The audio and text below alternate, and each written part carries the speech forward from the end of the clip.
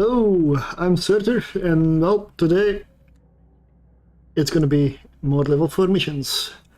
But yesterday I tried to multi-stream to Twitch and YouTube. Today I figured, why the hell not, let's try Kick as well. I mean, I changed the chat settings a little bit. I changed some stuff up. I've been busy probably for about 4 hours with overviews, overlays, scenes, and settings here and there. I haven't actually played the game yet today.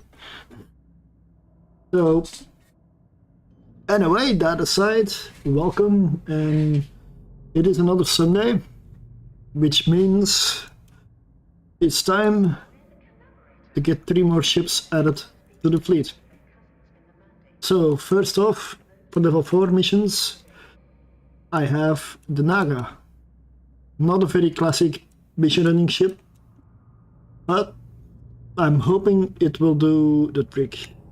So let me just do this. I'm also gonna check, does chat show up? Yes, it shows up. Oh yeah, they're up top, right. And then I'm gonna do the same on Kick and on YouTube, because chats are not linked from this end. There we go. Oh yeah, that results in a lot of spam on the... Maybe I should exclude the bot from the chat there, because it's 5 times the same the same thing. Never mind. Okay, I'm sure when people come in, it will change, hopefully. It's a bit weird seeing 3 times the same command through the bot. Maybe I should only type it once the next time. Lesson learned. Anyway, yeah, Naga. So, I will show the fit right here. It is, of course, a rail fit, because a Naga doesn't have the reputation to be the tankiest ship around as an attack battle cruiser. Like with the attack stands for essentially battleship guns, 8 of them. So I went for about 200 million shield boosters, simply because this thing has held up so many ships for me. It is an absolutely epic shield booster, and yeah, it's one of my staples if I need to get tank on something that isn't very tanky. So, tracking computer, of course, macro jump drive, because this thing is a sniper. Surprise, surprise, a railgun ship that is a sniper. I know. Anyway, yeah, the rigs are straightforward, capacitor and a bit of thermal, because thermal was the main weakness. EM is fixed in here with the shield amplifier. So the shield extender basically is a tiny bit of buffer, because this thing doesn't have a lot. So that is the Naga. That will be the first one I run the missions in. And I guess, since we're at the start, I will show off the second one as well, which is a Harbinger Navy issue. Another Navy battlecruiser, combat battlecruiser this time. And I've looked it up. I've only found fits that run level 3s, because I was curious about this one. Somebody in stream last week mentioned they wanted to fly this, and I just added it to the list of the next ship to go for. So if there's anything you want to see that, in terms of ships, that's not in my hangar here, yeah, and that I can fly, of course. It should be technically all of them, I believe. Then feel free to mention it and I'll try it next week. I'm still looking for 3 ships to try out, so this is basically with with 6 heavy beam lasers. I added the tractor beam because what else? Something's in my eye. Alright. Oh shit, really? Okay, that's what you get when it's live. An afterburner and the micro jump drive, because the mids, well, I'm not sure about this one, to be honest. Any of the three that I'm gonna test today, I'm not sure they're really that viable for level 4s. Today it's gonna be a hit and miss, I guess. Heat sinks. I put on a little bit of a better armor repair here. Like a Shadow Serpentis. Tech 2 was just not that impressive at all. For the rest, it's just some ammunition, some capacitor control circuits in the mediums. I needed also a ancillary current router, which is basically to increase the power grid. And then we'll see. It can launch 5 medium drones as well. Set up as a sniper. We'll see how this one works out. And then we have the Ferox Navy issue. Yes, you guessed it, the theme of the day is battlecruisers and sniping. I guess I wonder why. Maybe because the tank on these things is not that epic.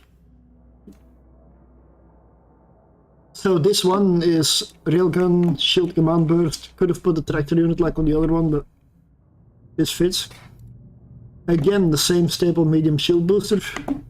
Afterburner, micro jump drive, boost amplifier, 1 cap battery, tracking computer, and hardened. Damage control in the lows, magnetic field stabilizer 3 times, EM reinforcer, capacitor rigs, 2 of them, take 2, some ammunition, and 5 light drones. Curious about this one as well. I mean, there's plenty of battlecruisers I still need to go through. Still got the Calente Myrmidon Navy issue, Brutix Navy issue, Fleet issue, Navy issue. And the Cyclone Fleet issue. And the Hurricane I've done. Guess Sleipnir. Absolution. Vulture. Yeah, there's plenty of ships still to come. I'm not done yet, which is nice. Like, but first I'm gonna start with the Naga. Let's see what missions I have for this one. I hope they're hard, because... Oh, yep, ask and you shall receive. Worlds collide. Good. Massive attack. Well, sure, I'll take it. This time I'm not gonna loot, I'm not gonna salvage, or not a lot anyway. Because today it's essentially seeing whether the ships and the fits work. And any time spent looting is, well, time not testing, so... Okay, the ship loaded finally, yeah.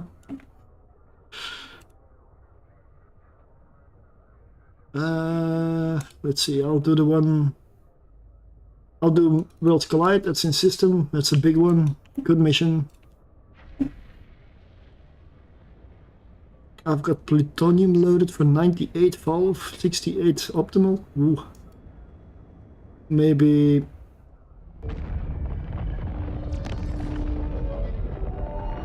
I'm just gonna load Javelin to go in. Although no. Let's go optimal range, because I'm gonna spawn Worlds Collide is one where you have the 2 gates at 2 sides. So I'm gonna spawn far away. Which means that I'm probably better off going with the plutonium here. Yeah, so Angels and Sancha. Like, which one do I choose? Persist profile, actually better for Angels and for Sancha, so I'm gonna choose Sancha. These ones. Nope, the other ones. 126 kilometers away. Can I lock him? 94 is my lock range. Okay. So I'm gonna aim up and jump and hope that I'm closer maybe. No, this is good. This thing does not have a propulsion module other than a micro jump drive, so Oh, well, close, I guess. I guess this is as close as it gets.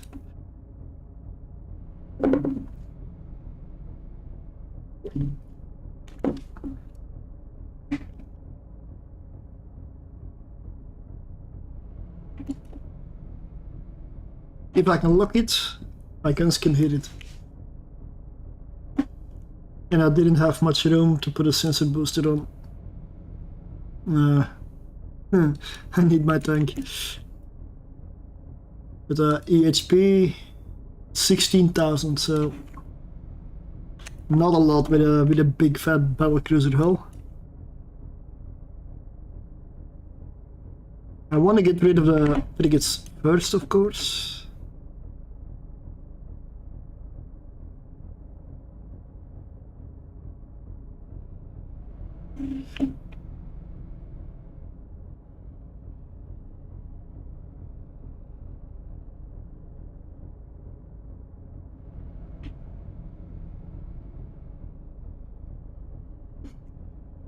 I should be coming in range any moment now. 94, okay.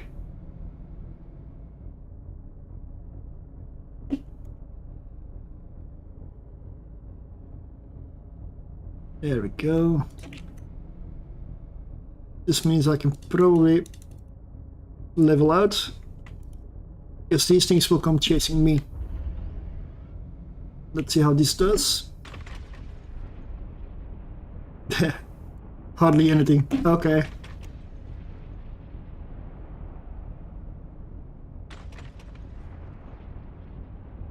Am I allowed to hit the frigate? If not, then this is gonna be a short mission. Come on, come closer. Come to me.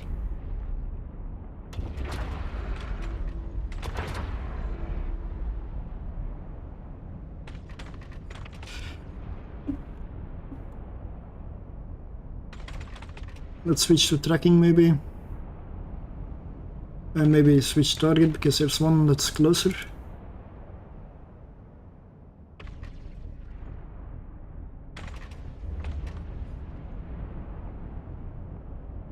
Damn. How am I missing this? Okay, and then you one shot. Alright. Or you don't hit, or you just hit. Okay, let's see.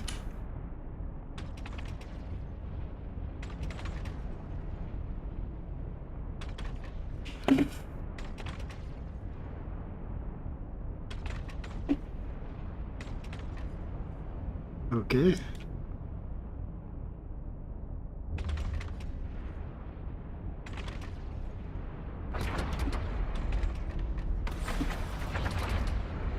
They just needed to be a little closer, I guess.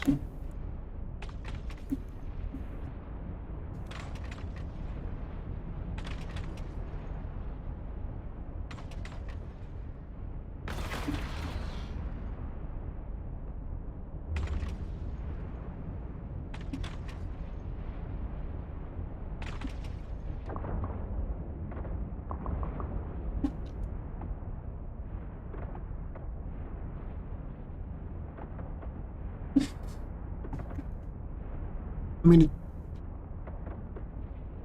this is not going to be the ideal ship for this, but that's not the point.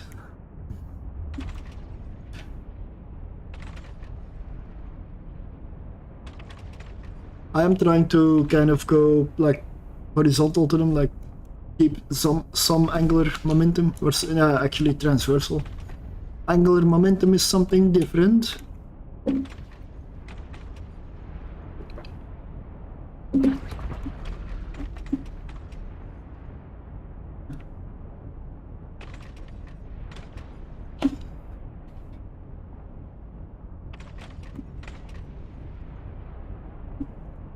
Oh wow.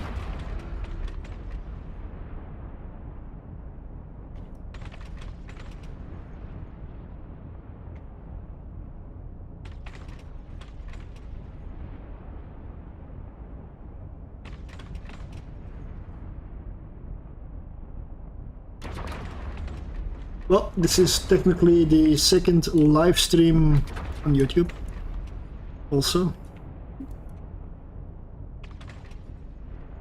Let's reload. Because I did post earlier live streams like a long time ago, but those were reposts essentially from Twitch. Those were not directly streamed to YouTube. This time I am.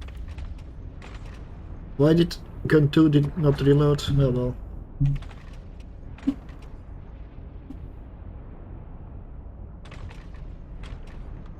Let's see how much my shield booster does in one cycle. Wow. How cap stable am I? 11 minutes 40. It's actually not bad. 11 minutes.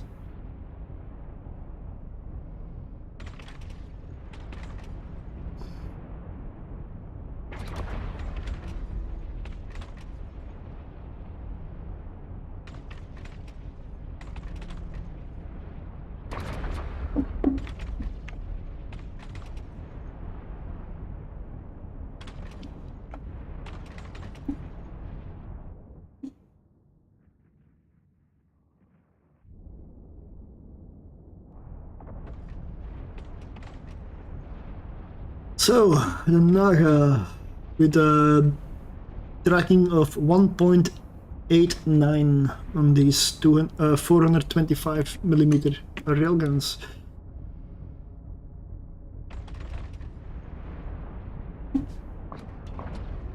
Total DPS output with long range ammunition 716 DPS when fully applied, of course, which I'm shooting in follow, so they never really are.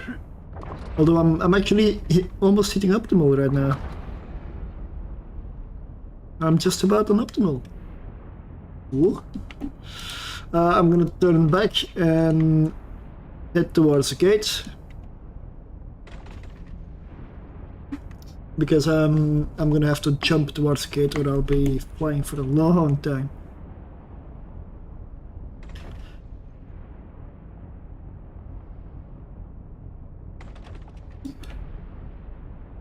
Let me actually jump already. I'll be closer to this battleship, and that means the cooldown on the macro jump drive can start. Because the first thing I'm gonna have to do when I enter the next pocket is probably jump away. Because I'll be right in the middle between all of them. There we go, 40 kilometers. Let's go, Javelin. High damage. Now, Javelin, what does that do for me? 792. 80 difference between the ammo types. 80 DPS.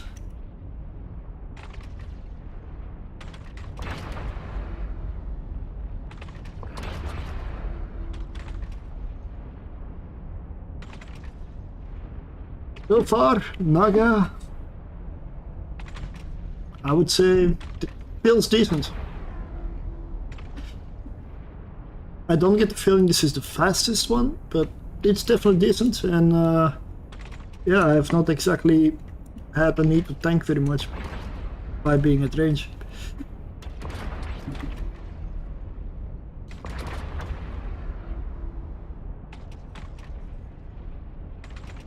And I also realized that I am not exactly shooting optimal damage types, although I am doing more thermal with this though, so maybe, yeah. Okay, just about to hit the gate, but I'm gonna wait until my medium macro jump drive timer is done, which is about 1.5 minutes.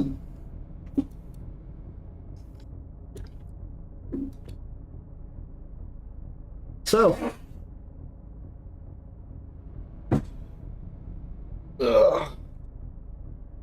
anybody has an idea about which faction warfare thing is the best? I mean,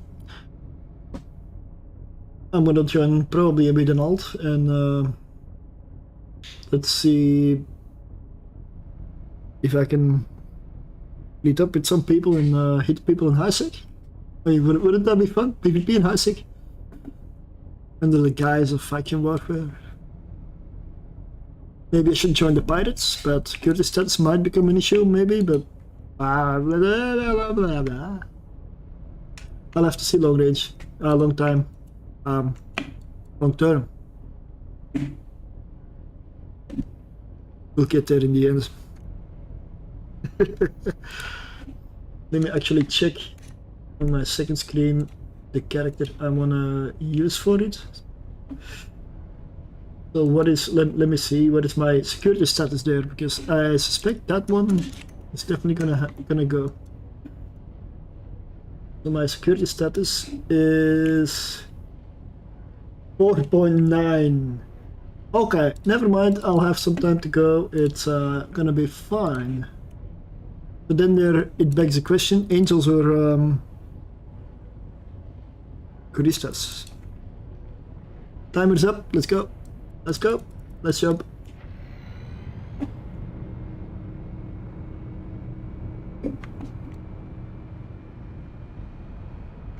And yes, I know this is a bit earlier than my usual stream time, but reason for it is got an early shift tomorrow, so I need to go to bed earlier, so I cannot exactly stream during early West time zone today or during the week. This week is gonna be same. Let's see. Let's go up.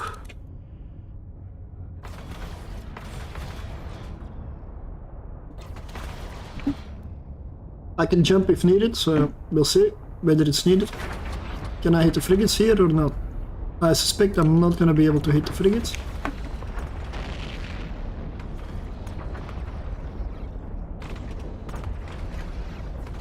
No, missing them completely. Might as well kill off one of these then. Because now I'm really close and I do a lot of damage when I'm close, like a little bit more than long range. Yeah, I find it weird, the difference is only 80 DPS. 716 versus 892. Oh. Let's say 76, okay. Actually, it's not even correct. Whatever. I'm too lazy to calculate.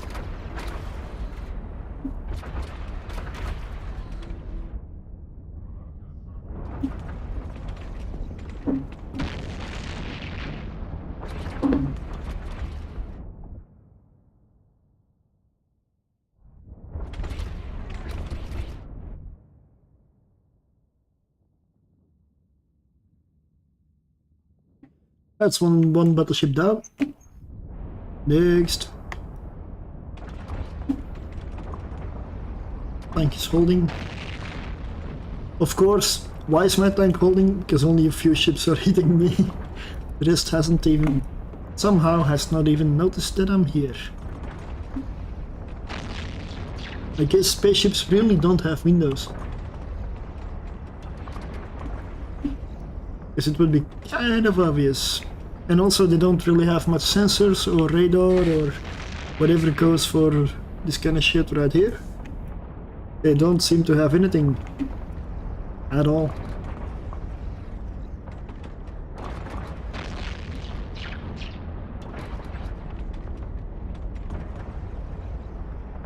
Let's reload. Still have the last. Oh, there's one more here. Oh, that's another pocket, another group essentially.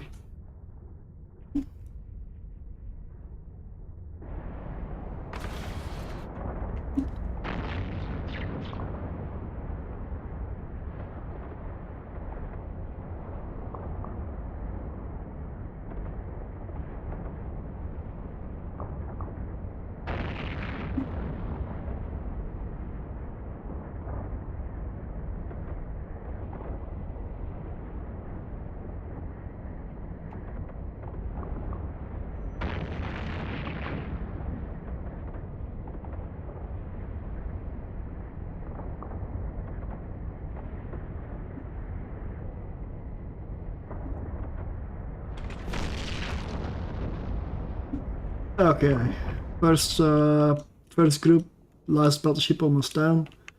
Then I'm gonna jump like diagonal between them, so I'm definitely gonna be in range, and then just kite away. I cannot stop my shield booster. This battleship dies, because these frigates are too close, I cannot hit them.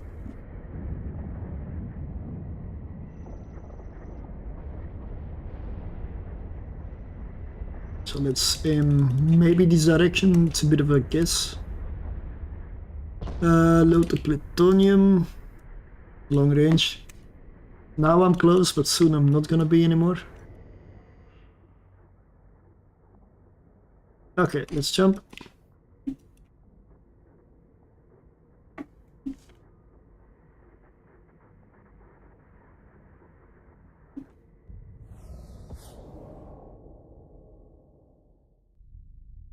Oh, they're even out of range. Okay.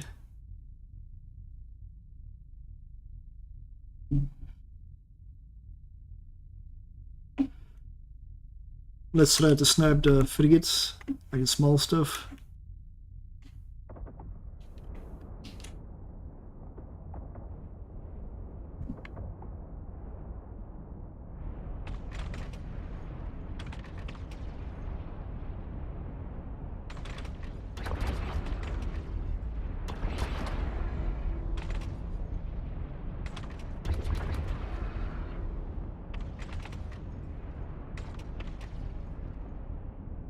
Okay, they've all woken up now, except that one group there is still as ignorant as ever. Still haven't noticed that their friends are dying. That's better. Yes, frigates, come to me so I can hit you better.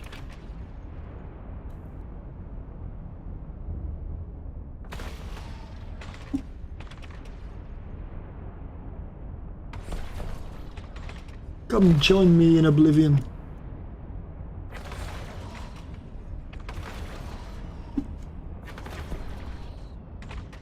So far, this goes really well, but yeah, it's a sniper, not a brawler.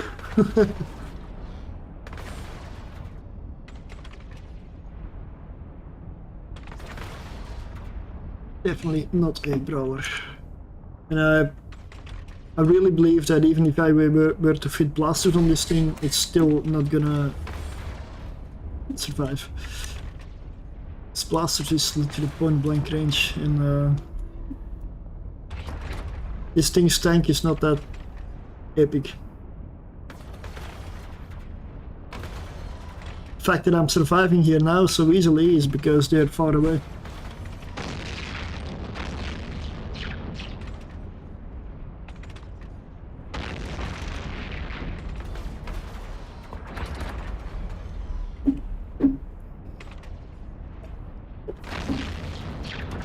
I mean, what is the cost of this fit? 419 million and 200 million is in this module. I could probably make it a lot cheaper. They're starting to come into... Yeah, I'm gonna switch ammo. Let's go for Javelin.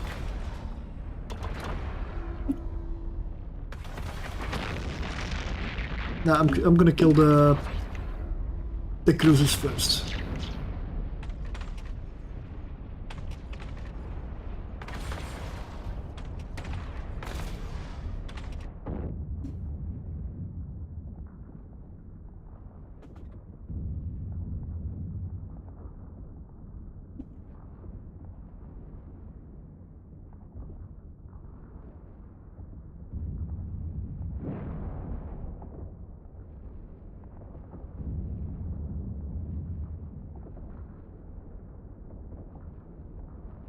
I chose Sancha, the Sancha side, because I believed it was gonna be slightly harder than the Angel side.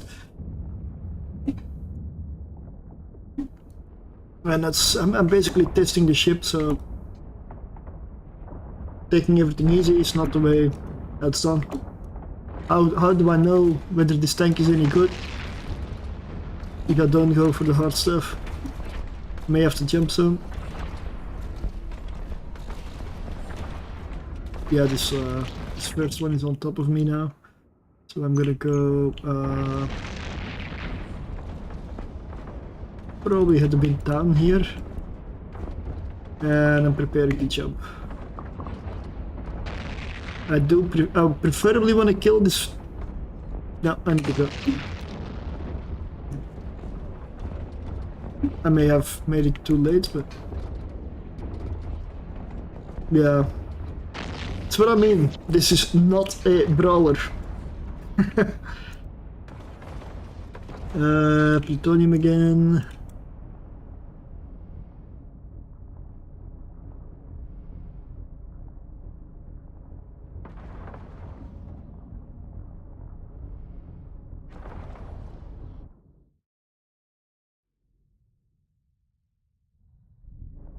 Did I get him? No. I just cannot lock in him it anymore, right?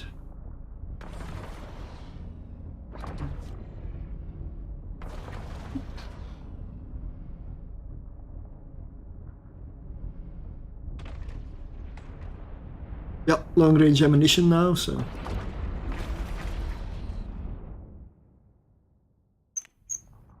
I'm probably gonna level out. So that I'm still somewhat heading away from them and not towards them.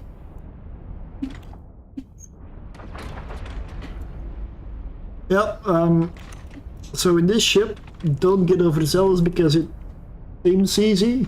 Because if you stay too long to kill something, you only have a micro jump drive, no other propulsion method. So warp out or jump.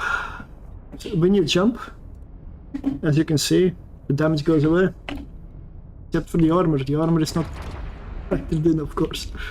This is not a armor ship.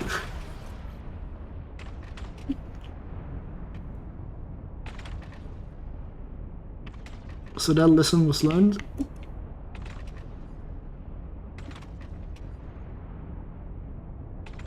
Capacitor, it's not cap stable, but it can go, I mean, with my skills at least, it can go 11 minutes with the shield booster active. That should be enough. Shield booster active and guns firing. I'm gonna kill the small stuff, yeah.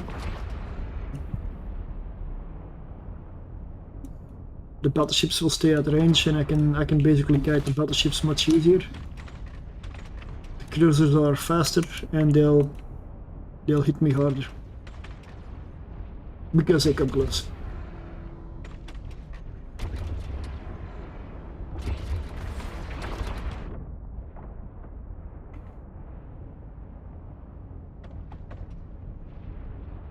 Okay, that's a nice one. I guess Sanchez do not have a destroyer yet.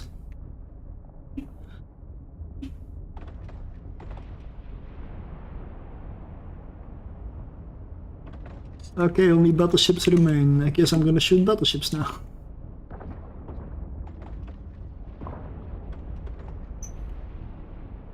Uh, 58 to the gate. Yeah, the only expensive module on this ship is this Python B-type medium shield booster.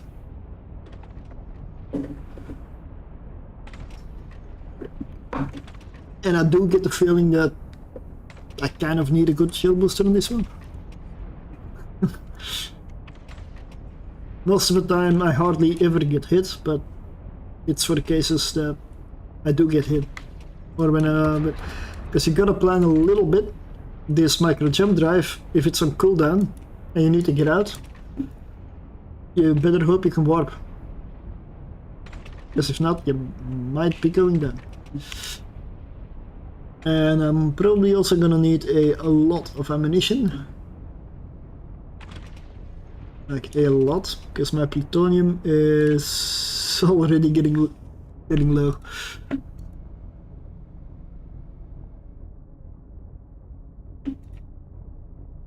And I may have to go closer, because I'm too far away.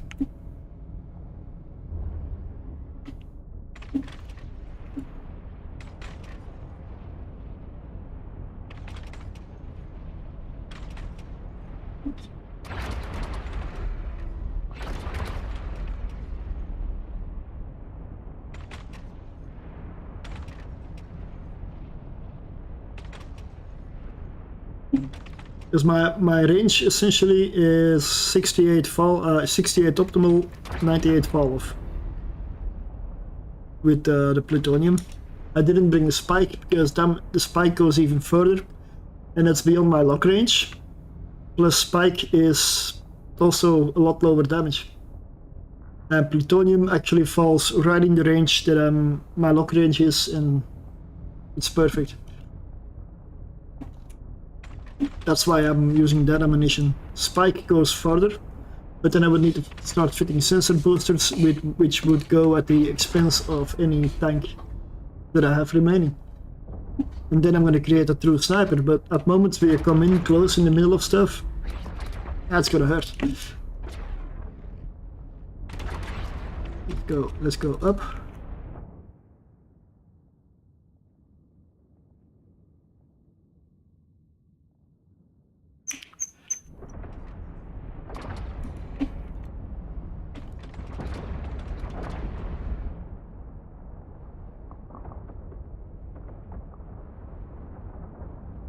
Yeah, I'm gonna have to go get some more plutonium, I guess. I'll see how much I have in station. Because I'm fighting it all the time at the moment. Like javelin,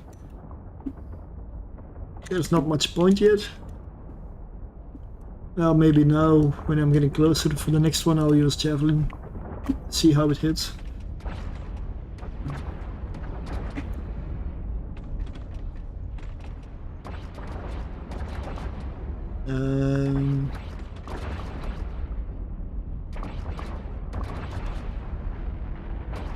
I may have to jump though. It's looking like the shield booster's not gonna keep up.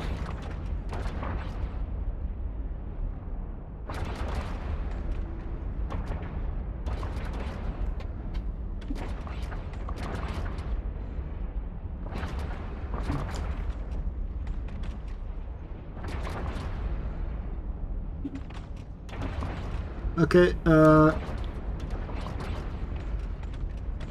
let's jump. Oh no. I think I'm gonna lose the ship. Oh! Yeah, okay, so this thing is not easy to run. Don't wait as long as I do with the jumping, because it's not gonna be funny. It's gonna be the end. Ah, misclick.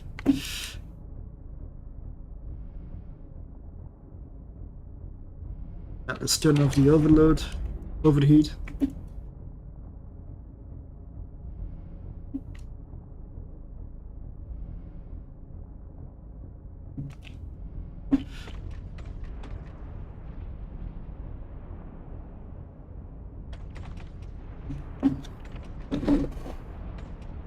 Yeah, this thing is definitely a challenge.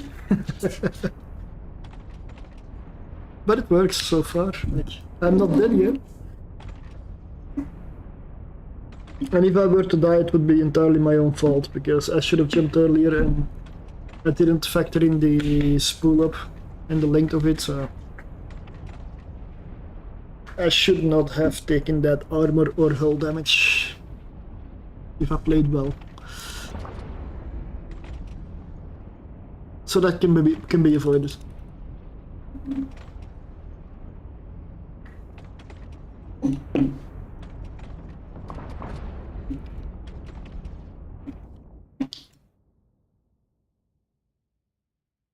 I must admit, I should have popped a tractor unit somewhere here, because everything is still fairly well, I mean, close together. I've been jumping around essentially all the time, like, so it all stays around the same parts to loot. I haven't been flying in a straight line jumping away, mostly because my range is not that far. If I jump like in a straight line, like I would do with a maelstrom or something, most of the time I would not be able to hit my target, to lock my target even. I can shoot farther than I can lock. And I do not have the room or the tank to spare, as should be obvious on the red bars on the armor in the hull, to ditch some of my shield tank.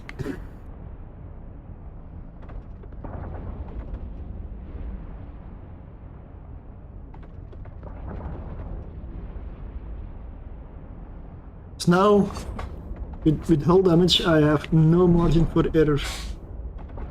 If I had the next pocket I'm gonna jump straight away. I need to.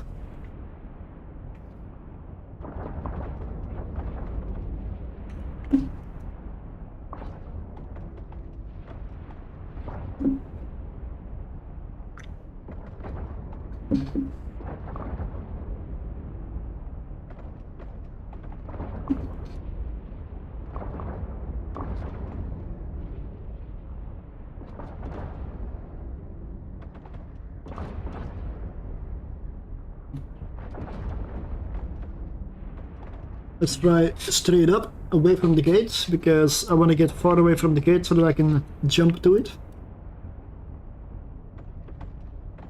I need to go up a little bit more. Like straight up, vertical.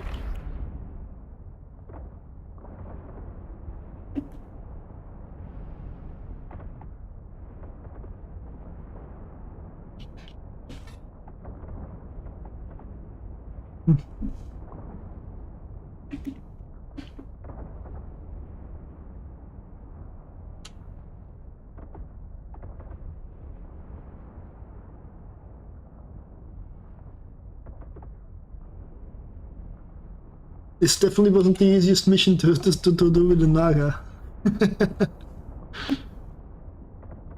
But I'm sure there's even harder ones, like the ones where you have the frigates that come in fast and warp disrupt.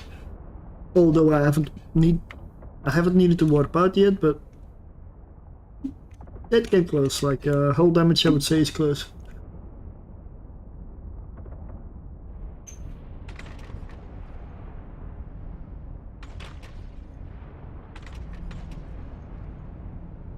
This is what an armor tanked Naga looks like. Quite brutal. And no way to repair. I mean, armor damaged, really.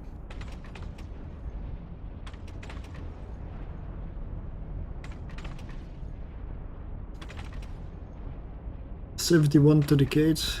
I know there's a bit of a bubble around it to take the gate, but I'm gonna hope I'm far enough, because let me just aim straight for it. And as soon as I'm turned around, let's jump.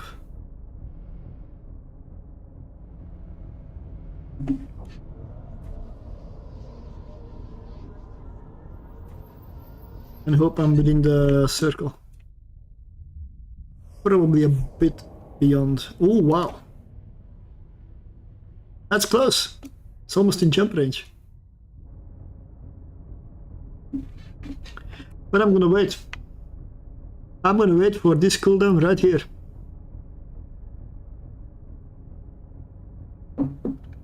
Because I need to. If I do not have my macro jump drive available, I will die.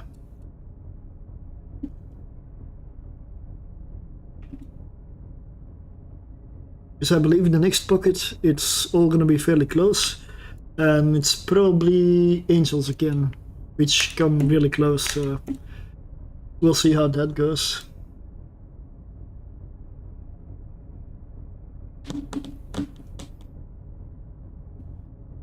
So the fit I went for is this one.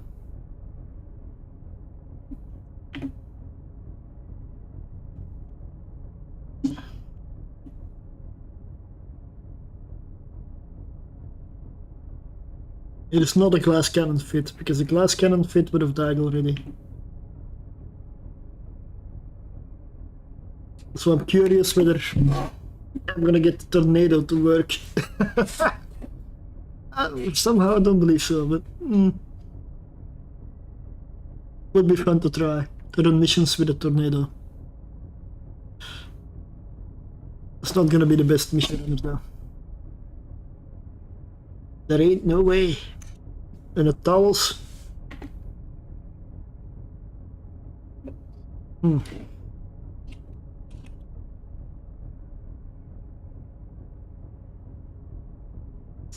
Laboratory damage and tracking speed.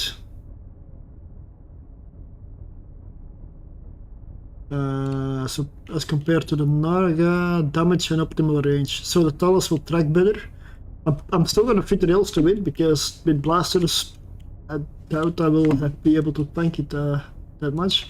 Plus, at close and personal, I would have large blasters and maybe something. I'll have to check that one out. Almost there, 39 seconds.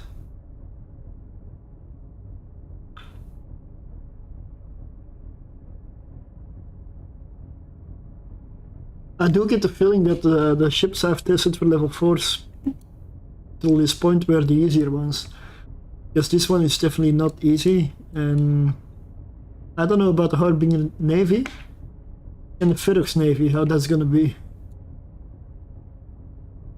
I suspect it's also not gonna be that easy. Okay, I'm in range. Cooldown's gone. Let's jump.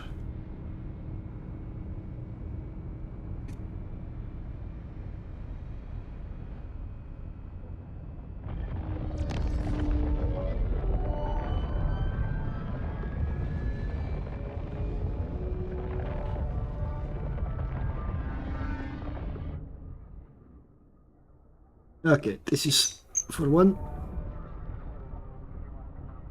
Not where I want to be.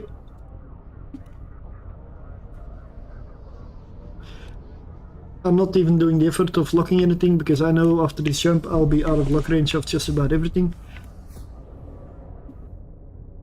There we go. But they will come to me anyway. I'll just go up and they will come to me. I couldn't stay there because this thing is not a brawler. As stated with the hull damage.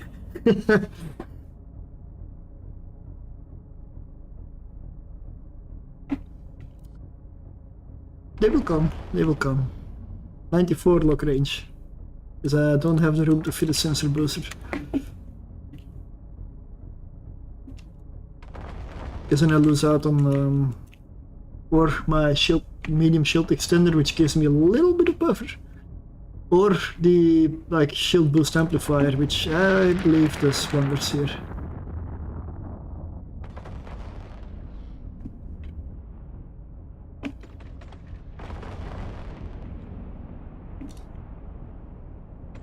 Yeah, I'm hitting in fall off now, so.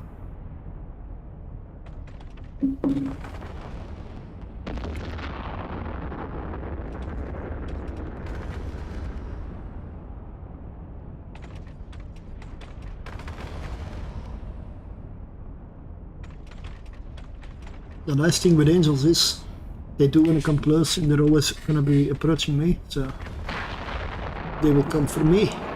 I like that. I want that.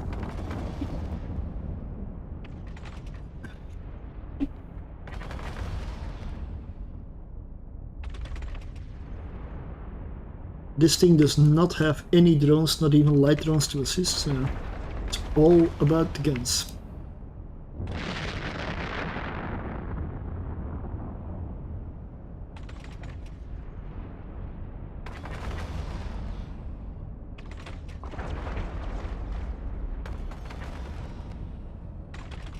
And something else that I'm not doing with this one is aggroing the entire pocket, because that might doom me just a little bit.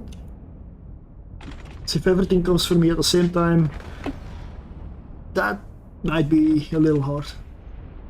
I've got to play around this cooldown of the medium micro jump drive as well, which reminds me that I should up the skill to at least level 4 now, since I'm using it a lot more. Before I've hardly ever used the thing, so I put it on level 3.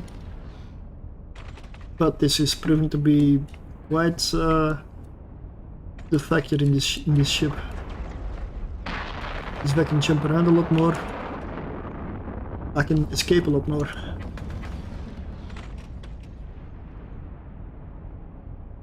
I'm almost out of plutonium.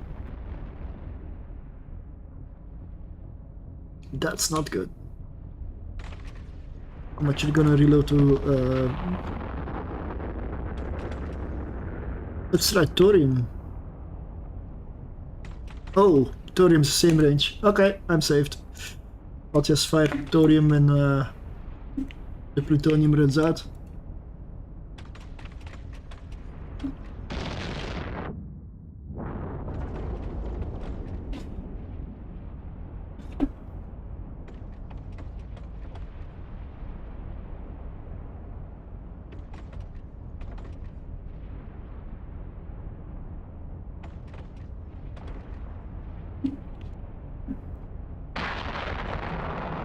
So what I'm trying today is essentially I'm live on Kick, Twitch, and YouTube. So just gonna see if it works, and yeah, maybe do it in the future. I do like YouTube a lot. Kick is just Kick. Kick is Kick. Don't know what else to say. Okay, this one's coming close range, so I can unload the javelin. Maximum deeps.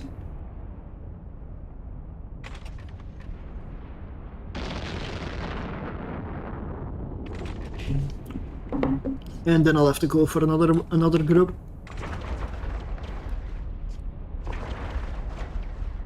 I feel like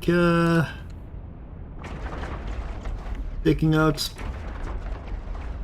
some of those frigates here might be what I want to do first. Frigates and destroyers.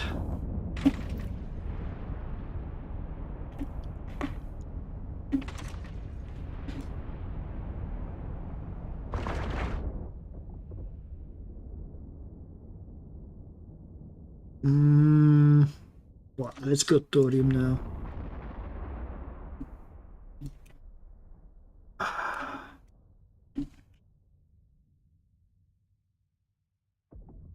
I'm missing. That's not good.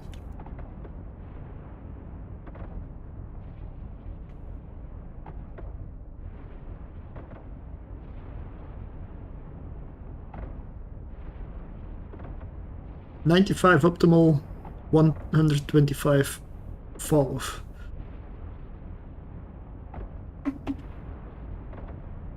I'm not hitting him. Oh, and okay. Okay.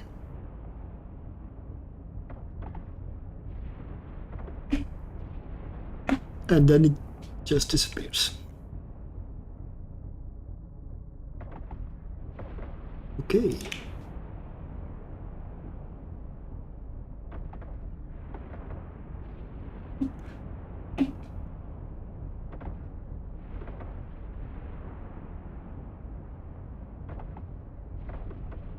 I'm just gonna wait until he, I guess, flies into a projectile. And how is it called when the railgun launches? What is the ammunition of a railgun? Hybrid charge? Is that how it's called? In reality, essentially, like.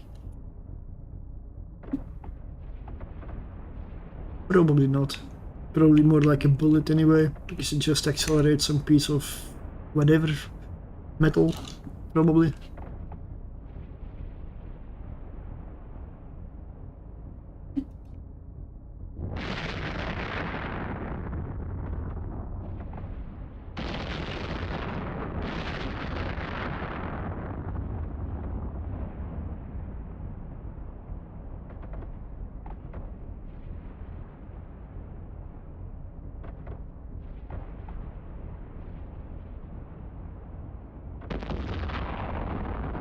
So the Naga is definitely an interesting ship.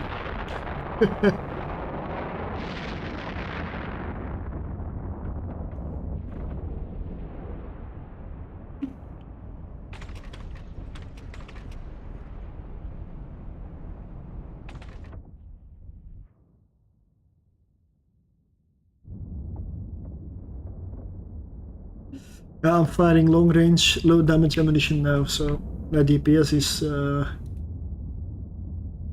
only about 586 now. With plutonium I get up to 716, and javelin goes up to 792. But javelin is close range, so.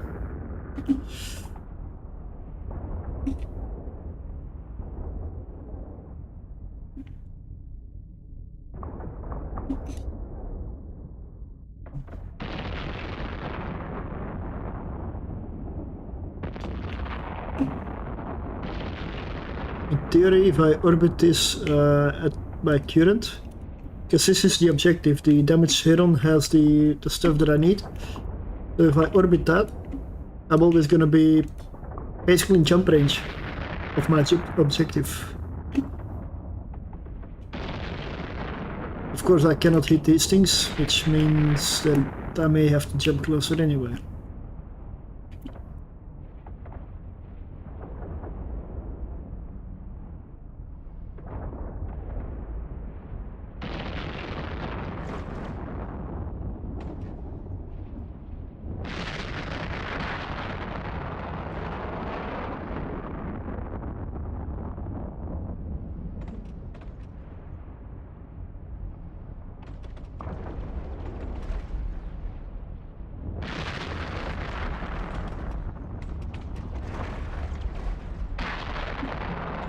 Yep, shield booster can be turned off.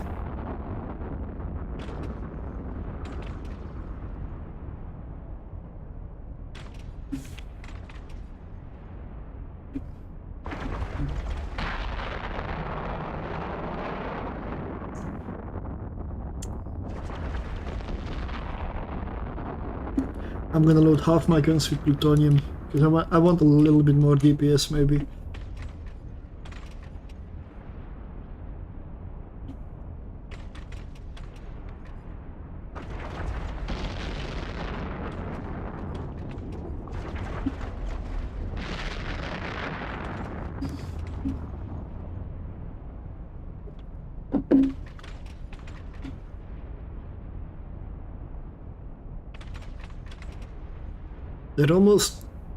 They're getting closer, so they're almost gonna be in. I can check antimatter, maybe.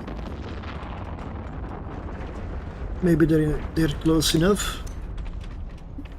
And if I go change this to an optimal range script.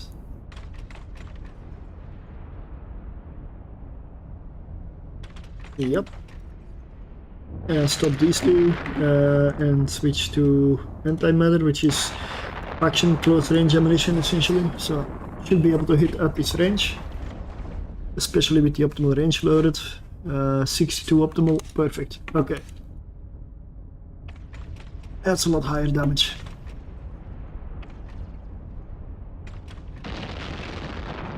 So let's use that on the second one as well. It's a battleship, I don't need to track, it will hit.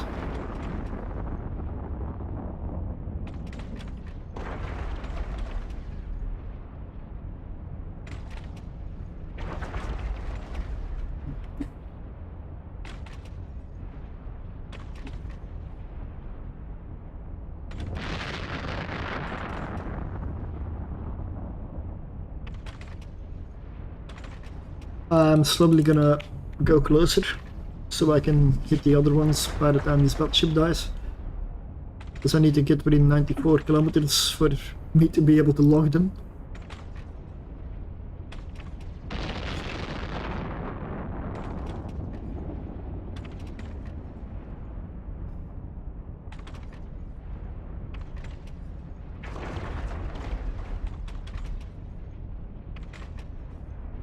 And I could have done that a little earlier. The other option is I jump, but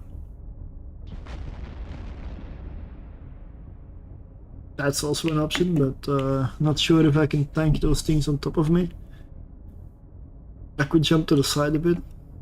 Yeah, I'm almost there now, so.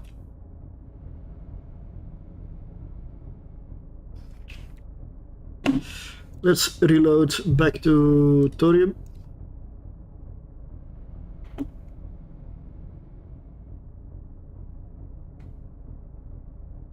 And go back to tracking.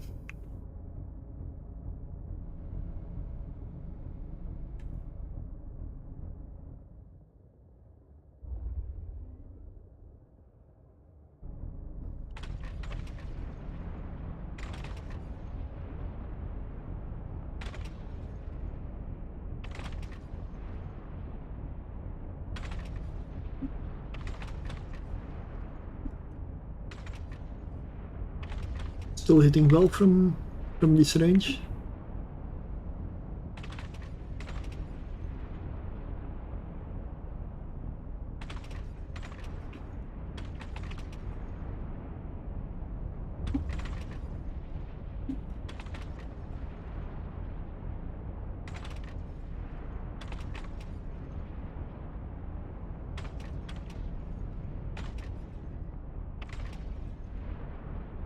Now, after this mission, I'm gonna duck up and repair my hull damage.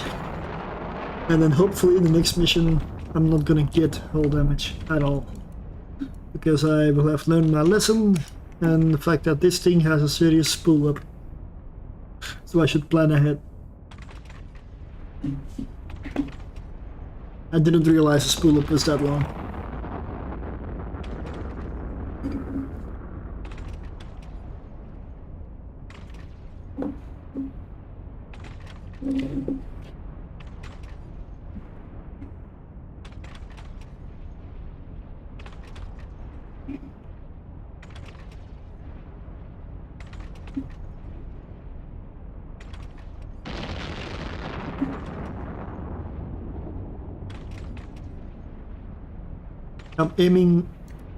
I'm aiming my distance to this heron, this object where the survivors are, that I need to pick up, so ideally that's why I'm kind of flying away from it a little bit, so that when I jump, I'm gonna be hopefully close to it.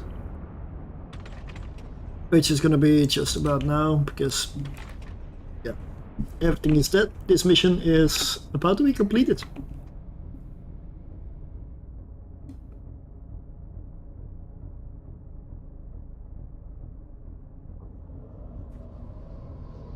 Like this spool up time is a fair few seconds.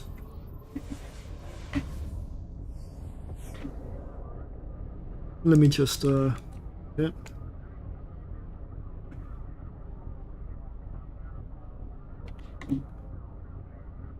"10 seconds. So if I need to get the hell out, I gotta wait 10 seconds. So don't jump when you're about to hit armor. Jump before you hit armor.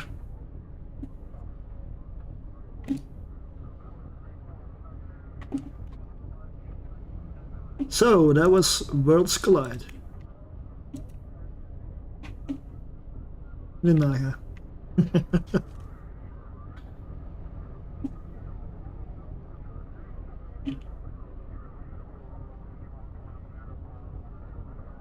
Now let's go repair, because I need it badly.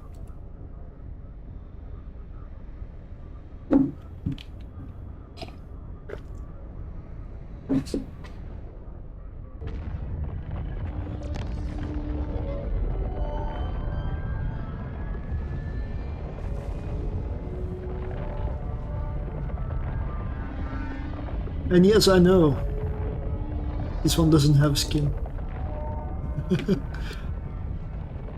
But I'm not sure how much I will fly this thing, so it's gonna be part of the fleet, but I don't want to spend too much cash on the skin for the Naga.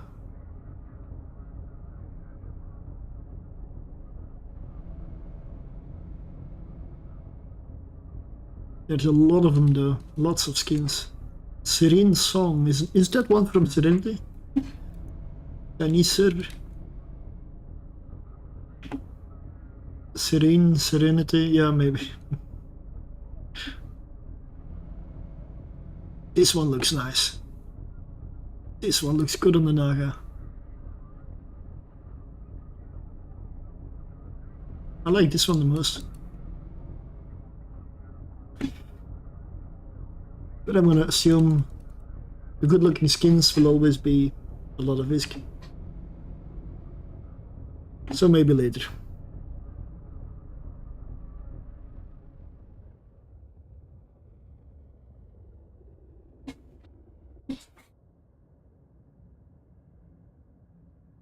Worlds Collide complete. What do I get? Nothing valuable. The score. Yeah. I'll do those missions and then I'll switch ships to the next one.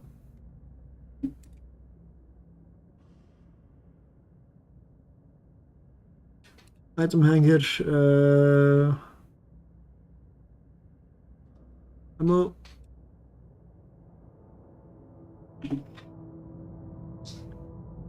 Plaster ammunition, yeah, no. It's not gonna help.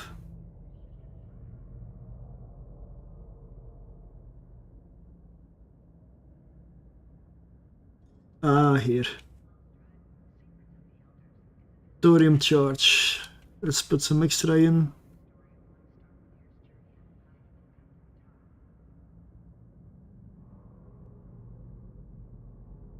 Okay. I'm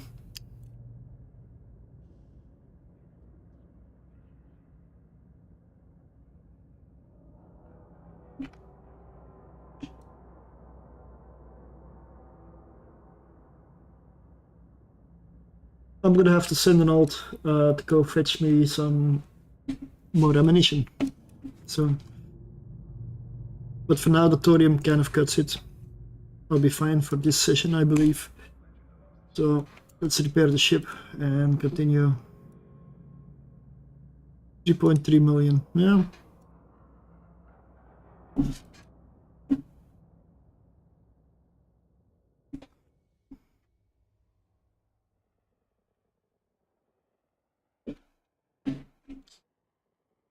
It is in Q4 at least somewhere.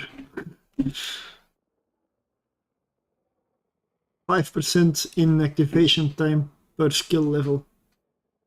Activation time, that's not cooldown. Okay, guess cooldown never changes. The other one that I had was massive attack, so I'm gonna go to the next system.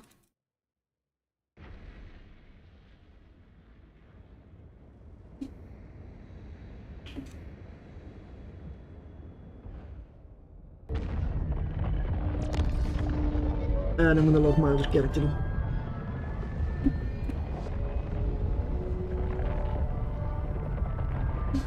For the transport of some ammunition from Cheetah.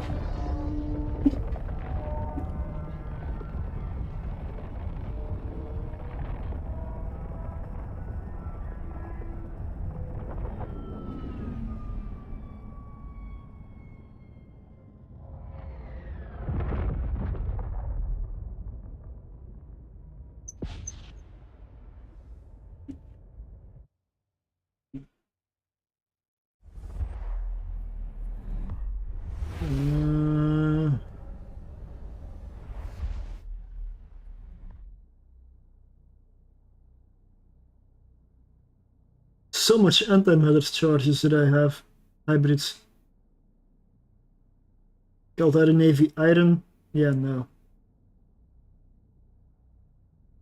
That is not very useful.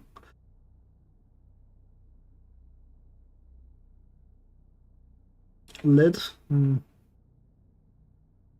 185 plutonium. Yep.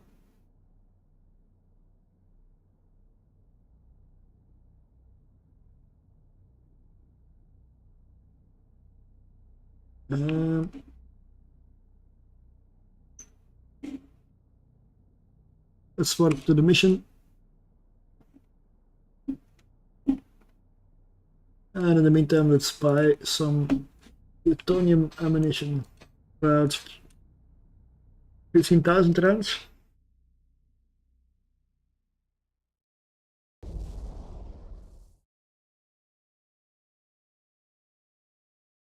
And I'm gonna fill the hold up with some other ammo.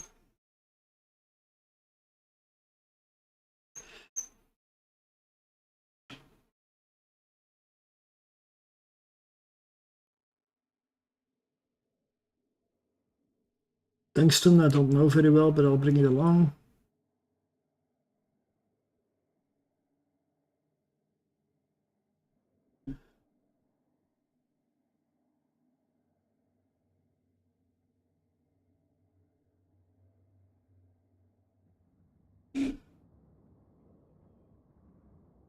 Okay, point blank, let's go for anti-matter to track better. And see if I can brawl with this thing, right? I mean, destroyers should be easy to kill.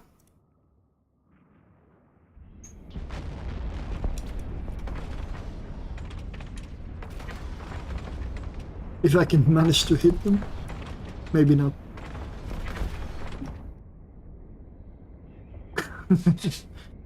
Should be easy, right? Still large guns. Rail guns. No, not hitting them. Cruisers. That's better.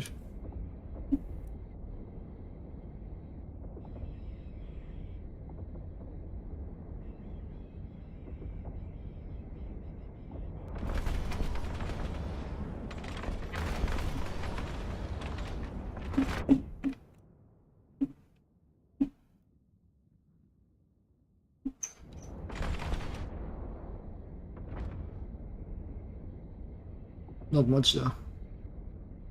Maybe I do need to jump away.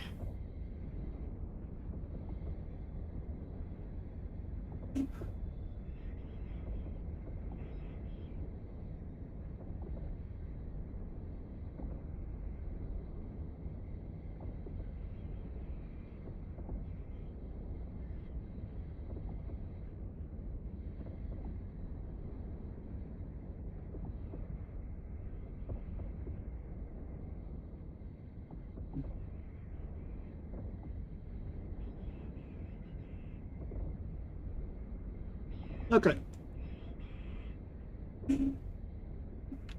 I can put the ship on the route from Jita, so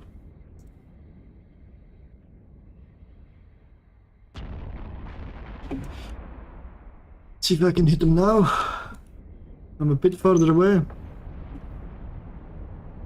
Yes.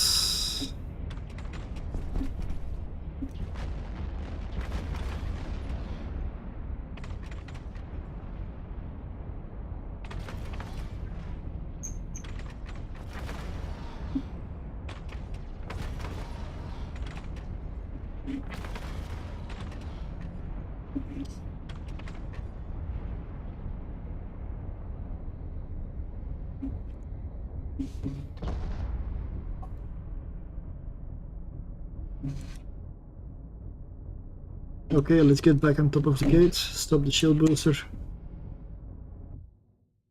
and go in.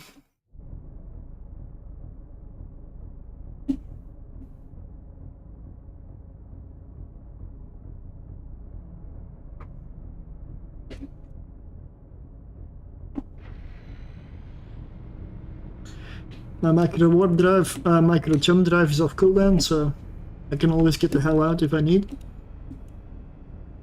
Which I will probably need to.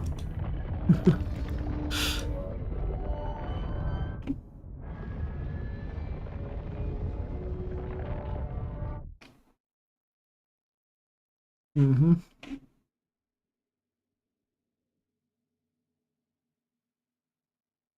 Let's see what that does.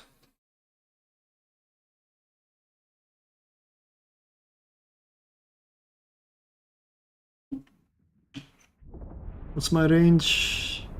Wow, that's inoptimal.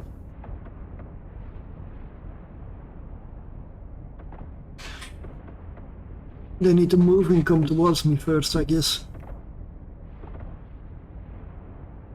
But I'm not able to hit them.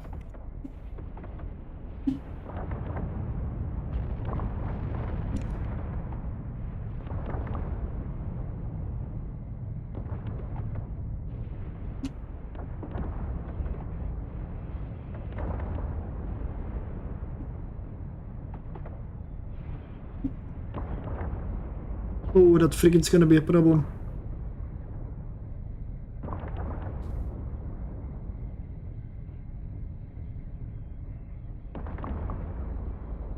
Yeah, that frigate's gonna be a problem. What frigate? What frigate? I don't see a frigate. I guess I got lucky. Maybe?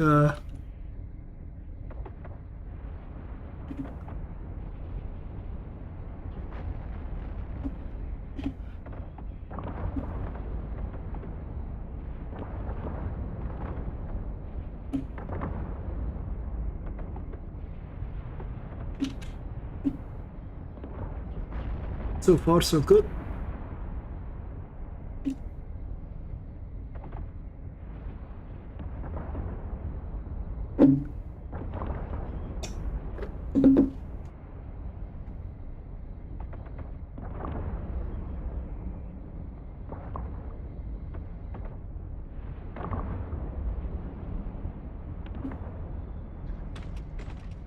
Nice shots.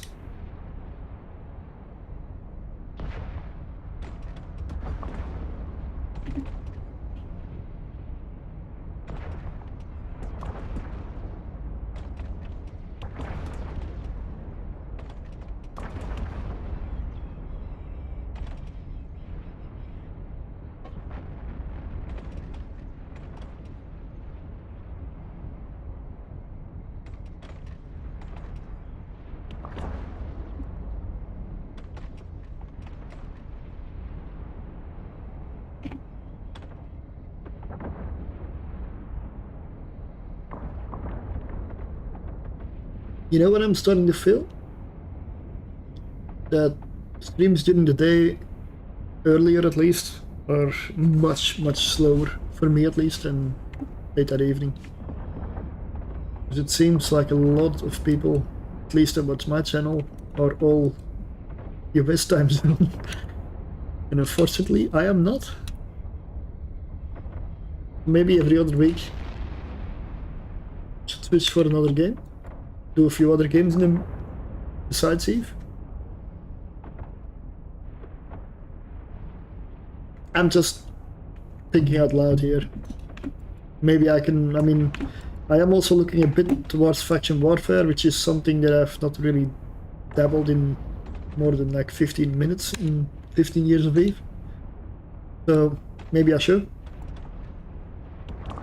I don't like low sec, so somebody pitched the idea of going to faction warfare in high sec. So that intrigues me. If that's possible, and still you still get some PvP done, because I would not join it for the loyalty points, to be honest. If that's possible, then there may be something to it. Most likely it's gonna be, well, I guess I could go for Angels. Angel faction warfare.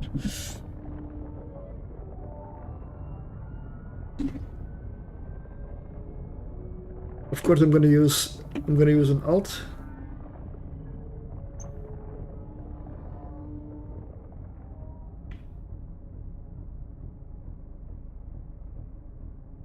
Okay,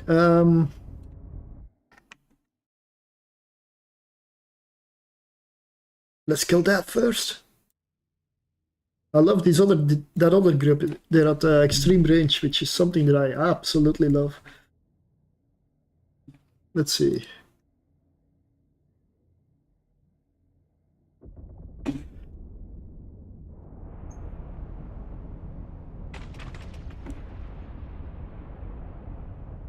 If I can snap those frigates from here, that would be awesome.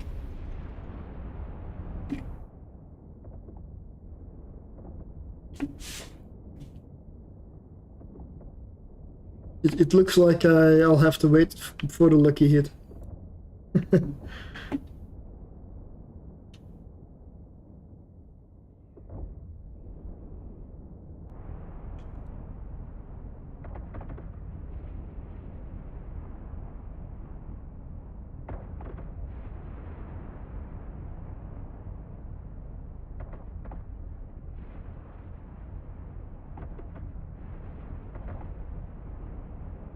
Really?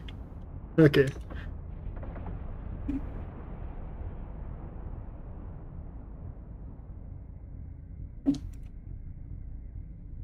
This should hit quite well. Yep.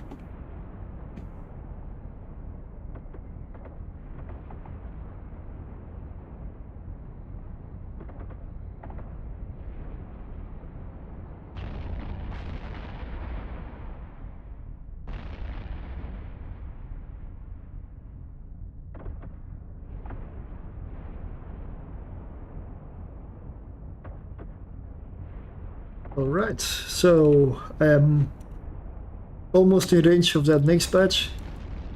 I'm just gonna fly straight towards them and then just hit them up and I guess maybe move general direction of the gate again. And they will chase me and I will kill them. Sounds like a plan.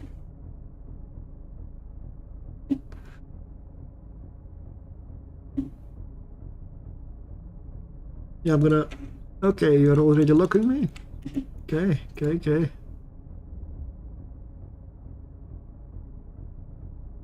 My other ship's in Yudama right now, so basically a cruiser with full hit points on.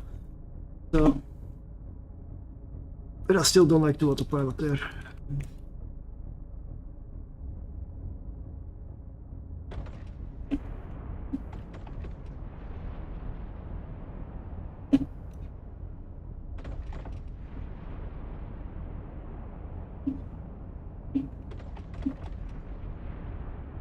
I'm basically using a Gnosis as a transport right now. It's just ammunition, so there is no value in it anyway. And doing a freighter or a transport is so much slower. So might as well use a combat ship for transport, right? Gnosis has enough cargo hold for a good bit of ammunition anyway. There's nothing else in it, so.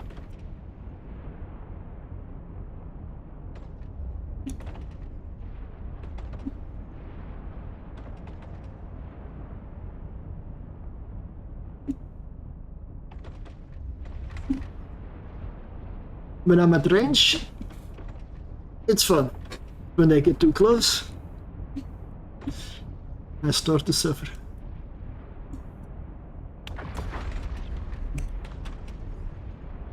Well, this is a sniper though, so.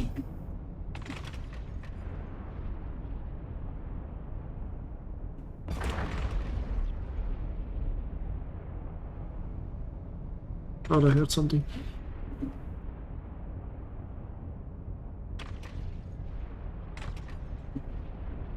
And after this mission I'm gonna have to take a quick bio. Did I really just run out of range of that?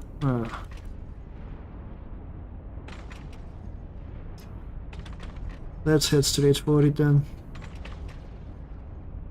94 lock range. I mean, I could try to go for a sensor booster on this thing. That probably would have to ditch a medium shield extender.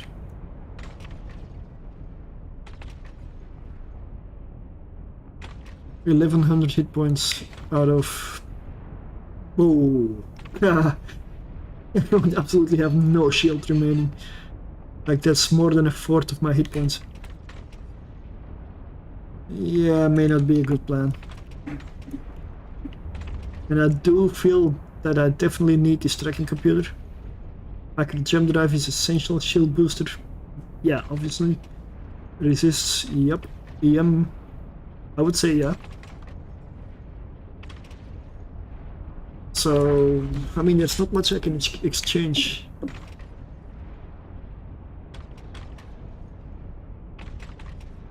I mean, I don't want my... I want to be able to survive in this thing, though. The sensor booster would kind of solve the minor issue of the lock range, but it's only a minor issue anyway, so better to survive and not lock your target beyond 94 kilometers than to die and be able to shoot everything.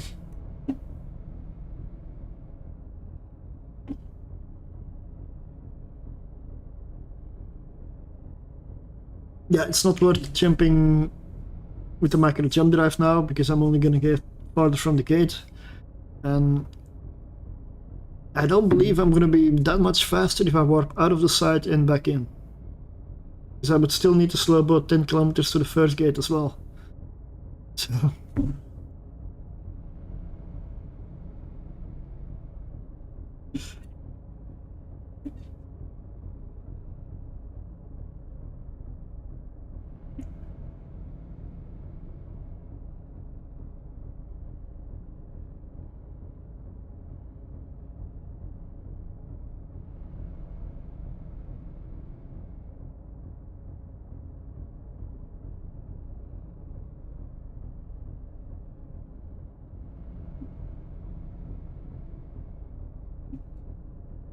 twelve kilometers.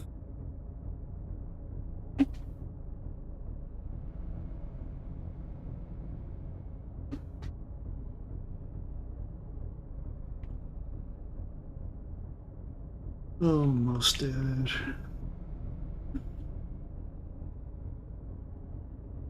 Yeah, not having a macro warp drive or a afterburner kinda sucks, but macro jump drive for the Naga and it means life, so I just cannot change that. There's no way.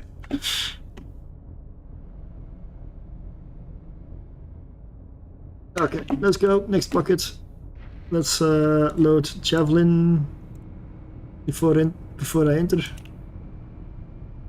Because I'm probably assuming that I'm gonna drop somewhere close to some enemies.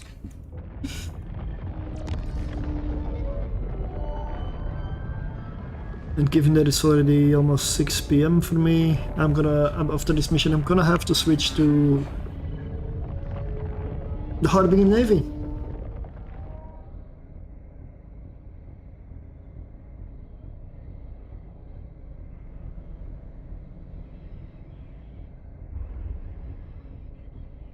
I want that frigate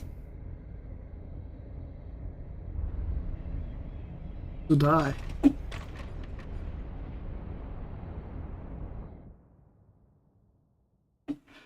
This is 100 kilometers away and also 100 away. Okay.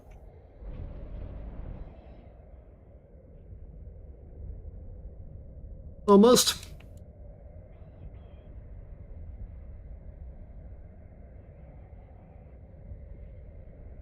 Come on, one lucky shot.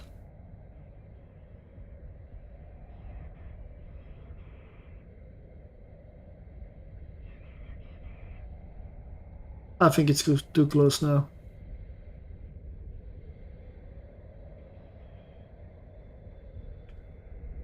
Yeah, I'm not gonna try that anymore. Let's go for the cruisers. The webbing doesn't really matter. If I jump, I'm not gonna be whipped anyway.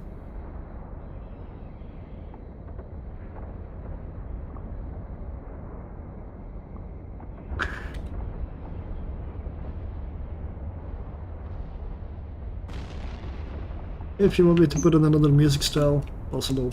I know it's just background, but still. I don't mind.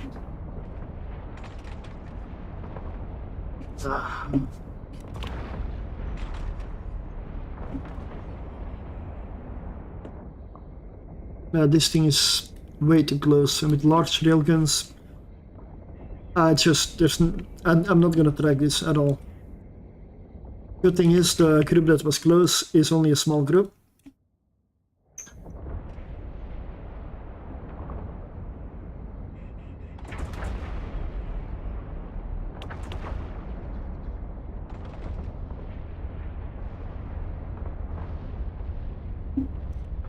Yeah, if it's only this thing, I'm just gonna jump. I'll see where I end up, and then kill anything that is close. Probably not gonna be able to hit the frigate from there. Oh, that's too close for comfort. That's not a good jump.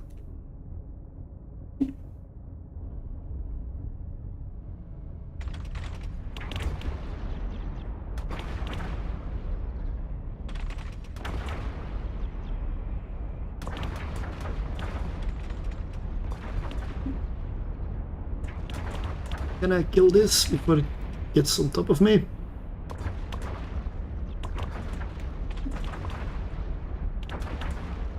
I'm gonna assume no, so I'm gonna switch off and go for something else.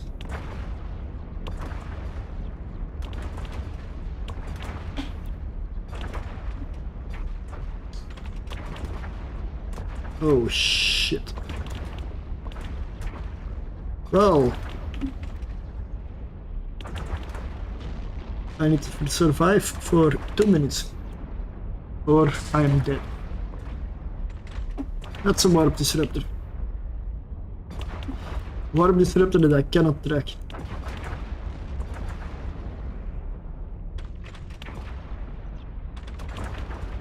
Fine.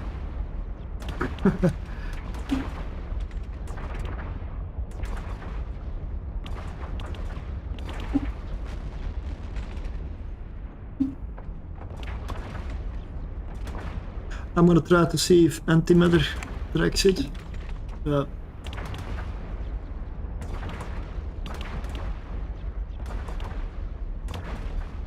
I only need a few lucky shots, I guess. I don't believe it tracks. No, but I'm also not taking that much damage. So maybe it's fine. Let's just kill the battleships. If there's no incoming DPS, I'll be able to jump before they get me.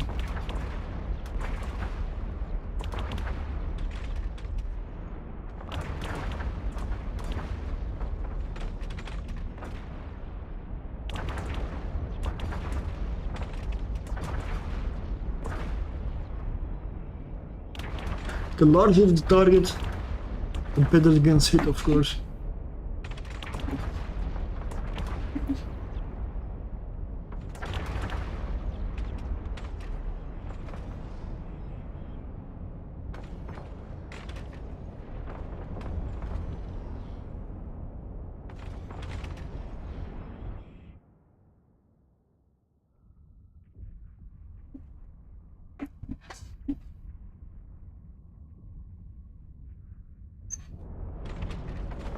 And that's why I like it, the fact that I'm warp disrupted, not warp scrambled. If I was warp scrambled, I would have an issue. I would have a serious issue. I would have to bring in another ship to save me.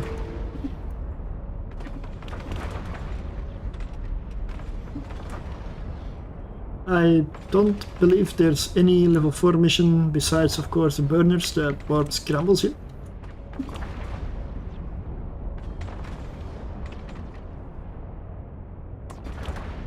When this one's down, I'm gonna jump.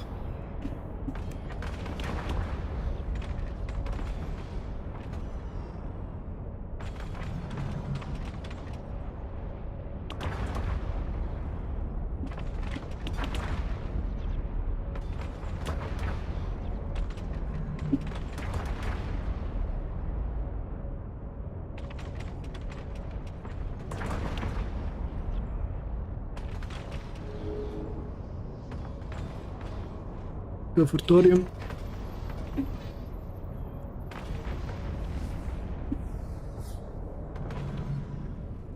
Ooh. That's a bit too close. And they're growing. Okay, well. Antimatter. And get the small stuff. If I can manage to snap the small stuff, I'll be fine. Although the biggest DPS is off the field now.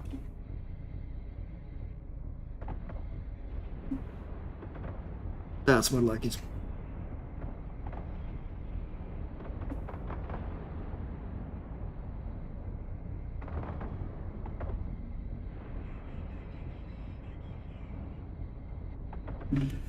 Okay, now I'm gonna reload long range ammunition and I'll go for the thorium. Just because now I can snap these other two out there.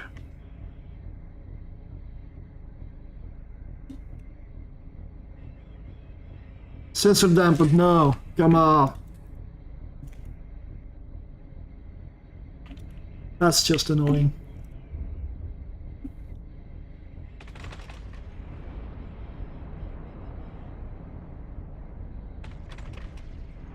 Come on. Ah, you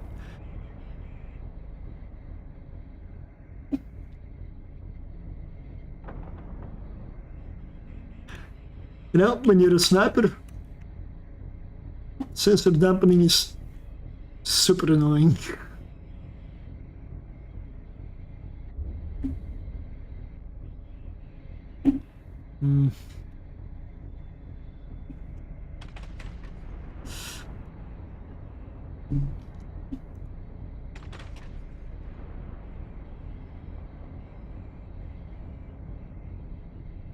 And it takes so long to lock the frigate. Okay, nice. Now I can switch back to antimatter.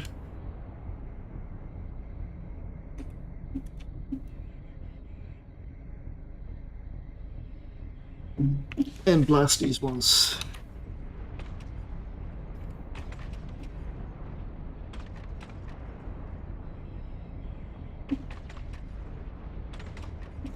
The mission's basically over at this point, but...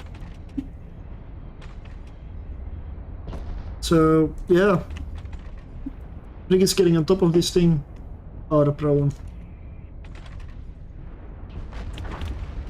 Because you always want to have the option of warping out.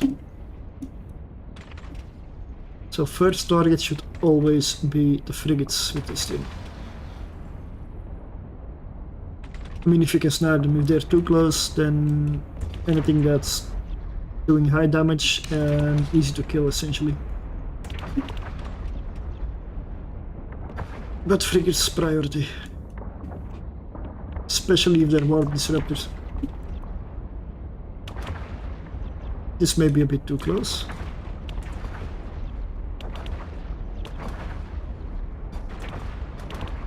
This is too close. Let's jump and go back towards them so I can hit with thorium.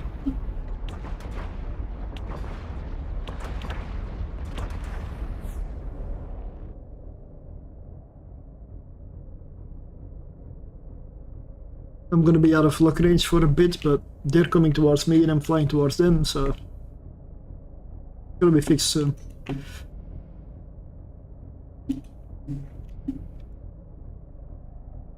I'm really curious for a tornado and a Talos now. Oracle probably is too much to ask, right? Running missions with an Oracle?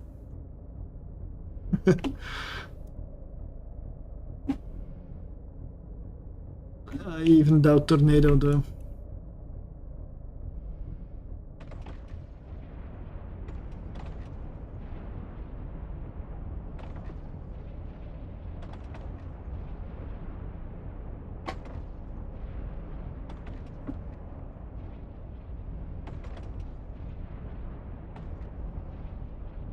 Nice.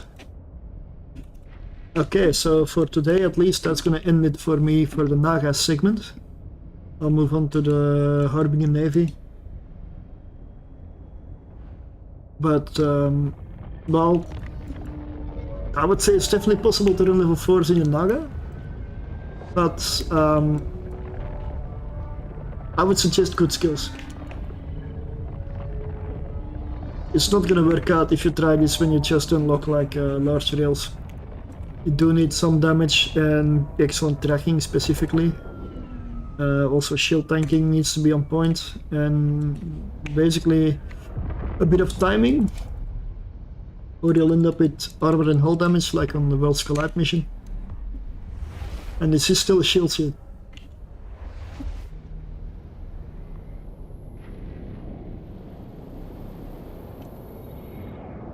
I'm gonna warp this to station and I'm gonna take a quick bio. I'll be right back. Switch ships.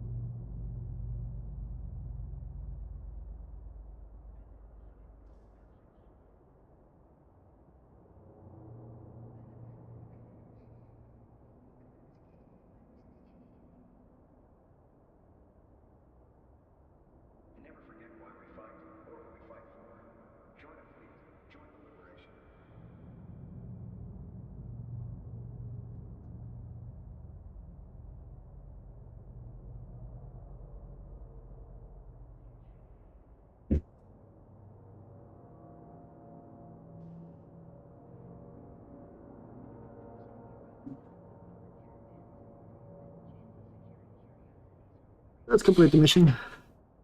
This one, I believe, no? Yep.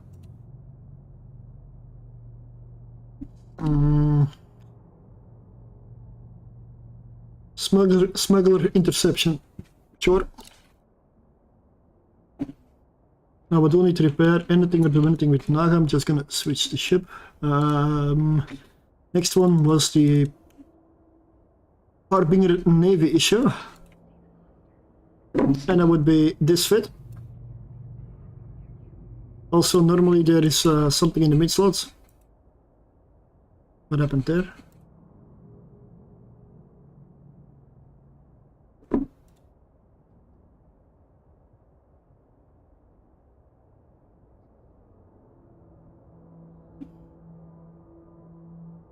One, two, three, four. Hey, wait a second. It likes a mid slot. Well, let's see. If I go with Gleam. Not very cap stable, so maybe I can put a cap recharger in there.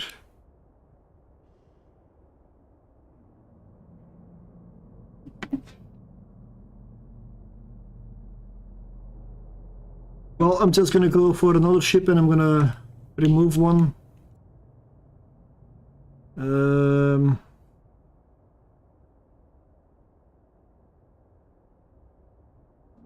Let's see what it has started. Does it have one?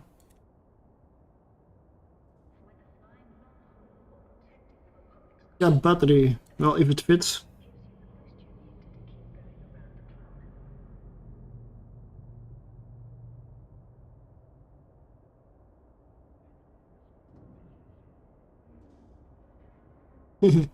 Does not. Okay.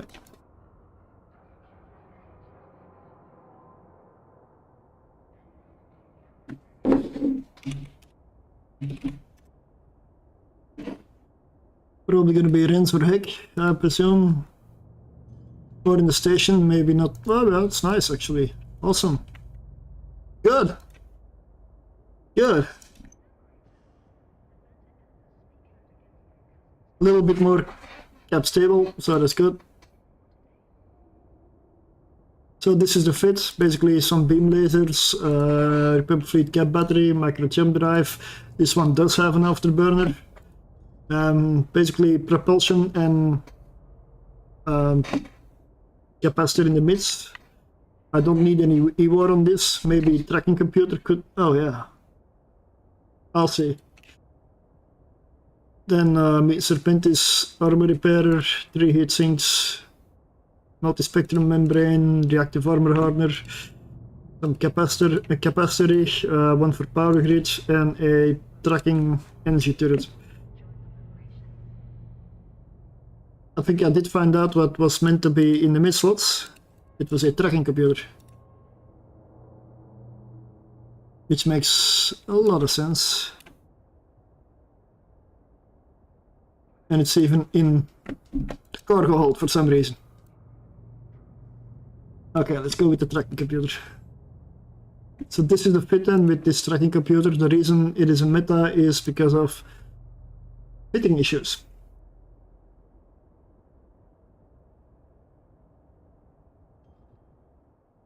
So the Harbinger Navy.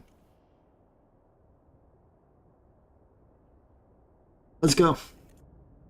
I'm curious for this one though. Because I've only found level 3 fits so far. So let's do a level 4.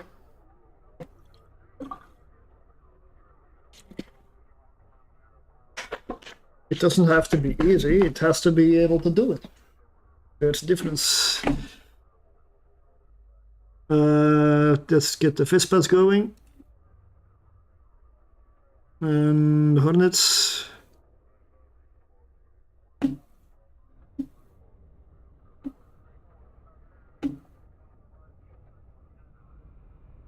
Okay.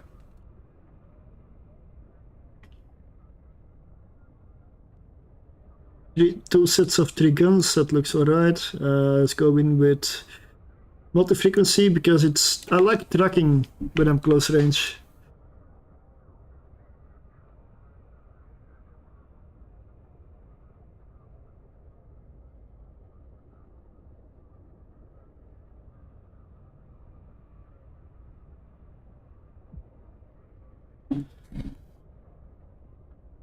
smuggler interception. Let's go.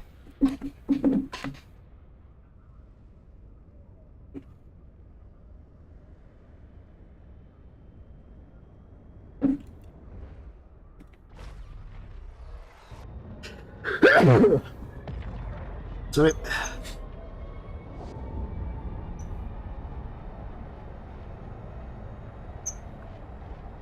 This is still one of the better ones, but that basically makes it look like an absolution.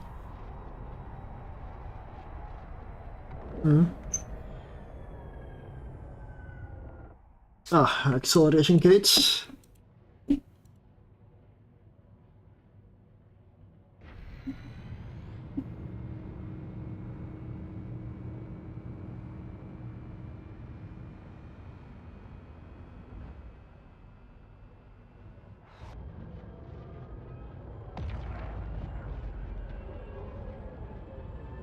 What's my range?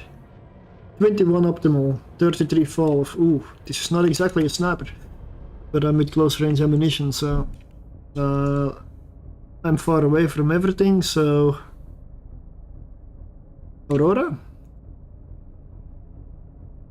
gives me 74 optimal, 87 fall off. That looks okay.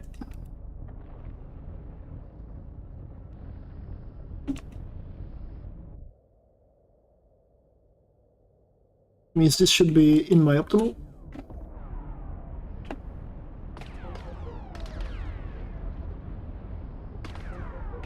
My DPS with Aurora 540 if I were to use drones, so basically gun DPS.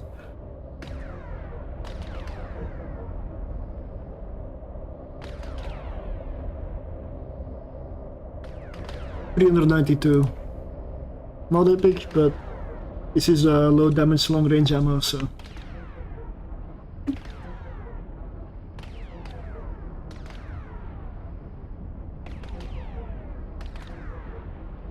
I'll change the music to a rock instead of this. Let's see.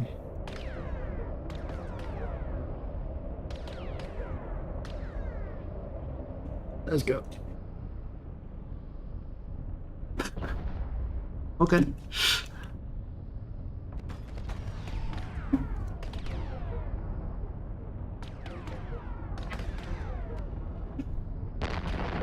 It feels much better with an afterburner.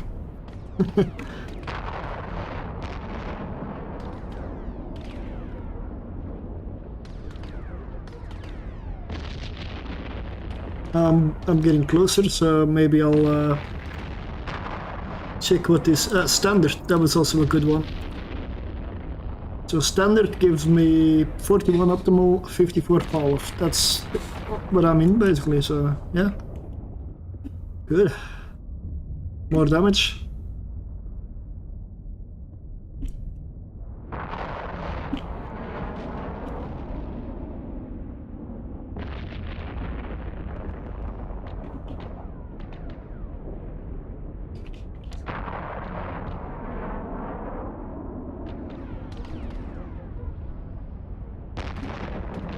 But yes, I am armor tanked. Let's go for clean.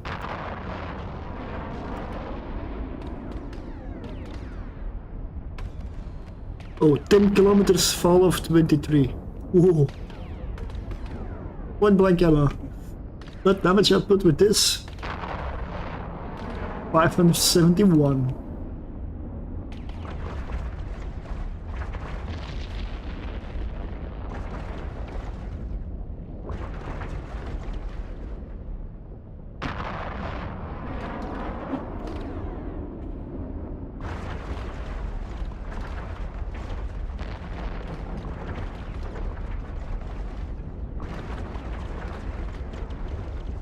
Maybe launch drones, go.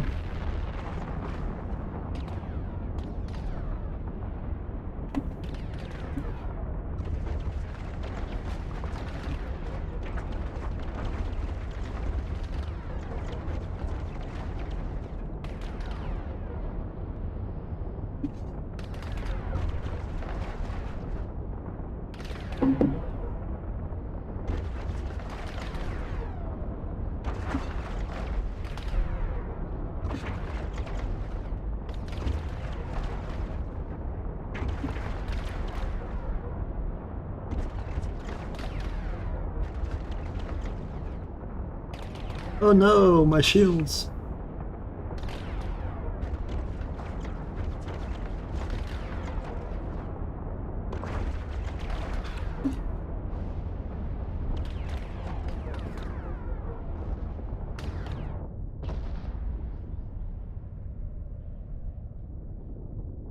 Like that other group over there doesn't even know something's happening. They don't care.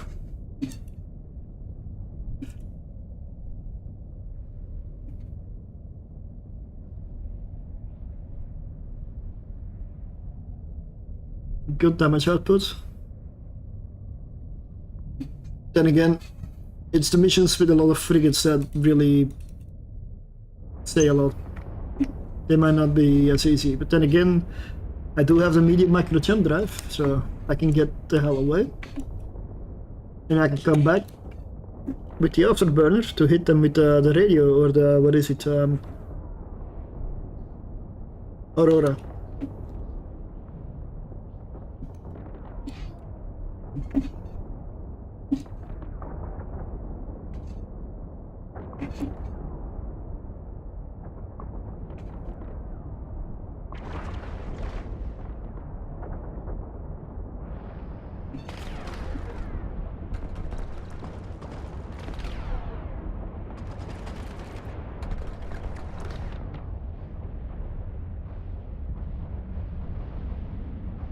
Let's see, let's standard.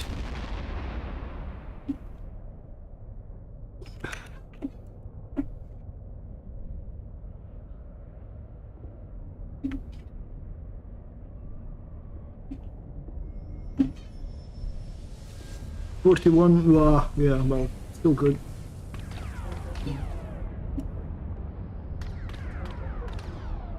They're hitting one of my drones, but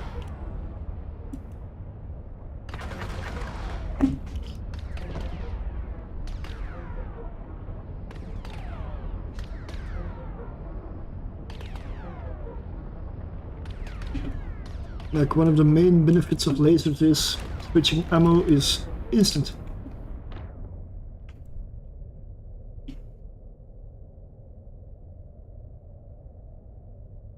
Lock range is 88. Okay, that's decent. Let's go for Aurora.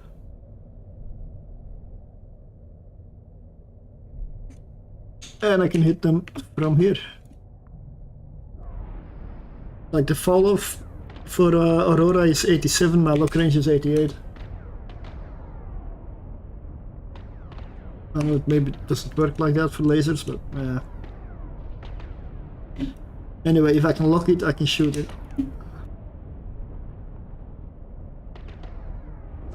Two frigates, I'm gonna try to take them out.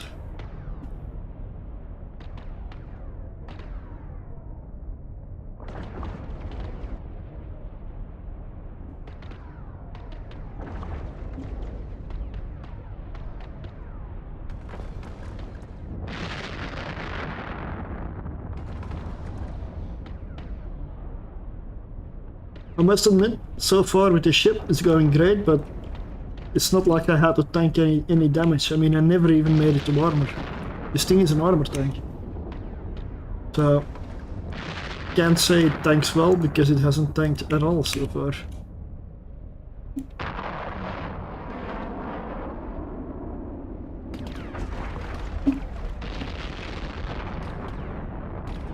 I believe the Harbinger may have been the first battle cruiser that I've ever flown in Eve, way back. I think it was the first. Because in the beginning I was going for a Mar, so...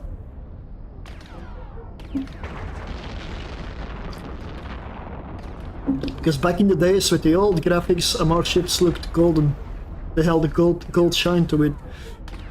Now they're just a week white, because with every graphical update, less and less gold on the ships, and more gold into skins as soon as they came out. This used to be like bright gold. Well, yeah, most of it. And I kind of miss that kind of a more ship. But I'm not gonna buy a skin for it.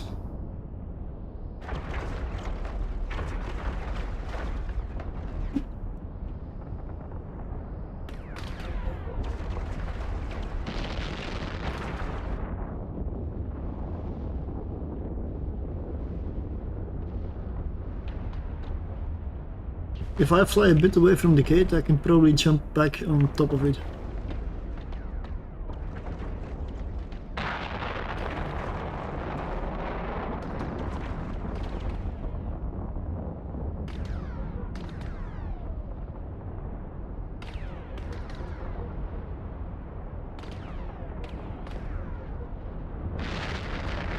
I want to get one of the hard missions for this though.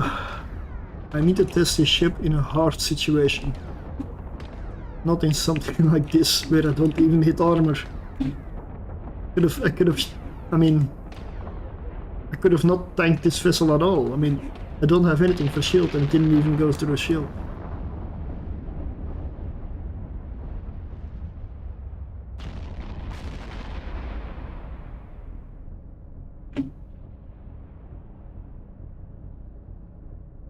Let's head towards the gate.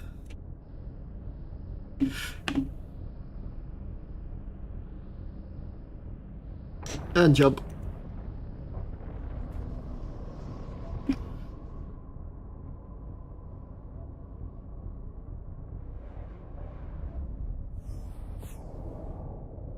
Nice. Perfect.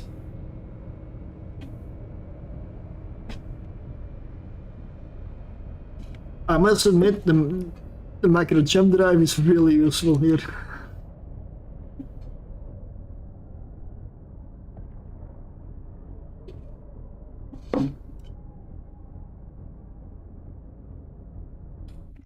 Once again, I land at good range.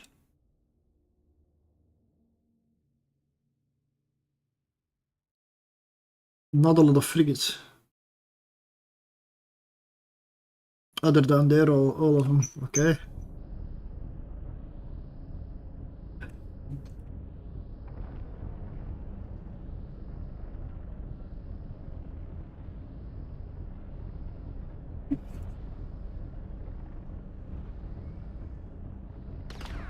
Let's try to get the frigates.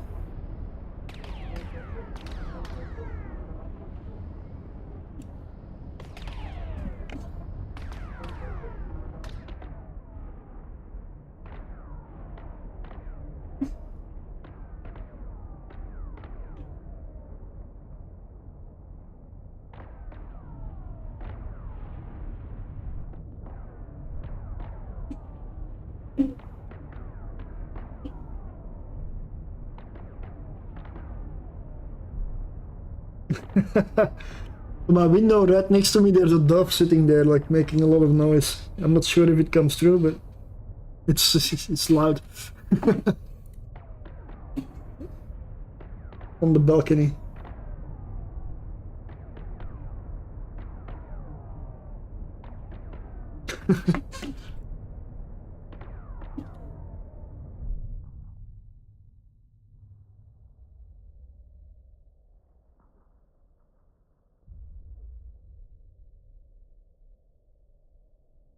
Okay, 41, there is probably standard, if I remember correct. Yeah, that's standard range.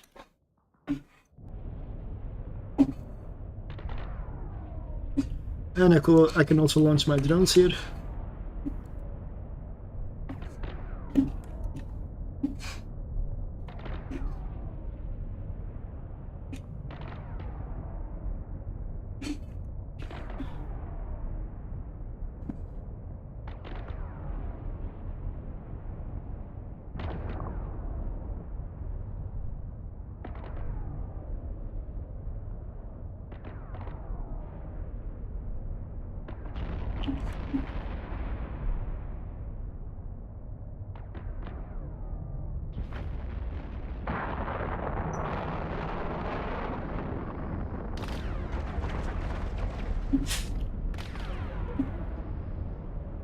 But I would say yes, you can run level 4 missions in the Harbinger Navy, so.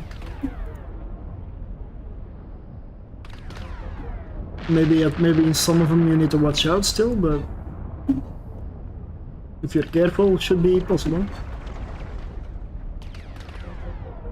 So I wonder why I didn't find any level 4 fit for this thing, because it's definitely, I mean, it's definitely okay.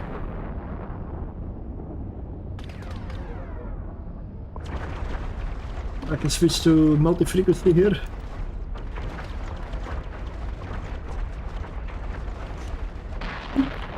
It should be 21. Yeah.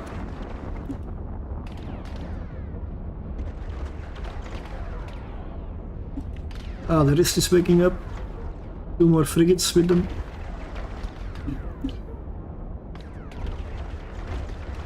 You know what? Tank test. Let's pull the frigates as well. After this battleship dies, let's reload radio and get them.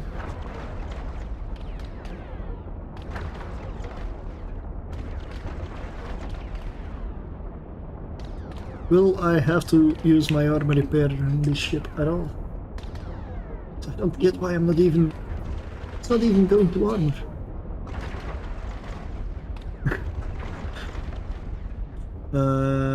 I could probably get away with standard even at this point.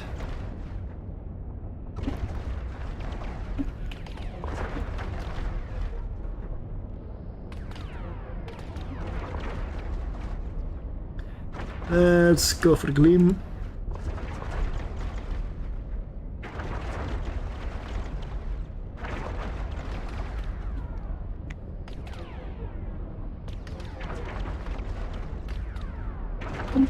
I'll have to rephrase this because, I mean, I named it Sniper. It's not acting like a sniper.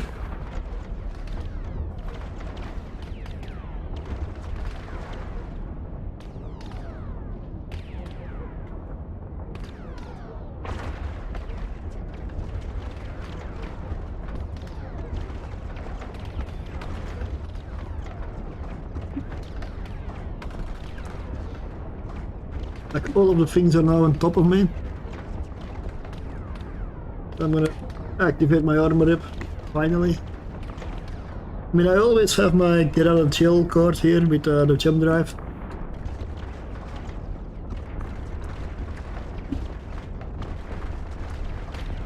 And capacitor so far has been perfect also, so I'm perfectly fine with using the tracking computer here.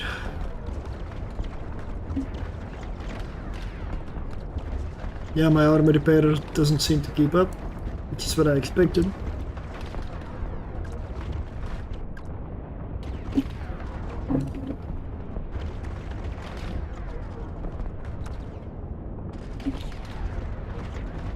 Then again, I'm still kind of holding.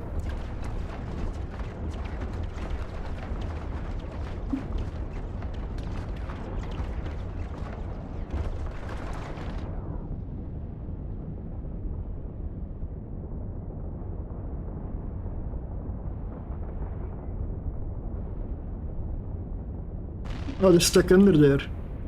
Yeah, may not be a good plan to go home to the station.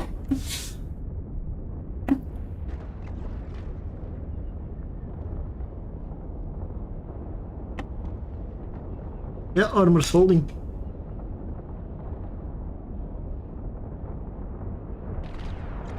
And at this point, I'm brawling. I'm not even sniping, I'm brawling.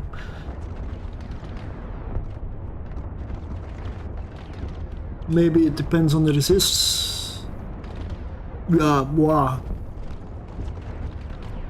Not really.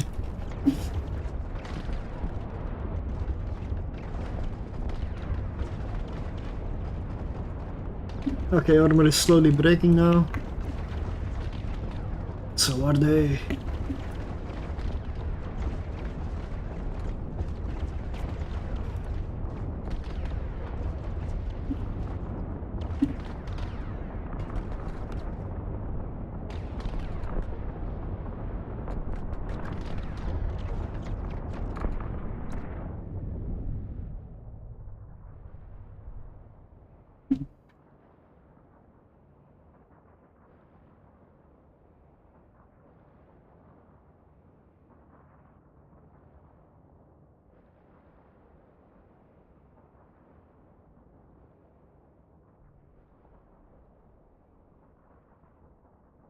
Yeah, this is actually a fun ship to fly. I don't usually fly a lot of laser ships. I mean, these days at least. But this thing's... no, this thing's fun.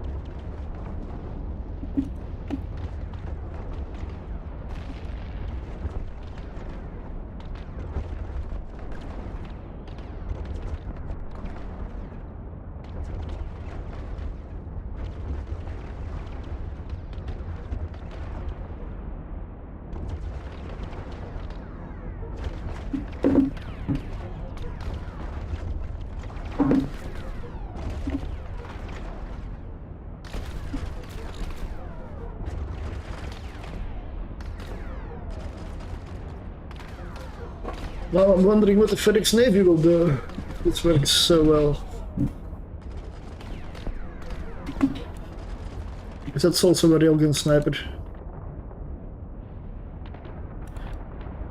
Yeah, if I fit a ship with blasters for PvE content, the tank has to be really solid. Let's deactivate the afterburner because my capacitor's not looking too healthy right now. But I've been in combat with it active for like the whole mission. I guess that's fine.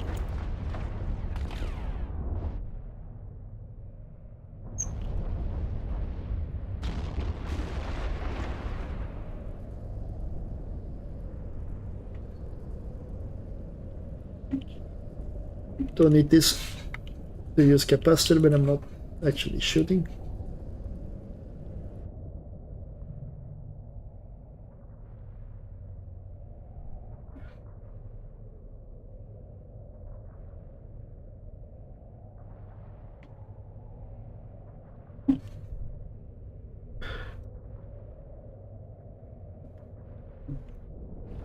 That's the benefit of a tractor beam. Let's see what's in that wreck. I know one of those two has my items.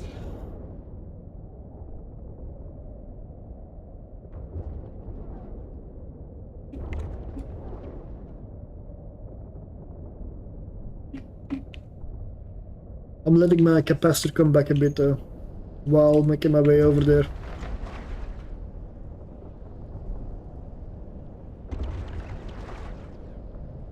Let's see, 10 militants, that's what I need. Okay. That's all I need. Let's open fire, I'm close enough.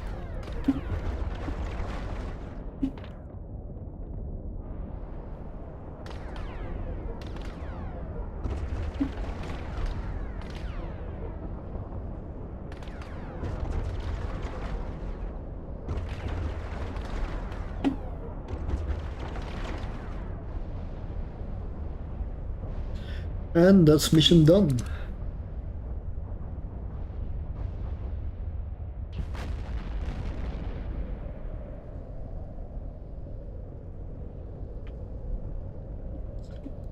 So I may want some capacitor to come back here.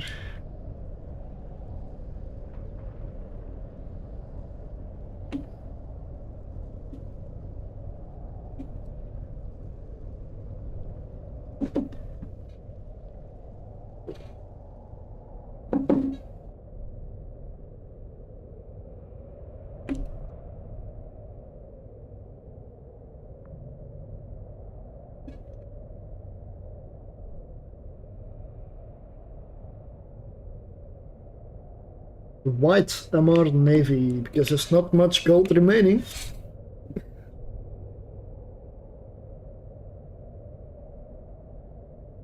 The former Golden Navy.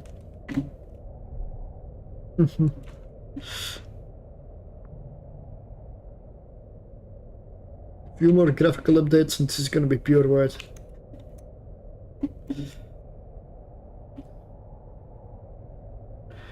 I guess you can argue there's a bit of there's like one line of gold on the back of the ship, but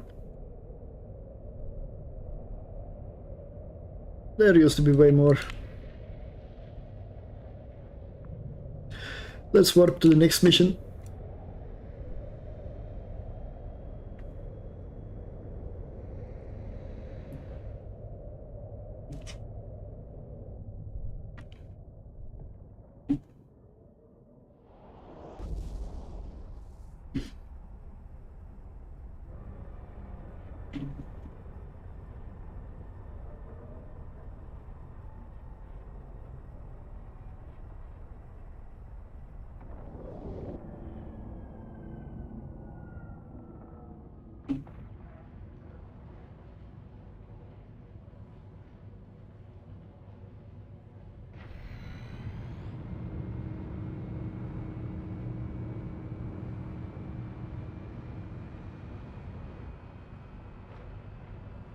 The score.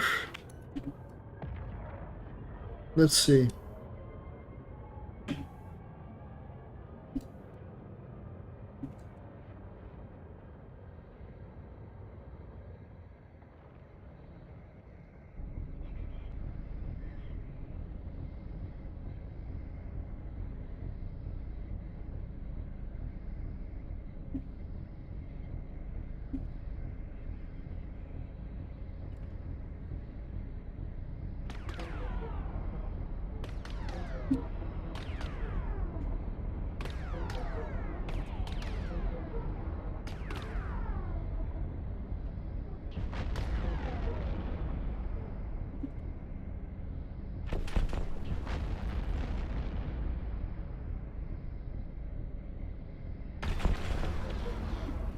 Okay, let's launch the drones.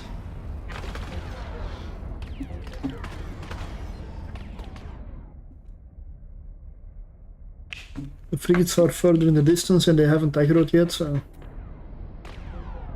that's good.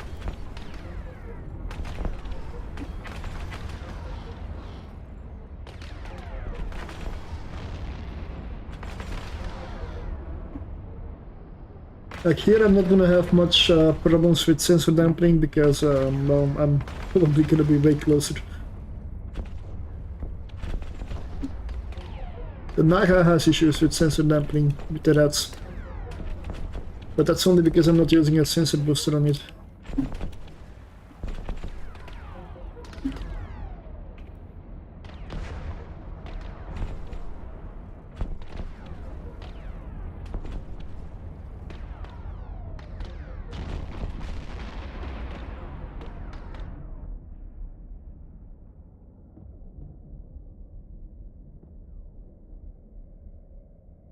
That range, it's gonna be standard. And let's go for these things first, frigates first.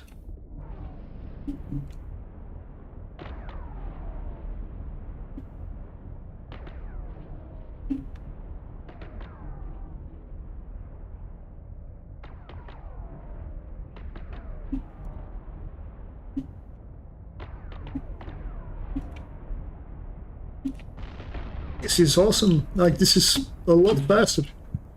Of course I'm comparing medium guns with large guns, but still, compared to the Naga,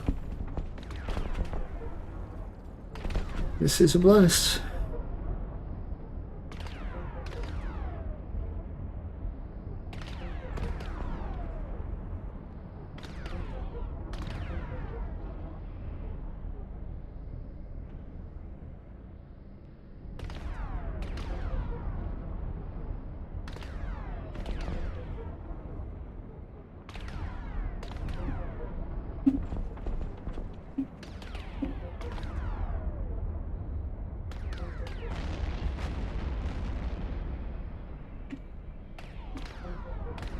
Drones have split damage and they're still killing it.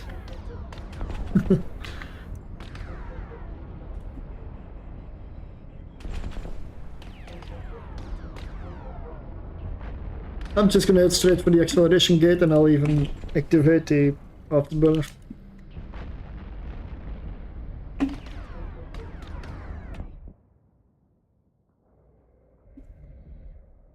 Yeah, the ship looks really good though. But no, this looks really good. Simply because you can get out of harm's way with that backup jump drive still, so even if you were to be overwhelmed, you can just jump out and hit them from afar. So you have, like, the way I see it right now, this ship can brawl and it can snipe. You have it all. So I find the ship really, really good.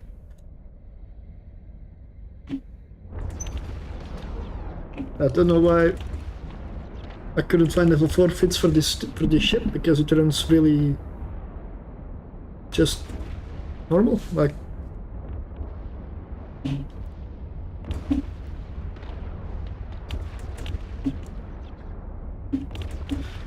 Well, I'll definitely save this fit. Can probably be improved on, but I'll leave that up to others. For me, this fit is sorted. This is what I will do.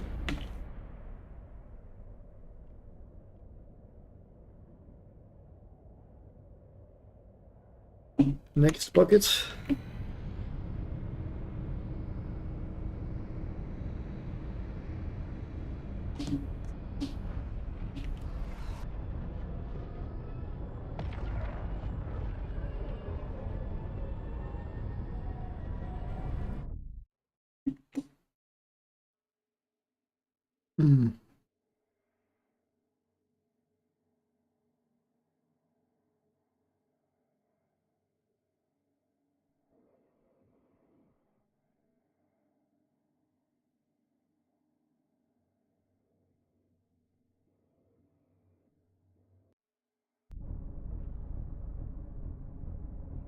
Let's go for standard.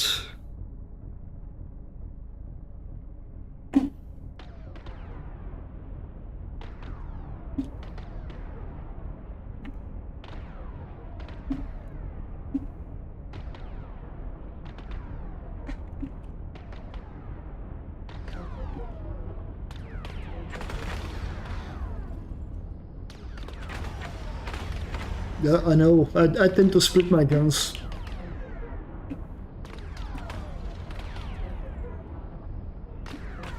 I don't know why I've started doing this, but it works out well when you hit multiple targets at once.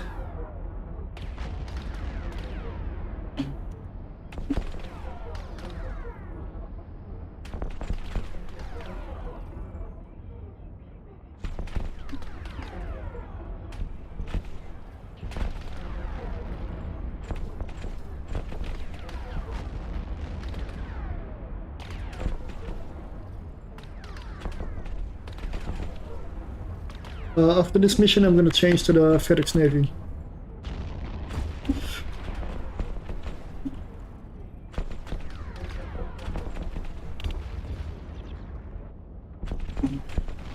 Hey, good evening.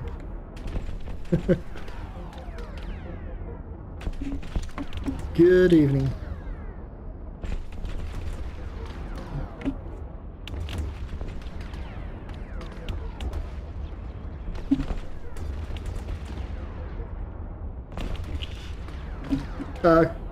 I'm lazy. I should have switched to the other ammo type here. But I don't. Maybe I should repair my armor a bit. Imagine having to tank.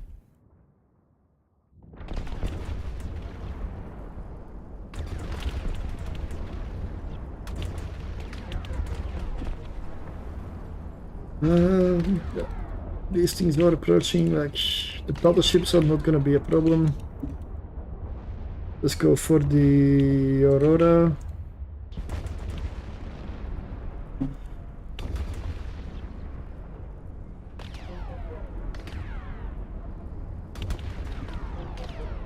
Drones are killing a battleship. I think the battleship can tank. It's just 5 medium drones without bonus. Although, barely. Hey, what do you mean finally? What?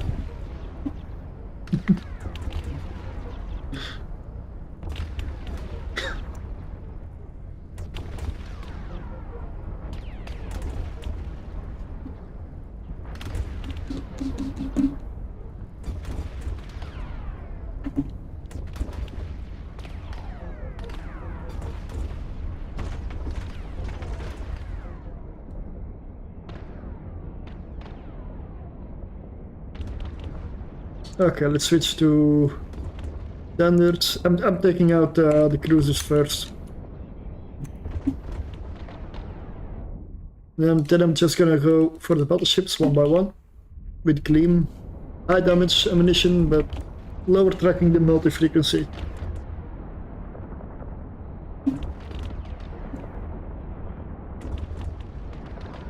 So gleam.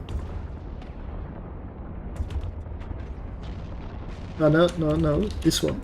The one I'm right next to. So with gleam, I get about 686 DPS with the turrets. 148 with the drones, but yeah.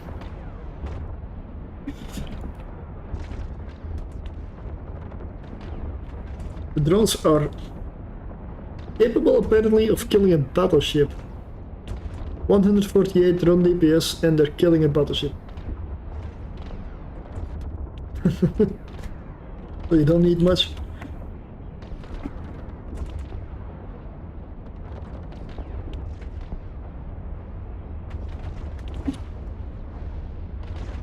Yeah, this thing is a beast, to be honest.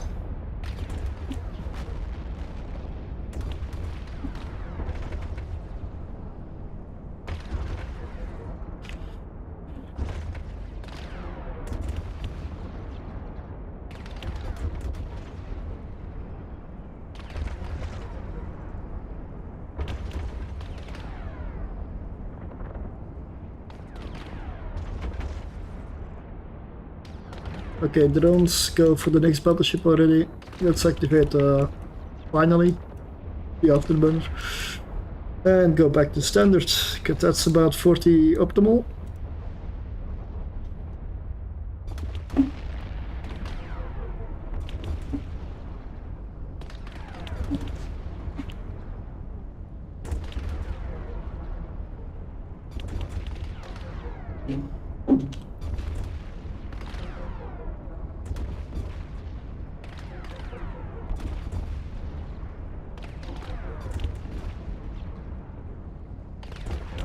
At about 20 kilometers or around 20, I can switch to multi-frequency, and at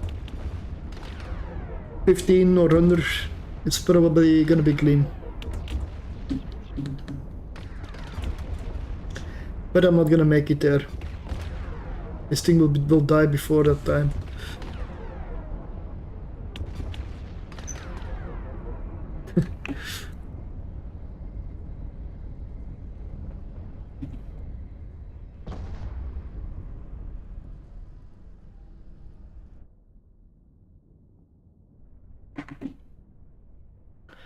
Let's just coast for a bit, getting some capacitor back.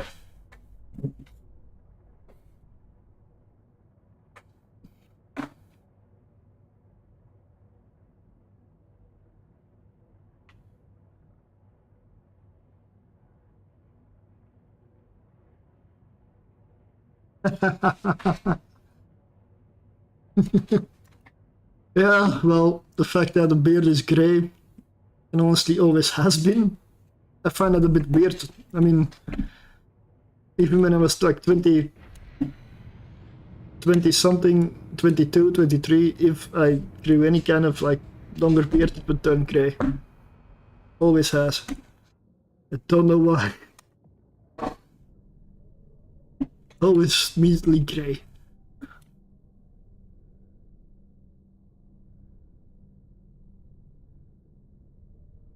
But yeah, getting rid of the beard, why? Why?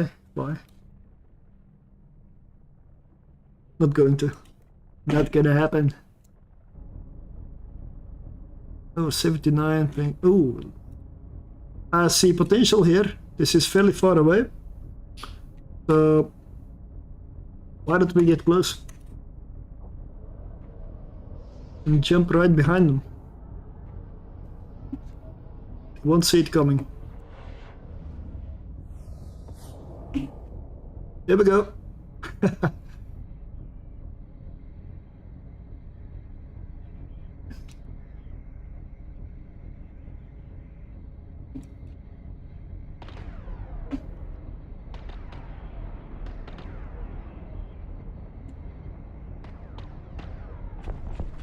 And I'm at a good range to hit frigates from here, so it's perfect. Because the frigates are the most annoying thing in here.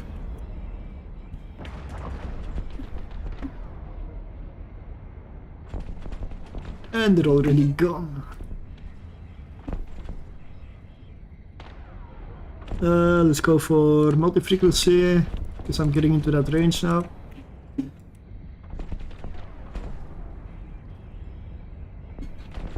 I'm really more brawling than sniping in this thing, so I'm gonna have to...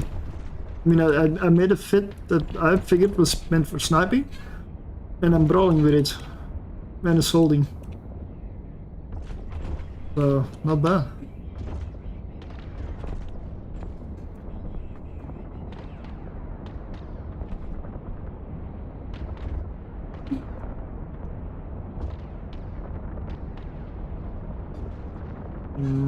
Let's go clean.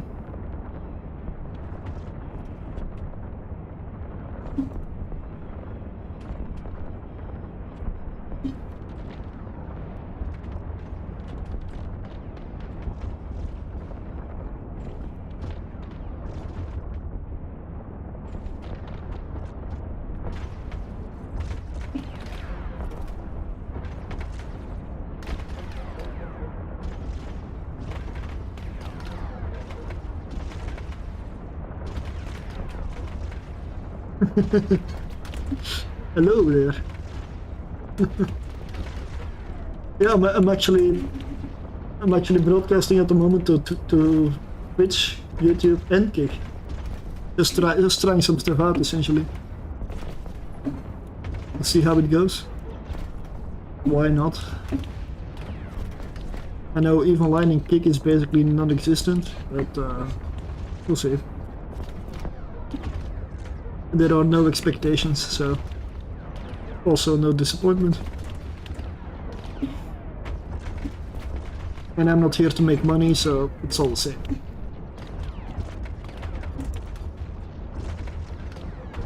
I have a job, and this is not bad.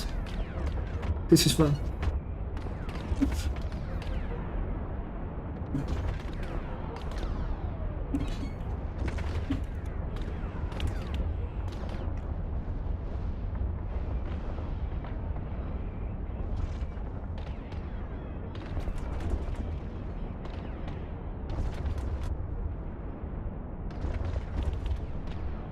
Well, definitely gonna rename this ship. The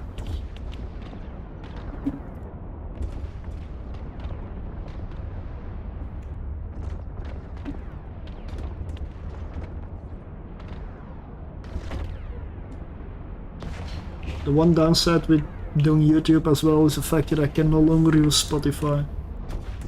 Not allowed. So, good music. Bye bye. Blame YouTube, not me. Or rather, probably record companies, I would argue.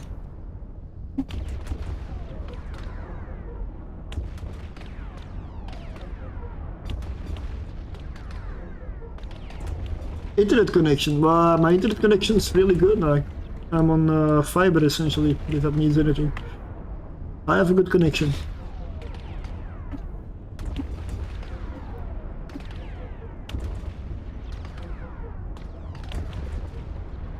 Yeah, I've got a good connection.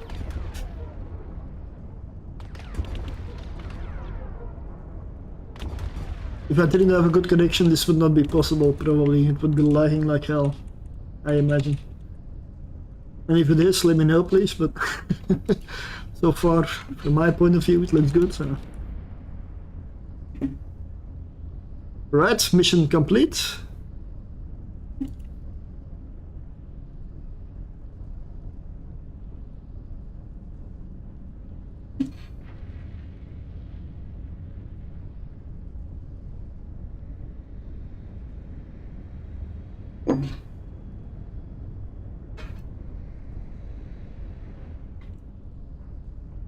This is a big surprise.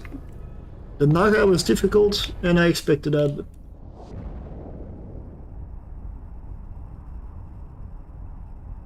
I would need to look that up or run a test for the internet connection. Let me see.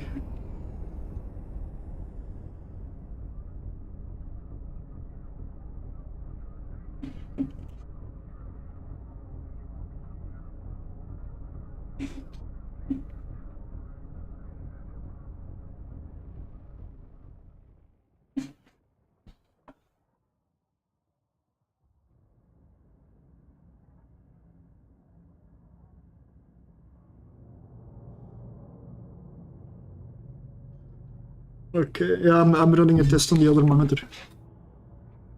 So I'll complete the missions.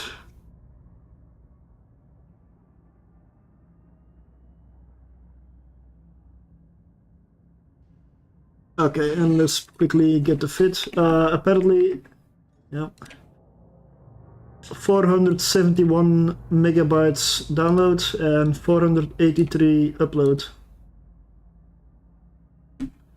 That's not bad. Oh yeah. Now if the infrastructure is bad, then there's not much you can do. Other than maybe, I guess, if you're a rich guy or something, like satellite, perhaps. I don't know how the speeds are there, but I have no experience with that. Beam sniper. This needs a bit of a rename. I'm just gonna name it Beam, I guess. So the sniper can be deleted. That's no longer a good one.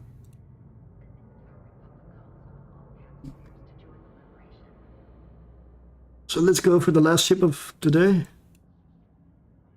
Ferox Navy.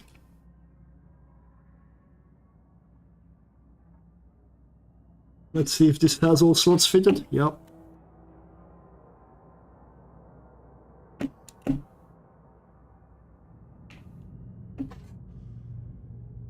Let's go with Javelin for the high damage. Let's see. 655 DPS with the turrets. Drones 92.8. The range on the short range is 11 to 30, which is about the same as the Harbinger earlier, except these track even less.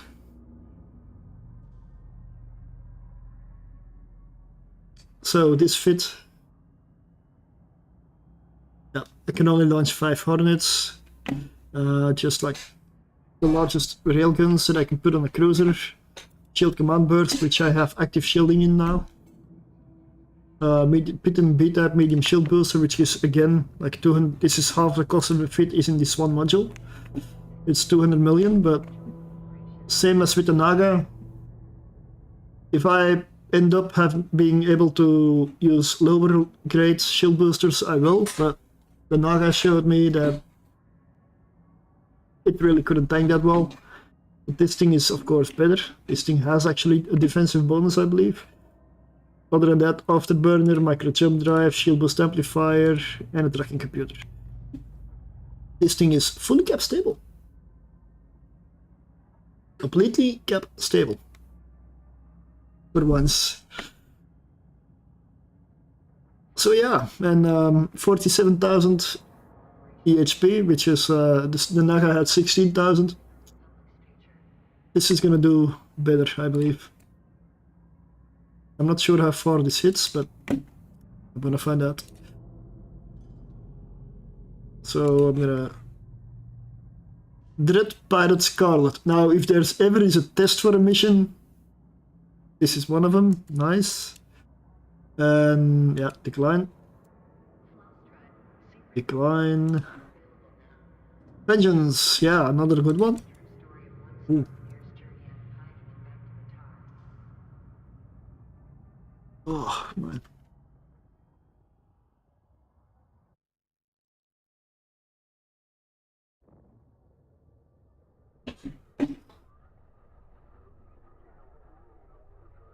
Wait, 5 jumps. Okay. Almost all missions that I do. How much am I paying for the internet? Well, there's internet and there's mobile at the same time. I think it's about 84, 85 euros per month.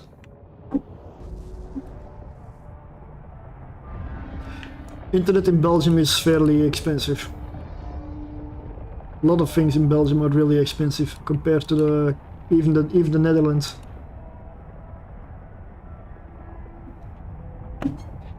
Internet and mobile phone and such is very expensive here.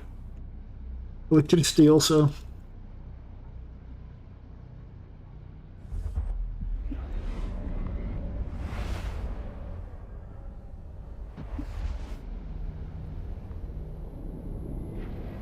Okay, let's sort the modules maybe.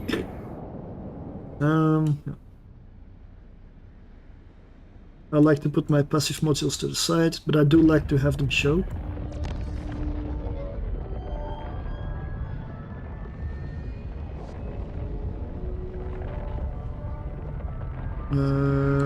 Usually I go for 2 groups of guns, but it kind of depends, and it's gonna be possible here as well.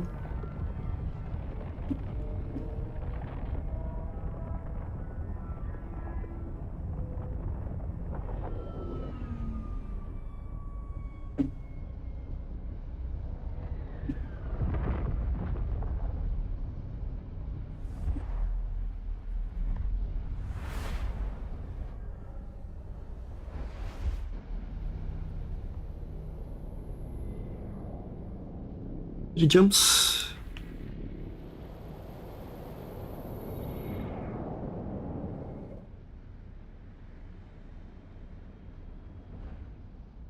Oh, that's really cheap in comparison. I mean, of course, it's all relative. Like, there are countries where you earn in comparison lower if you like equalize it. But a lot of stuff costs lower in general as well. Then there are countries where, like, I think it's more Scandinavia, Northern Europe, where wages are insanely high. But if you go to the store, the amount you pay is also insanely high. So it ends up still balancing out. But yeah, sometimes hard to compare because you need to compare situations and like economic buying, I don't know the English, essentially like the ability to buy stuff essentially, or the amount you can buy stuff with what you get in your country, which is, it has a name. I know it in Dutch, but I don't know the English term. But that also can vary and change.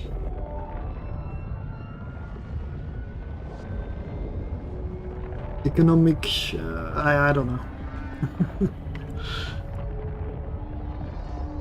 I'd say my English is good, but certain niche terms I really don't know, because I've never encountered them or looked for them really.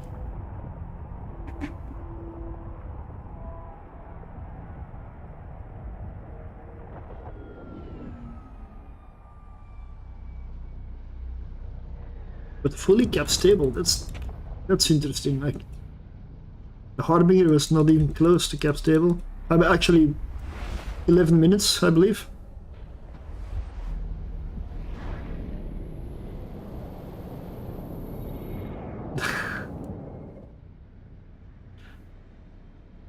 Yeah, but that stuff, that's I prefer not to get too deep into the stream. Because topics like that can be very, very divisive. And I definitely have my own opinions on it, but those are my opinions. And they don't really matter anyway, so.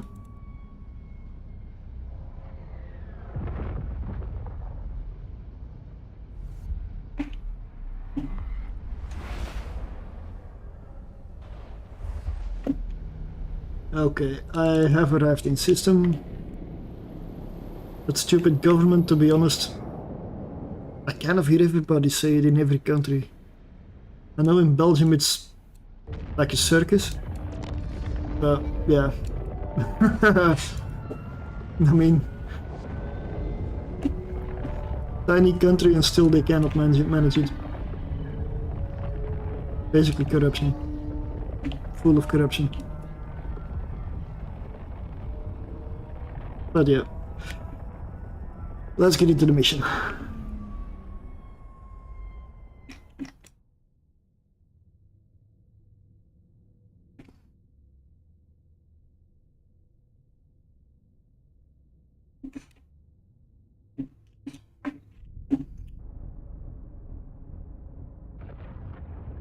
Like, something's gonna warp in soon, probably as soon as I get a certain point from the gate.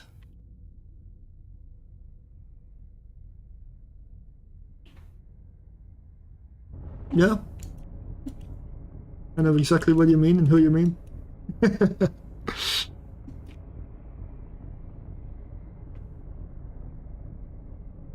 So my range is way too close. So let's go with plutonium again? Let's see. Well, that's about right.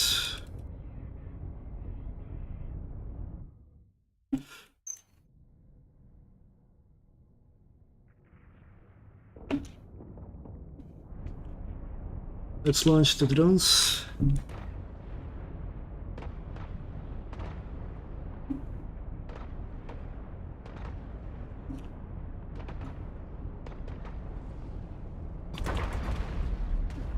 They're gonna be coming for me anyway, so they will get closer.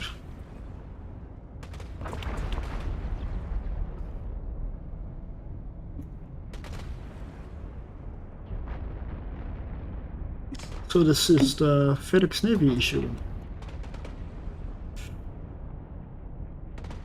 Big difference here is shield booster activation cost bonus, shield booster power and CPU requirements, but the activation cost. And that bonus is what makes this one cap stable.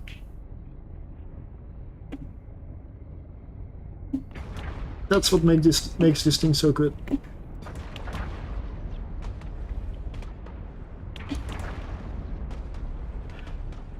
But Dread-powered Scarlet is a really solid mission. Very good test for the ship.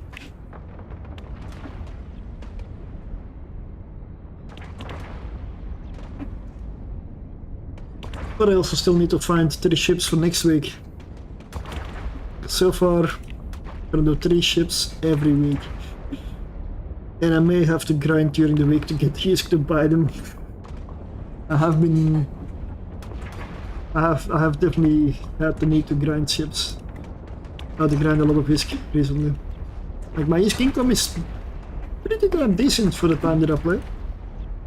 It's just that every weekend most of it is gone.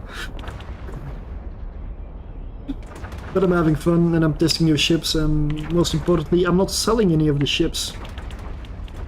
If I would get most of my Hisk back, even. But I'm not selling them.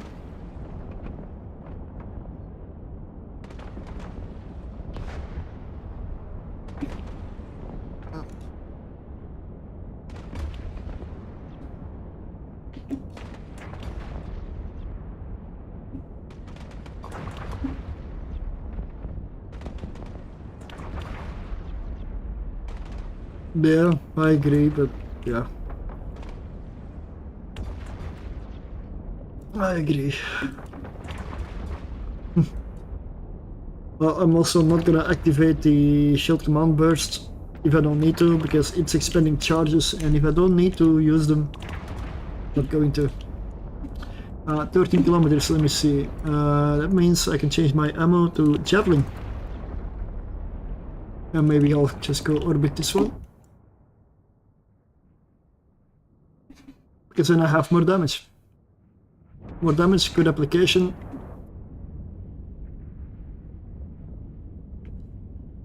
And 5 light rounds kill a battlecruiser.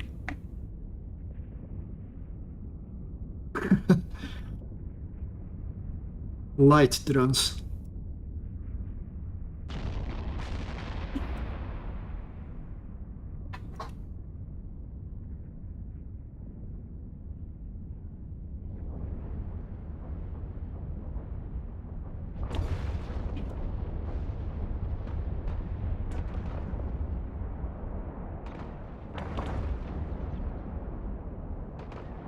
Should I bring out a salvager for this mission? Looting salvage? Yeah, I'm going to. I'll set it up. Give me a sec.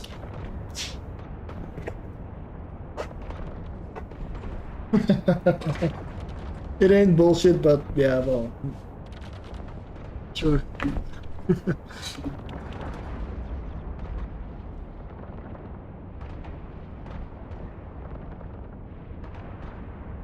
Okay, like this last battleship I'm gonna kill from range because I want to be near the gate.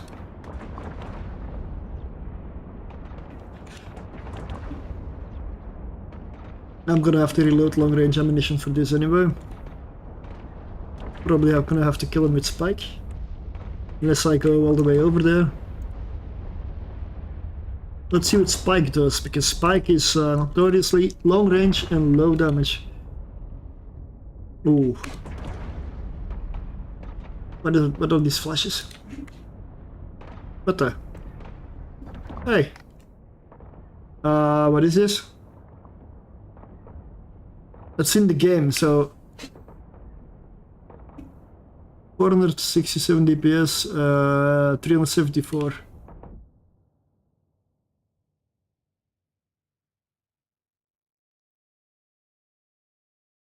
Graphical glitch? I think it's gone. Okay.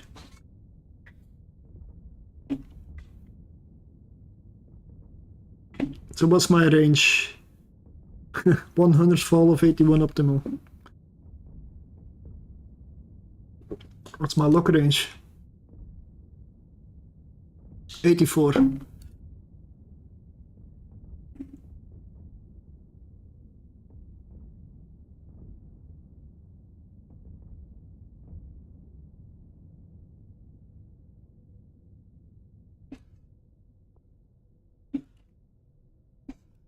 Okay, let's get the drones in and switch to antimatter.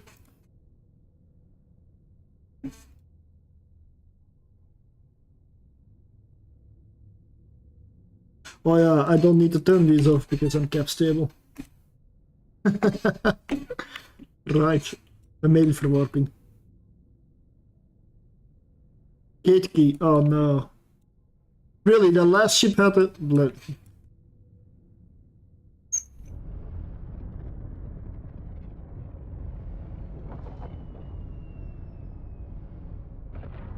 Yeah, okay, I guess I'm gonna jump. That's faster.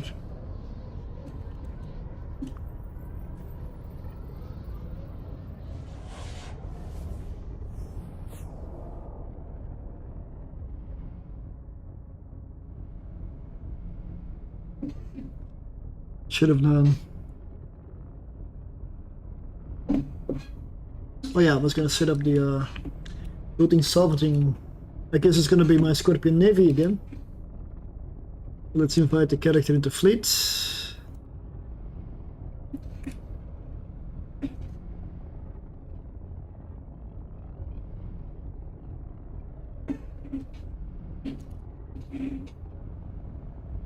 Let's go to OBS and there we go. There's the other character.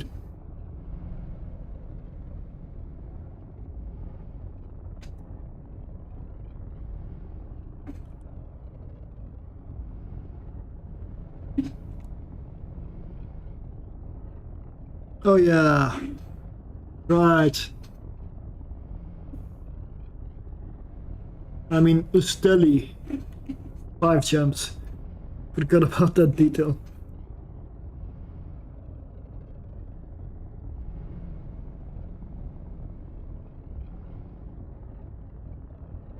Hmm.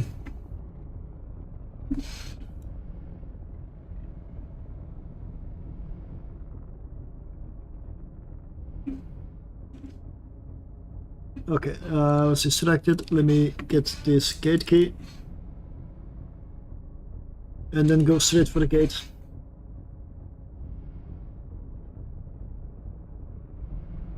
Of course, jumping is not much use now. It's 50 kilometers, so I'm gonna have to travel at about 491 meters per second.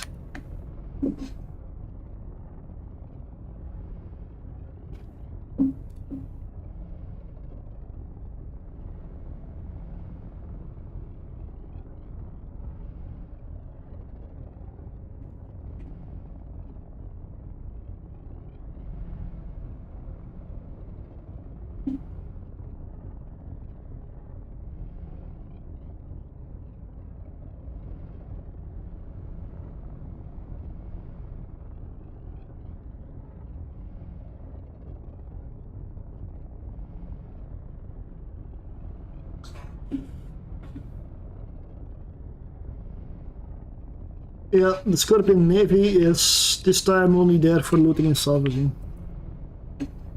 It's not gonna enter the enter combat.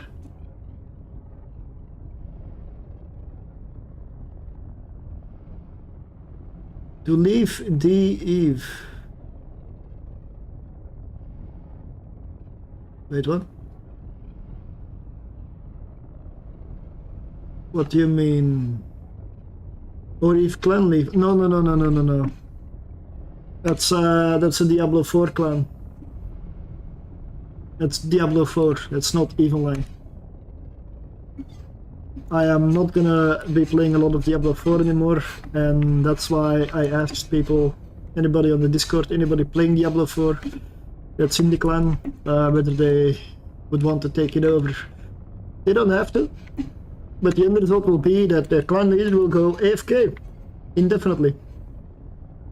So I'd rather have somebody that's still active take it over, but if it takes me to go AFK and such, then yeah, so be it.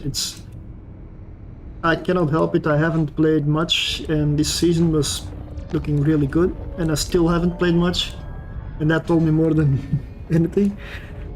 If Diablo 4 has a good season and I'm still not really playing, then it's not gonna be the season, it's gonna be the game. I didn't feel anything special in that game. But that's why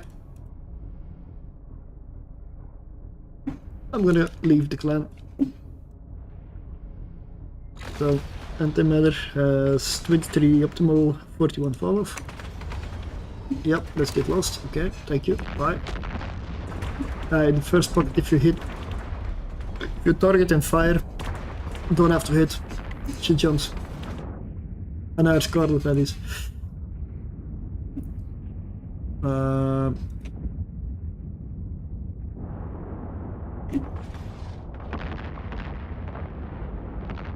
Let's see. 2 jumps with the rattle. Oh, I keep saying rattle. Scorpion Navy. Yes, I renamed it rattle because I keep calling it rattlesnake. I know. I've learned too much rattlesnake.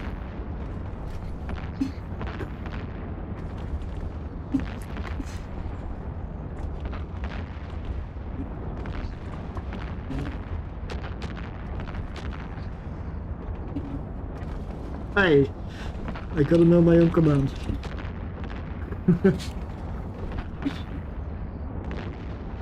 ECM. Do not like ECM.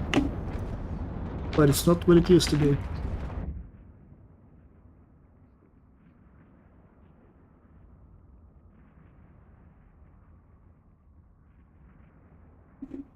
I must admit I still like the old ECM over the new version.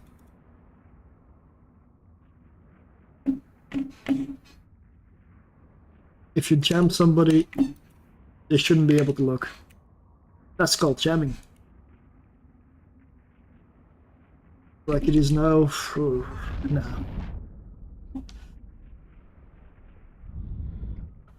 But again, this thing seems to be solid and tank really well. I mean, yeah, there's not a lot of incoming damage, I guess, but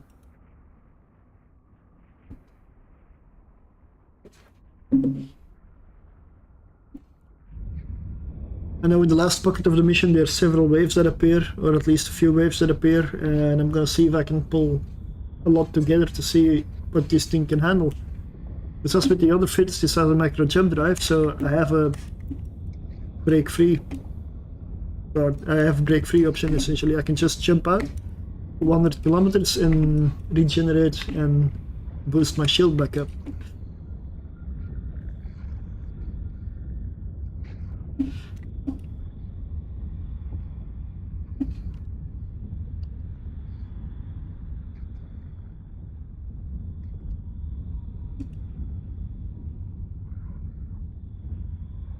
This is just annoying, like, it just delays the mission.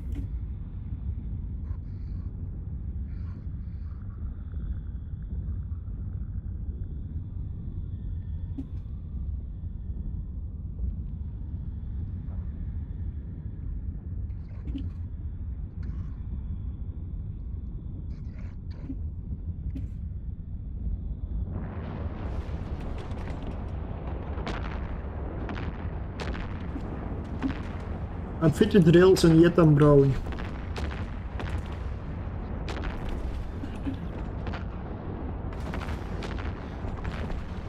I guess it's all possible. At least with rails I have the option to stay at range if I need to. With blasters I need to go point blank.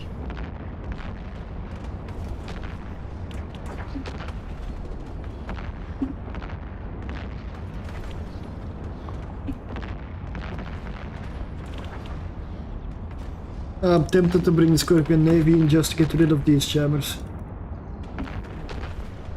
To make it go a bit faster, because it's just wasting time.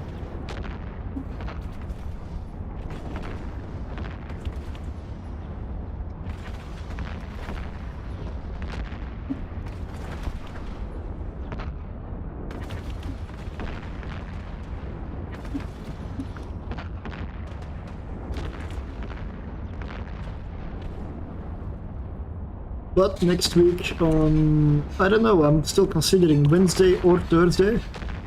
Maybe I'll do a stream on Wednesday and Thursday, because Tuesday, Last Epoch Cycle 2 starts, and I'm gonna try Last Epoch again. It's one of the games that I really love. But I'm not gonna cut too much into the Eve time. Eve will still be the main stuff. I may just do an extra stream in the week with Last Epoch, if work allows it.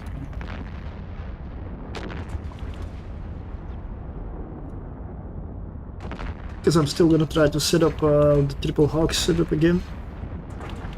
Kind of because I need I need cash, risk, income.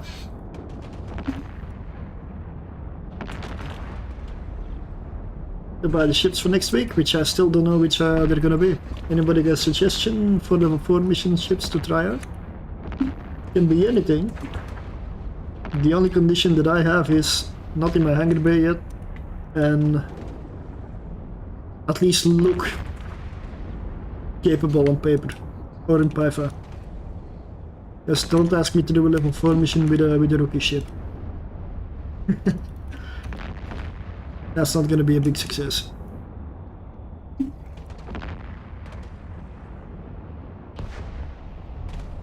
But yeah, the Navy battlecruisers so far seem to be really solid. Let's launch. What is lead? 40. Oh, that's perfect range. Good. Let's fire some lead.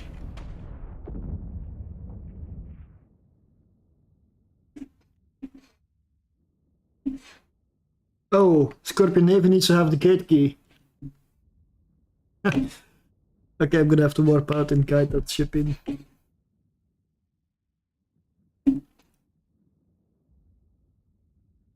As soon as this thing dies.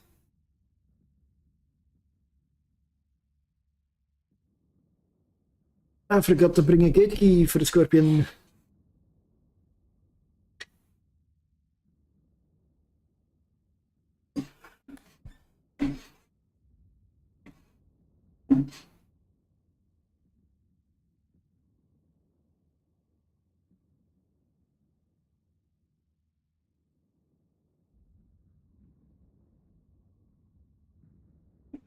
Might as well launch salvage drones and salvage a bit here where I'm hanging.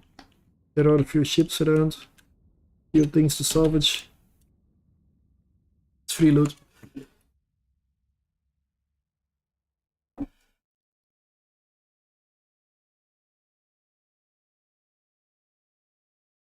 What is close to warp to? Can't really see. Travel? Nope. Yeah, well, let's warp to that one. And then warp back to the mission.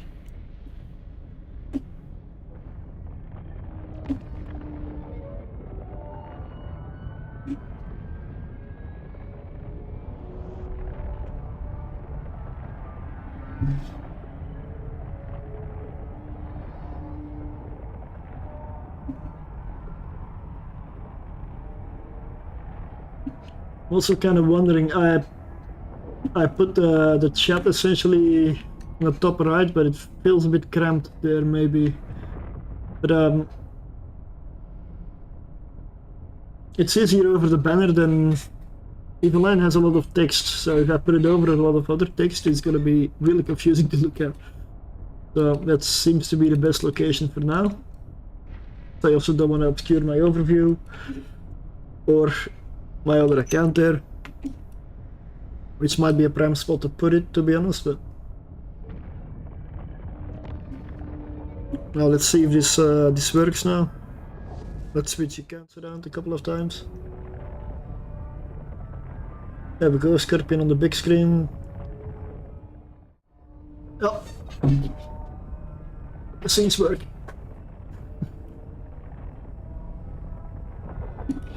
Okay, let's pull the drones.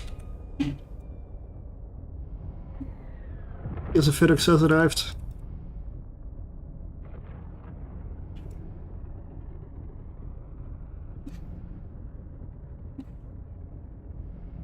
You only need the gate key for the first acceleration gate. The one after it doesn't need a gate key anymore. It's just the first one.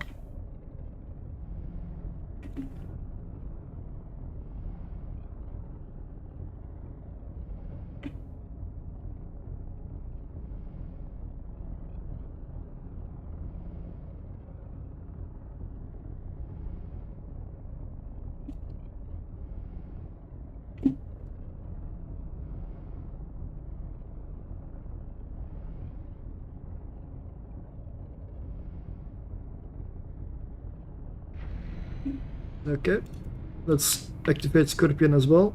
Alright, but they're both in. If one ship activates, the rest can activate at the same time. That temporarily unlocks the acceleration gate for everybody.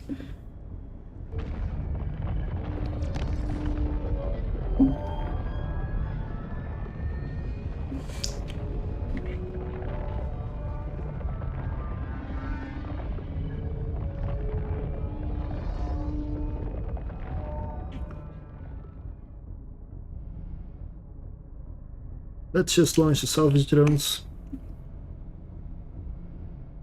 Maybe I'll put a tractor out when I'm on top of the gate, but yeah, probably. There's not a lot of stuff here though.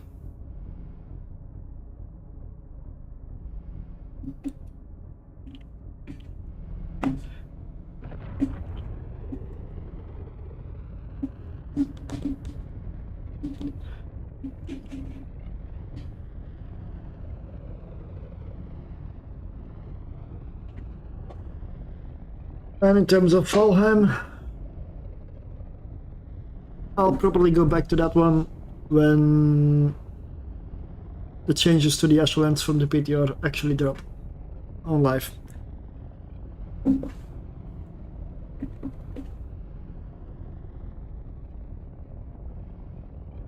And then stream is probably gonna be once a week, as before.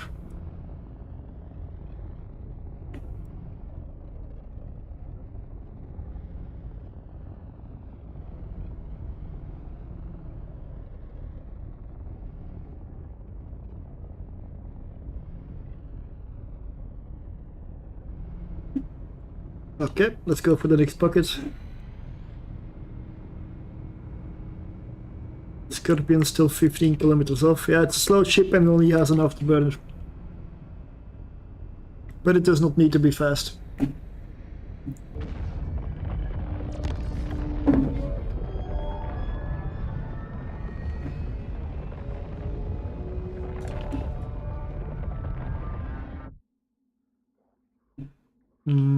Antimatter seems like the good range to go for.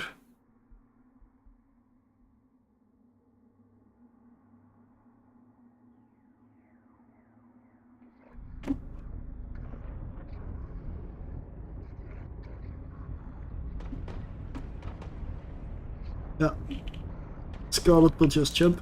There we go. Unless you like one shot her, she's always gonna make it to the gate.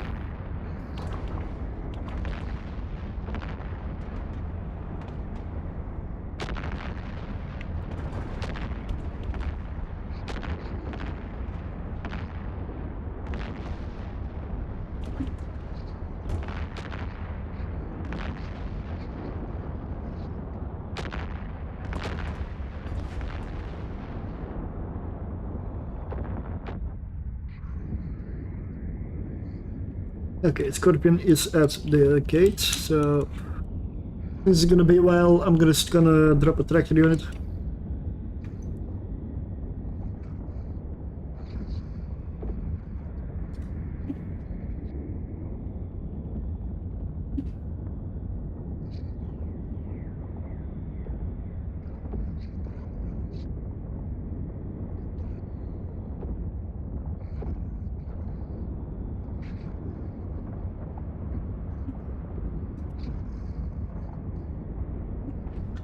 I haven't needed the command burst at all.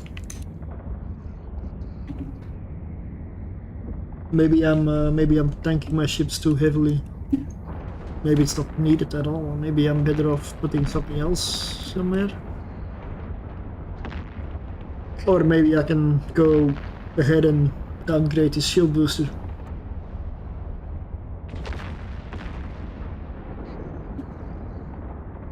Maybe a simple Harbinger Navy will do. It's way cheaper.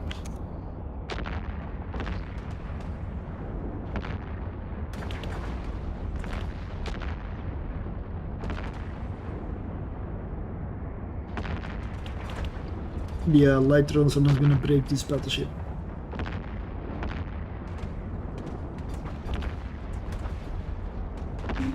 Salvage is done? Really? Wow, already.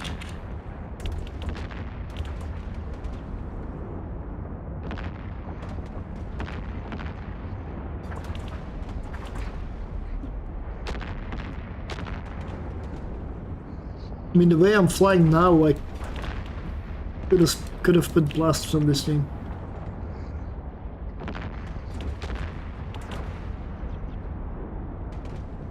Come whenever you want. Okay? I mean, you mean with Valor? I'm still logging in off stream, like, when I'm not streaming, of course. Like, of course. I will always play that game. I mean, always is a big word, but extremely high chance. Put it that way. It's like EVE Online. I mean, I've got like almost 2,400 hours in Valheim now. Should say something. Game's still early access.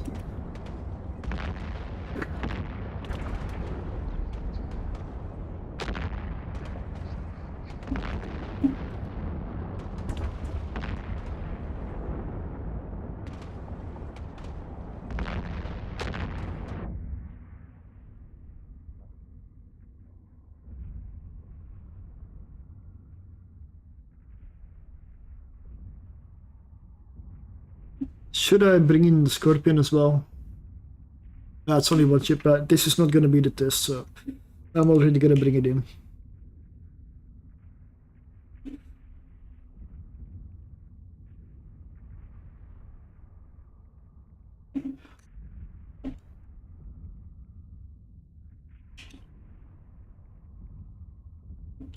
That basically means I can put this one on the gate and let the Scorpion kill the last battleship. It's gonna speed things up a little bit.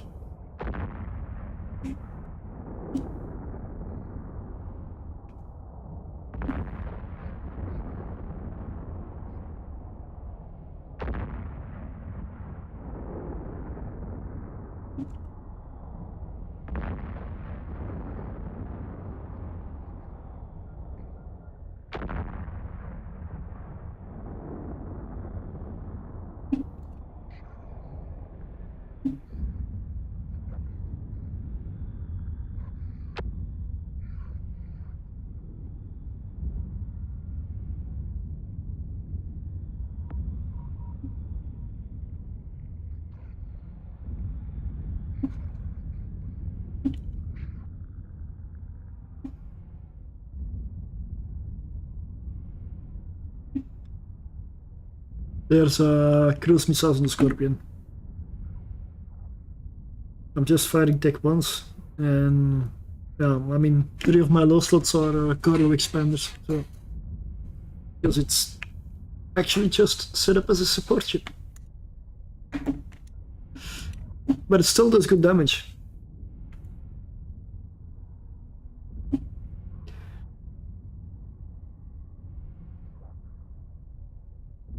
Okay, oh wow.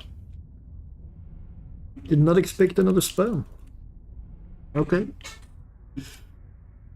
I guess it means I'm gonna go in with the Ferox as well.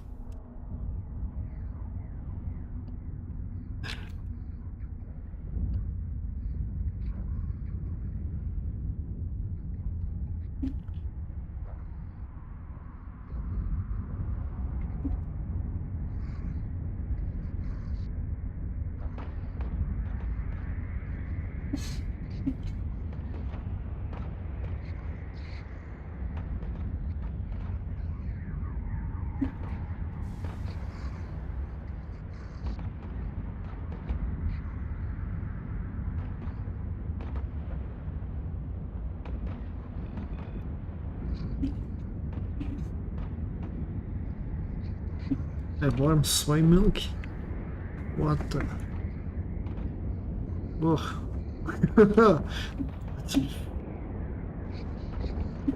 Who drinks warm soy milk? Seriously? The fuck?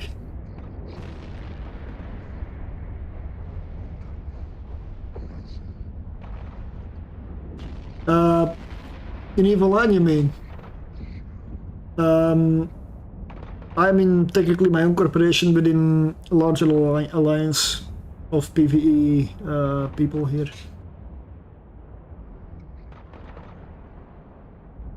Yeah. It's also, I mean, to be honest, it's way better when it's US time zone. Early US time zone is where I get basically the most activity, despite being EU. Seems that the US is the more popular one. That's fine by me, I'll stream when I'm able to. There's no way to change that anyway, so I'm fine anyway.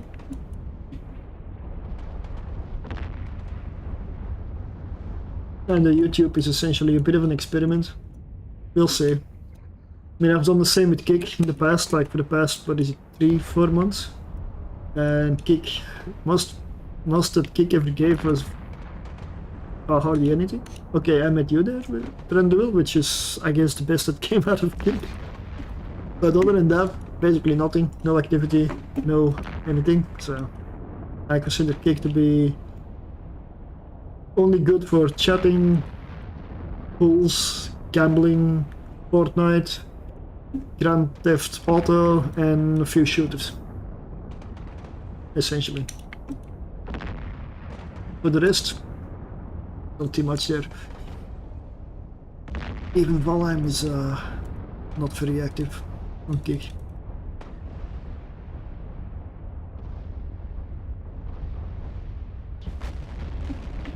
With YouTube it's different, you have the ability to make videos, to do some other stuff.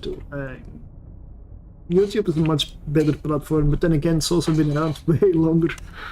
And it's not focused on live stream, it's focused on videos, so there's a big difference. And I'm a bit of a complete and utter noob on making videos, so... No, man. If anybody talks too much, it's probably me. So, I don't mind, man. I know most people like to sit around and just watch or just like... That's fine. I don't mind. I'm gonna be doing what I'm doing anyway, so for me it's all good. Okay, let's go for the next bucket, next room.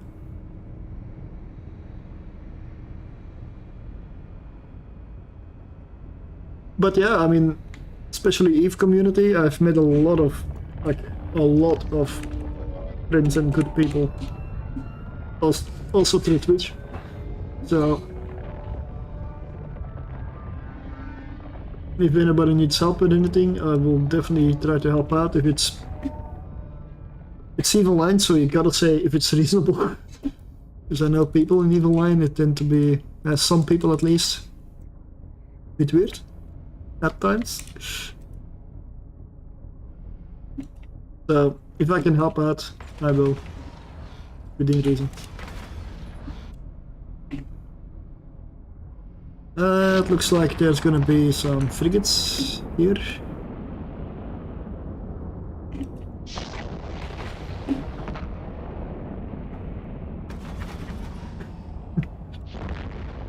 Thank you. So let's see, they're gonna be heading straight for me, so when they get closer, this ammo will start shredding them, I hope. If not, hopefully my drones hit them.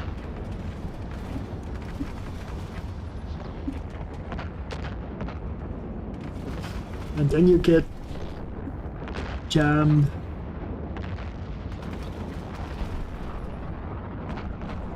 Okay. I guess I'm gonna have to go with a bit of long range, maybe plutonium.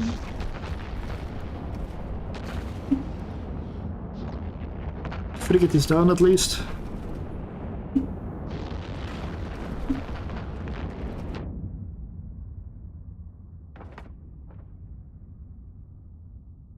I said I was gonna test the tank, right?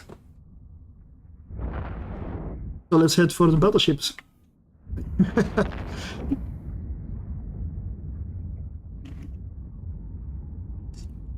As soon as I take care of these annoying cruisers here. Those bloody jammers.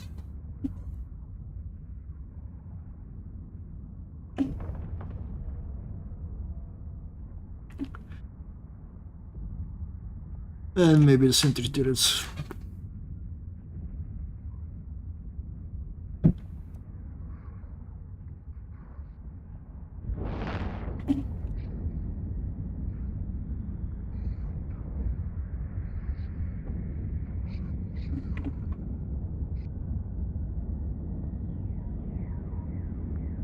Okay, that should be most of the jammers done. Let's see if I can hit one of these batteries. Yep. And at the same time, let's scope the tractor unit with the Scorpion and get the loot. I could bring the Scorpion in, but that wouldn't be fair to test the tank on this thing. I'm starting to take some damage now. That the shield booster's not repairing.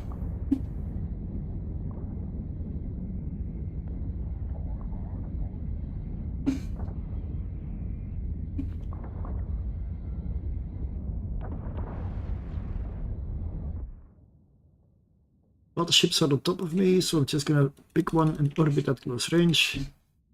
Worst case, I can always use my macro jump drive.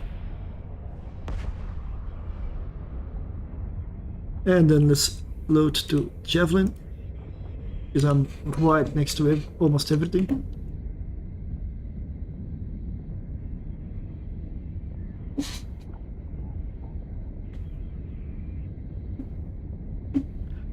Let's see if this makes a difference, because I do have a shield booster.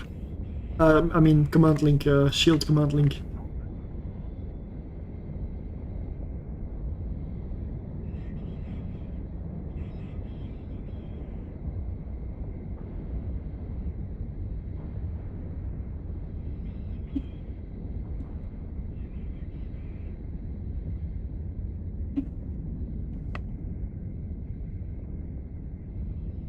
I'm keeping a watchful eye on my shields.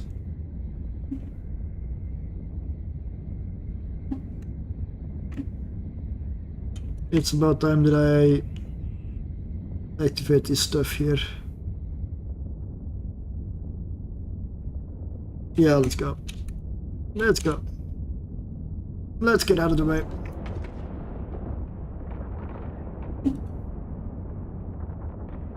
Yes, it's a bit of a wind-up, a bit of a spool. Let's go for spike now. Really long range.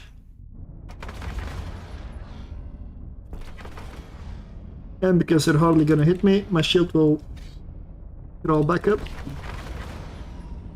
And let's head back in the general direction.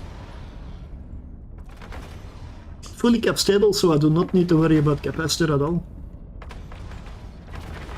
80, what was it? 84 is lock range, so it's gonna be in range soon.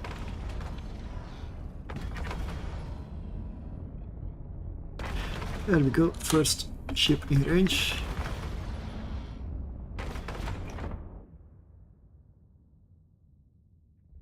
Like the ability to brawl and at the same time get out when you need to is really handy. Normally I would have had to warp out there, but now I can just use a jump drive and hit them anyway. Stay on field.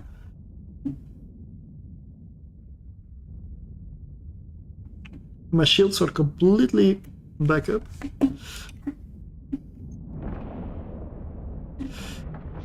I can probably switch to, I think it was lead now.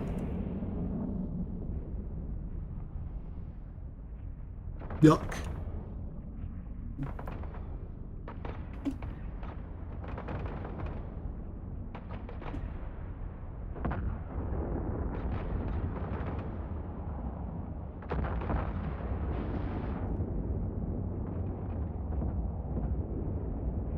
And the next mission that I'm gonna do, which is gonna be the last for today, after this, which will be Vengeance, I'm gonna use a Scorpion as well to assist, because that mission might go a bit long, and I still need to go to bed at a reasonable hour for an early shift tomorrow. So I'm gonna have to speed up the last mission a bit, but I'm still gonna do the missions that I have now. 40, let's switch to plutonium.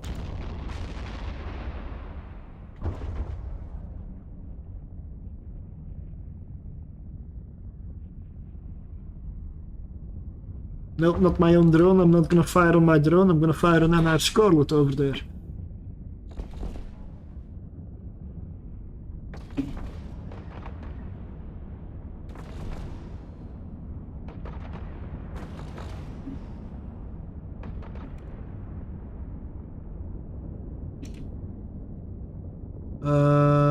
Gotta go with antimatter.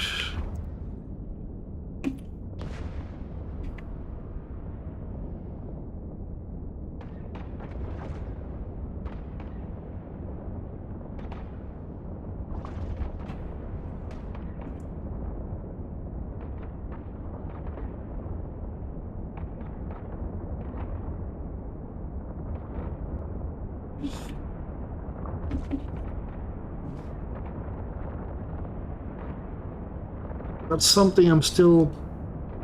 I mean, I guess for the moment, faction warfare wise, probably gonna be Angels. Probably gonna get one character to join the Angel cartel.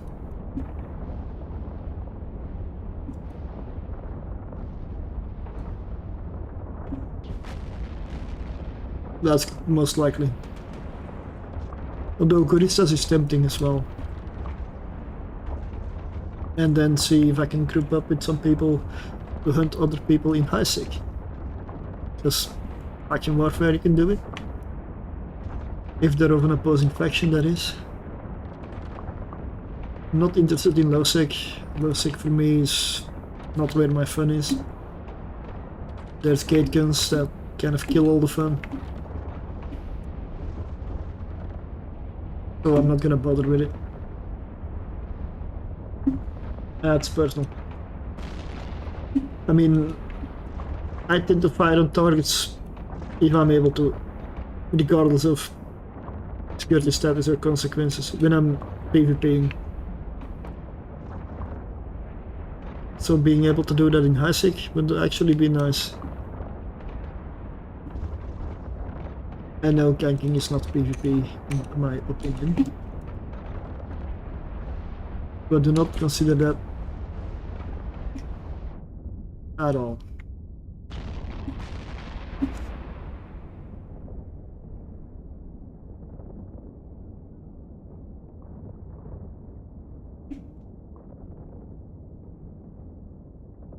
$1945 local. I don't know if I should do the next mission, but I said I would, so I'm going to, but might get late. I mean, late in terms of going to bed, not having much sleep.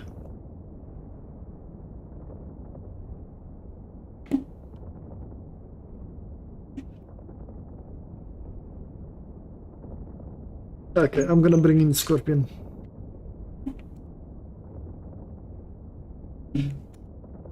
Because there's gonna spawn another wave here, I believe, so this ain't over yet. Or, well, technically I could complete the mission.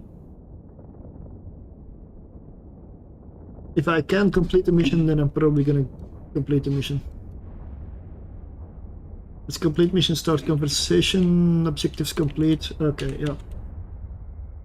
Then I'm just gonna go back.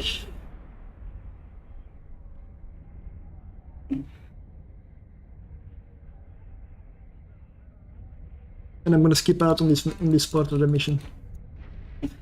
Time is a factor.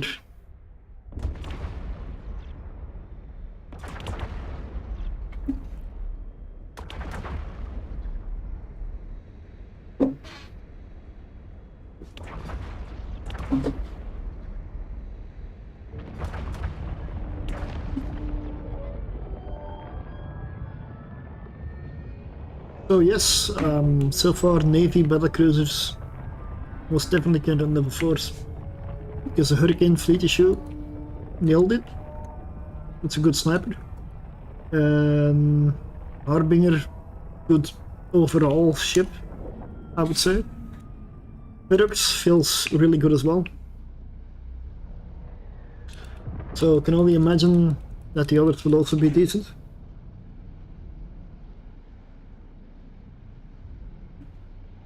The Brutix I'll have to see. But I'm definitely positive the Myrmidon Navy can do it as well. And then there's... oh yeah, I almost forgot the Drake Navy issue. I'm disconnecting, I guess. Oh no. Idiot. Don't keep running fleet boosts. Gives you an aggression timer, a weapons timer. And if you have a weapons timer, you cannot jump the gate.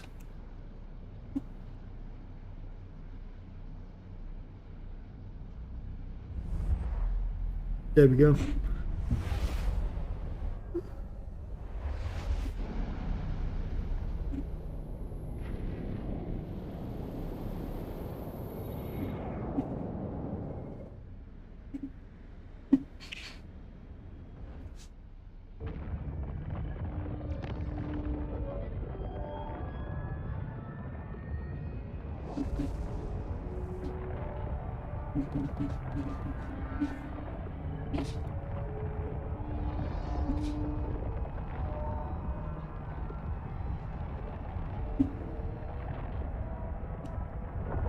But one thing I need to maybe look up is how often YouTube runs ads between everything.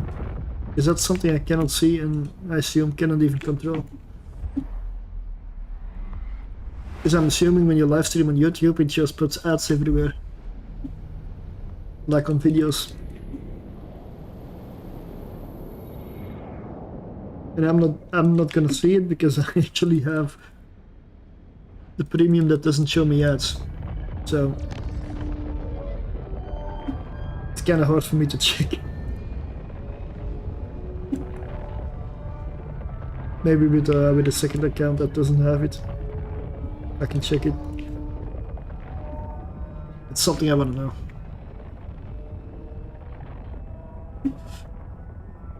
Because everybody always complains on Twitch about all the adverts, but I gotta be honest, I think YouTube has more. I actually think YouTube has even more.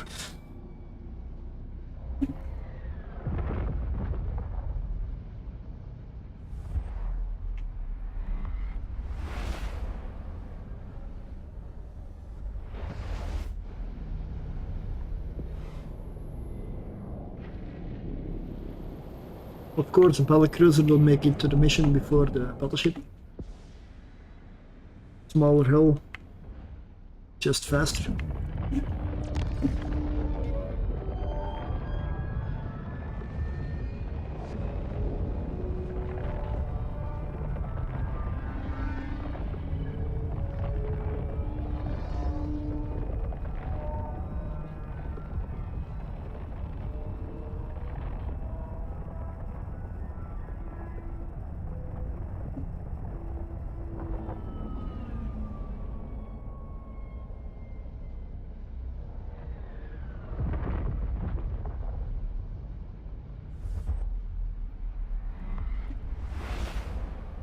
Okay, I'm in system. Let's warp to the mission. It's been a long time since I've done Vengeance. I remember it as a fairly good mission, but I don't remember the exact stuff. And I didn't even read the conversation. Basically, you guess the Angel Cartel, assassinate the leader and entourage. Basically, kill everything.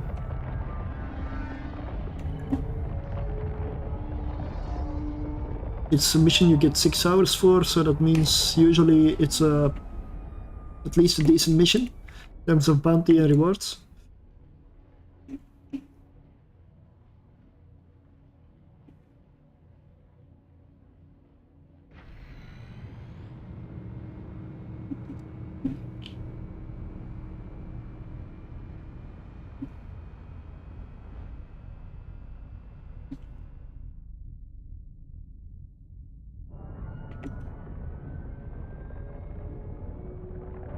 And it's gonna drop me smack in the middle. Yup.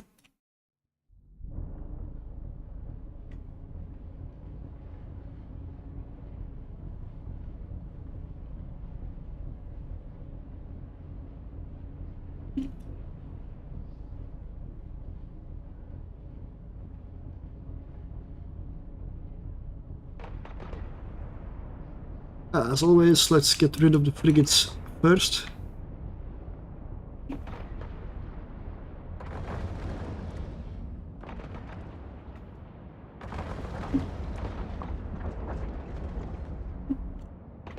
Scorpions warping in.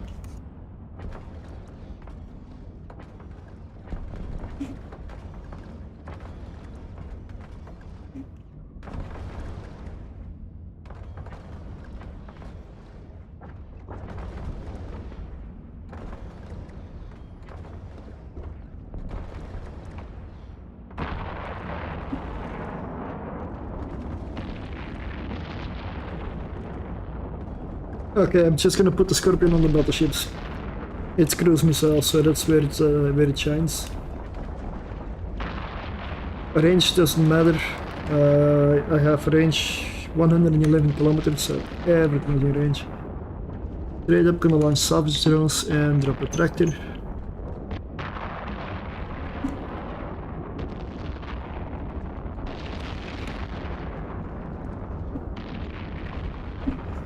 Also, using a shield booster is advised. Like, maybe?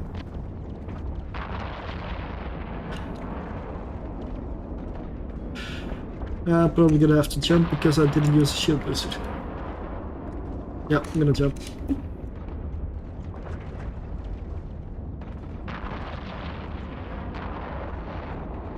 And I'm actually fairly late with this one. Although, maybe right on time.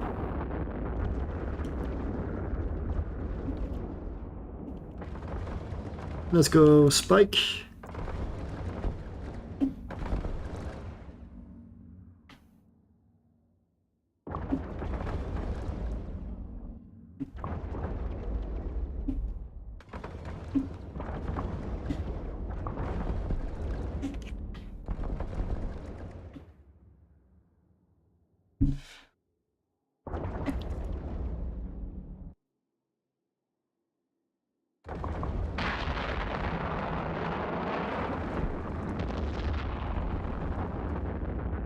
But if you did set he's heading straight for me now, so my rail units do not need any tracking.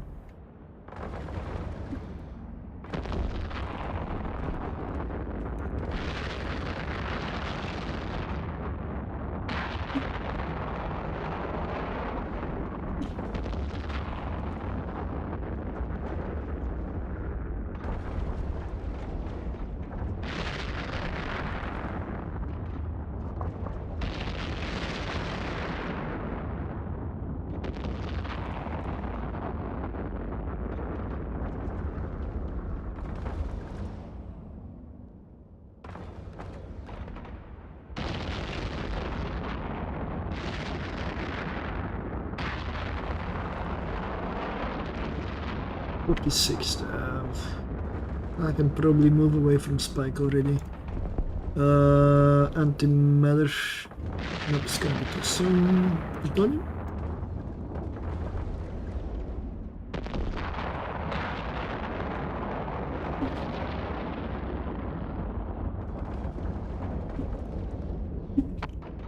That gives me 2847. Yeah, that's okay. I'm gonna keep the shield booster on here. This Dead Space shield booster. I would say it's probably good to have it.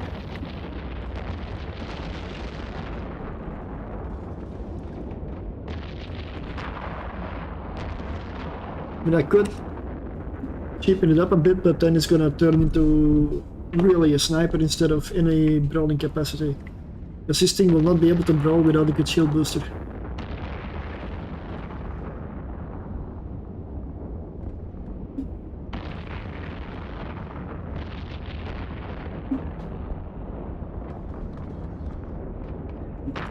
Okay, I believe Javelin might be a good setup here now. Everything is getting close.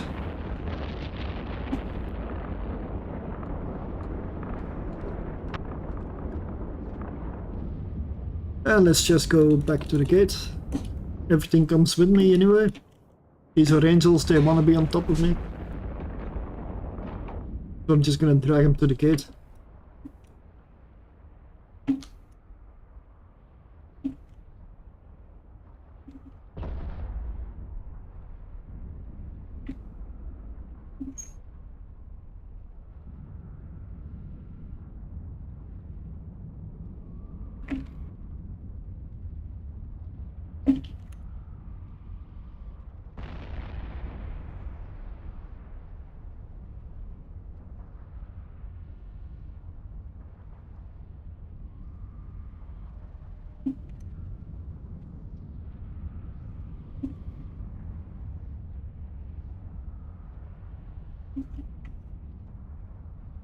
And all in the midst of this insane combat, those salvage drones are salvaging away in peace.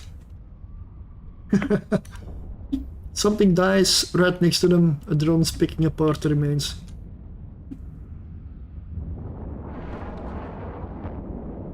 All normal.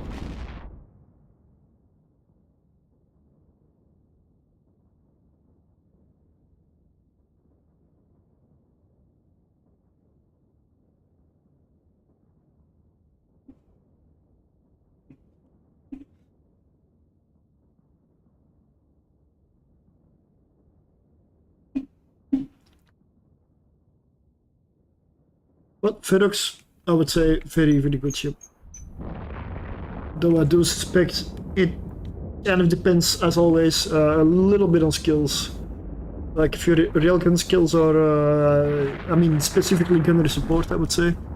Like tracking, and that kind of stuff. That's gonna make a big difference. Shield tanking also. Capacitor, well, you want a decent amount, of course. But I don't believe capacitor skills need to be absolutely super top best for this setup. Because this is very, very much cap stable for me. You might get away with lacking a few skills.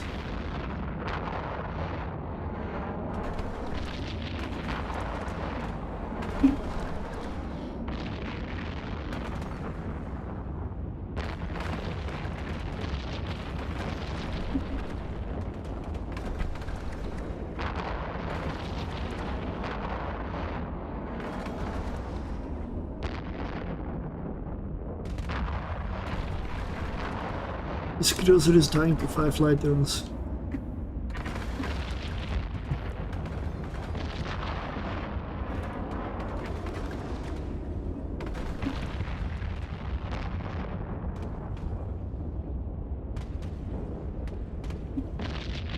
Well, all 3 ships of today are a success.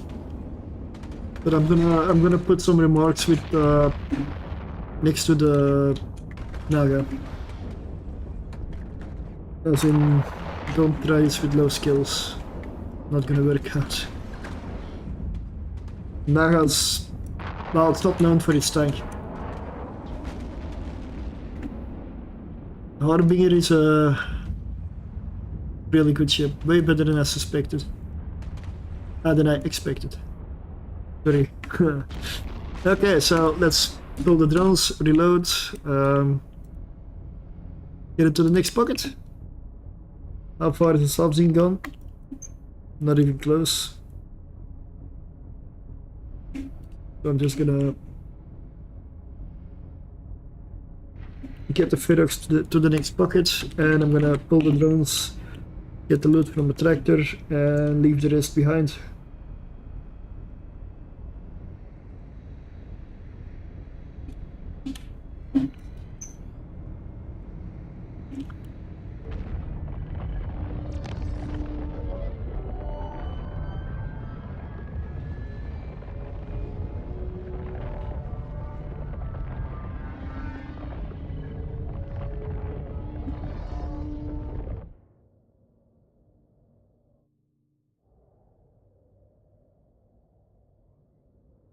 Frigates? None, okay.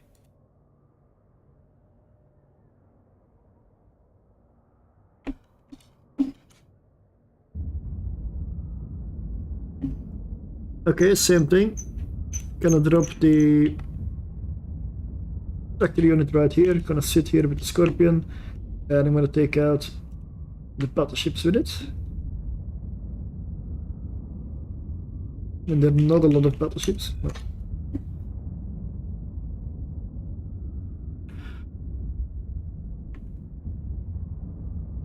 I'm just orbiting the gate at 500 meters with the Ferox right now.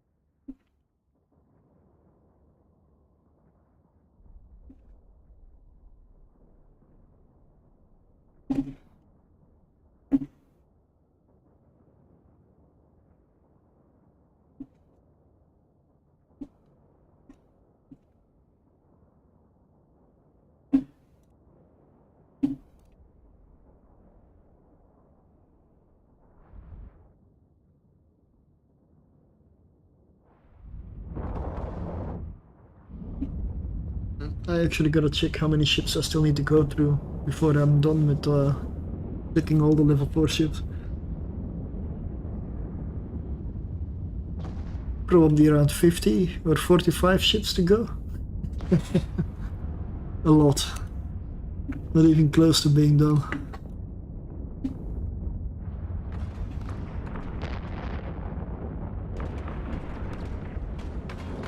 But I gotta see if next week I can link up with some people for fucking warfare, high sec shenanigans maybe. Worst case, low sec.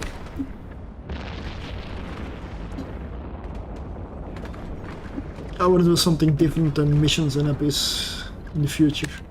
I mean, I'll still do missions and abyss, it's just I want to add something to it.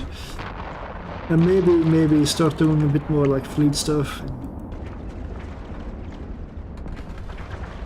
Not always be solo. Huh? I mean, people can easily join me if somebody wants to join me in mission running where I'm at. Always welcome. If you need help with missions, need standings, just ask. If I have the time, I'll come over and I'll help. Not today, because I'm not having a lot of time, but sorry. Today's not the right time. Not anymore, at least. A couple of hours ago, definitely. I've got characters that can run missions for most empires, maybe not all corporations, but most empires at least. So there's a good chance I can help out. I know how annoying it is, even if you're a veteran. When you start a new corporation for missions, you need to start at level 1 usually, or maybe 2 or 3 depending on faction standings. And that's like, feels pointless to do.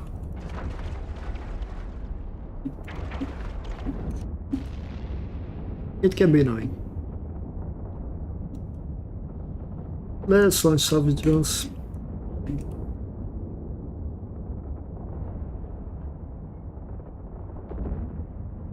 Let's switch to longer range.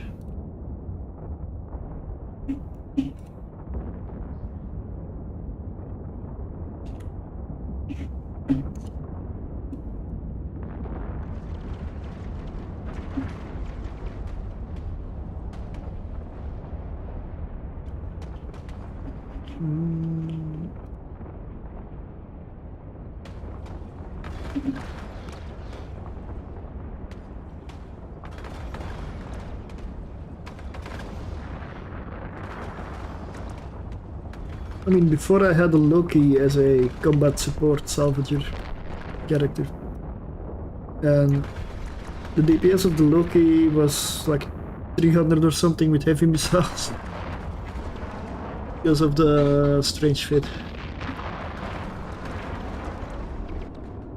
Ah, yeah, I'll do it in a moment. I'll do it in a moment.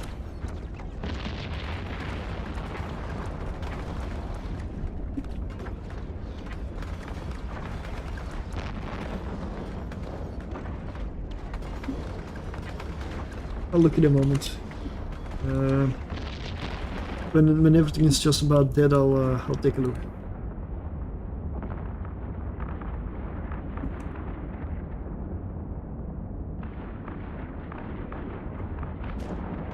Check.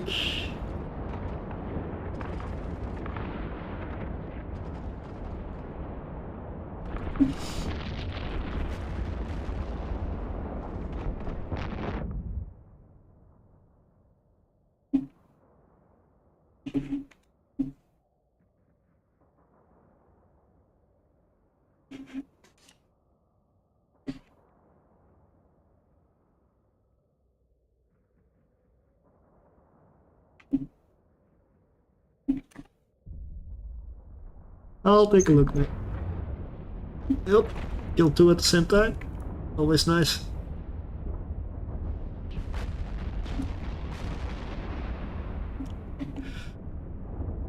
And the reason I split my guns right there. Kill 2 targets at once.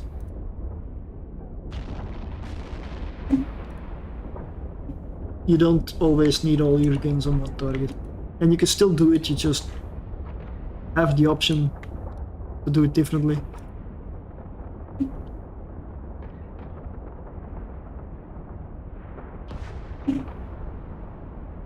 Okay, let me open Discord.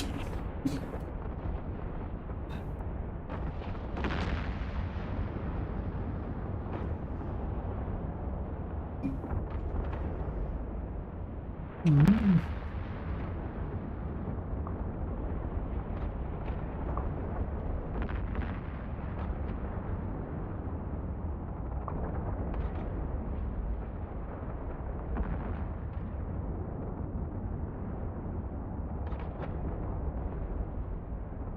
I have to say the first one looks best. I mean, for me at least.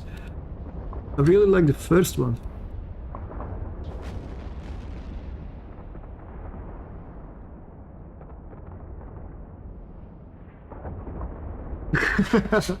One. I mean, the darkwood beams on there kind of add a bit to it.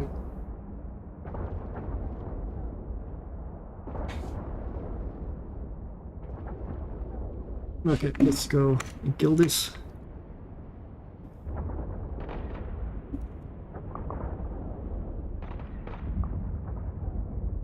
Okay. Well, I mean, in the end, they're all looking decent, so there is no bad one between them.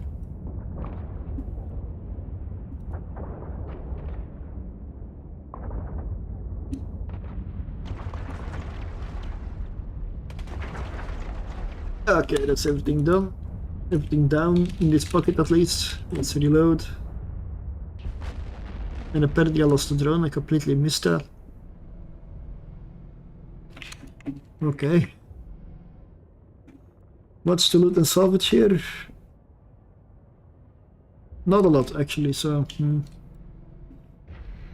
Let's pull the drones. Go the tractor.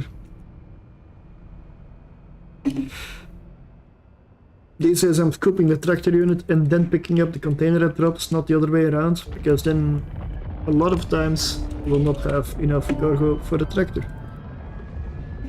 I'd rather take my tractor unit with me than some random loot.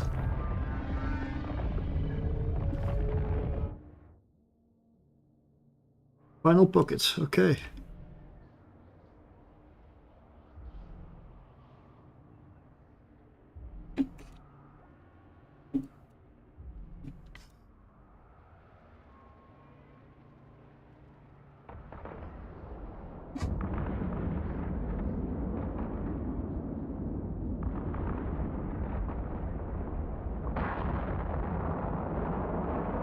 Same thing again, drop tractor unit, launch salvage drones, look up battleships, maybe sentry guns, why not, because I can.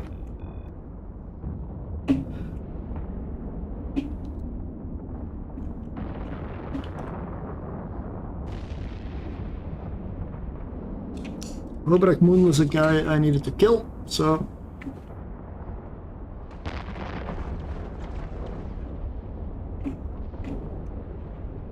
let's just launch missiles straight at him from over here.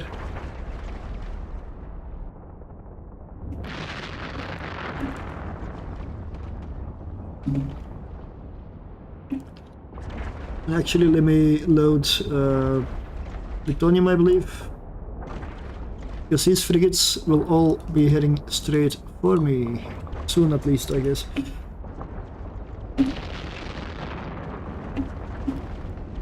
So I want to be able to get the bonfires and kill them before they reach me.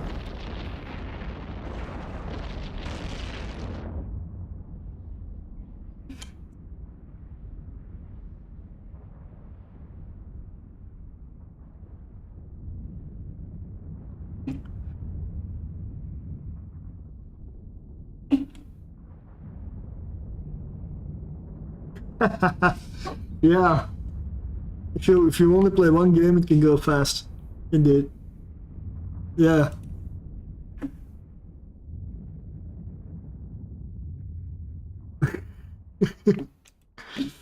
Yep.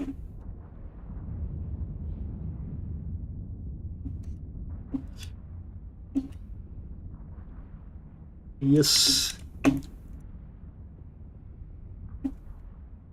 Is that shot okay in the top right? Or is it, do I need to move it somewhere more? I mean, I don't have a lot of room in Evil 9, to be honest. In other games it's better, but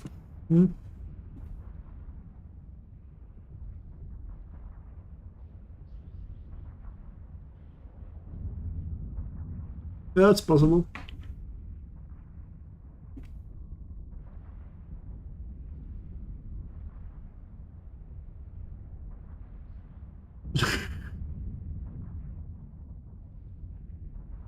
Well, like the whole morning slash midday, early afternoon, I've been busy with setting stuff up, changing, adapting scenes, moving chat around, like in function of YouTube and all the other stuff as well. And I've launched every game that I have played and will probably play on stream soon, just to get an overlay set up and change everything around. So yes, I've played Fallout today. I haven't done much, but I've played Fallout. Same with Last Epoch.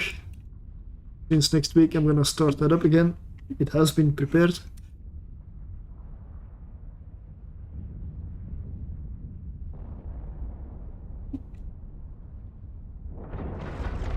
Sleep. Who needs sleep? I need sleep because I'm going to sleep soon. Like, I mean,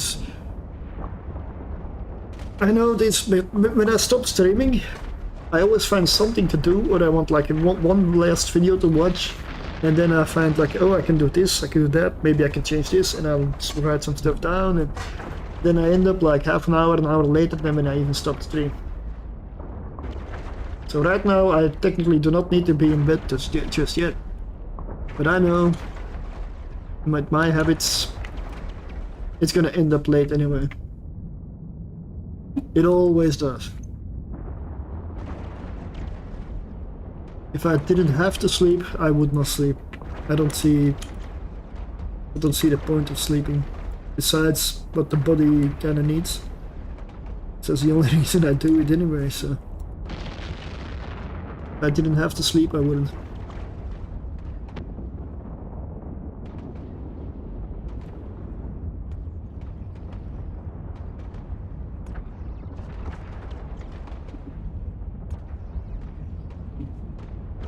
I mean, when I'm sleeping, I'm not enjoying life, right? I'm just making time go by real fast. Another night gone. Yeah, no.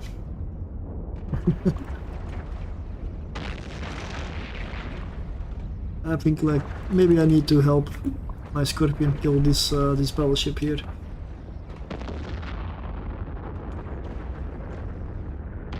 Let's go with Javelin and go close.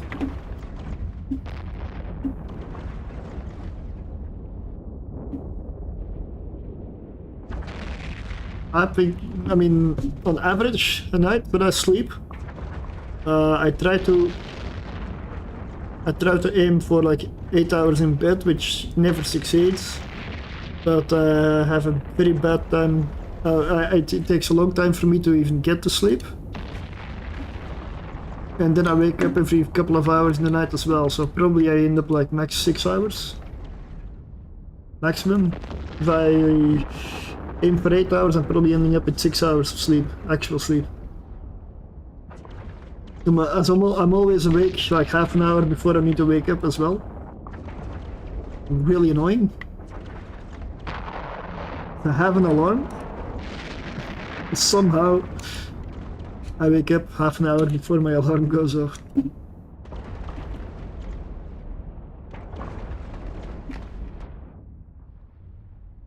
I'm not happy about that.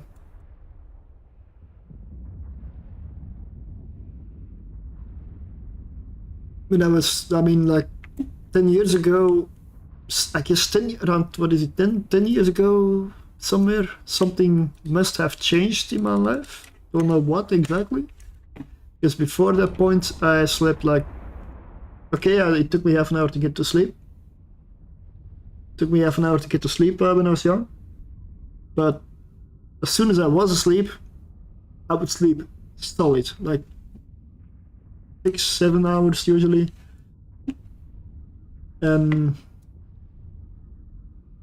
Dark Orbit, I heard that name somewhere before.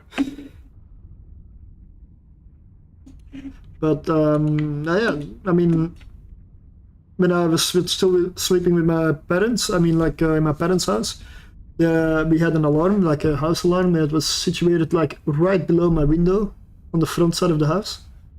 That's where the alarm actually was. And a couple of times it actually went off during the night, and it was like going hard for like 2 hours. Right under my window, really loud, like half the street heard it, and people have been calling at the door like, what the hell's going on? Like, I was asleep in the morning, I didn't remember anything. Didn't even wake up. That's how I used to sleep. Now, if a pin drops in the room next to me on the other side of the street or something, I heard it. And that changed like immediately. Night to night it changed. And I don't know what it is, and I have no clue. And I wish I could sleep like before. Now, yeah.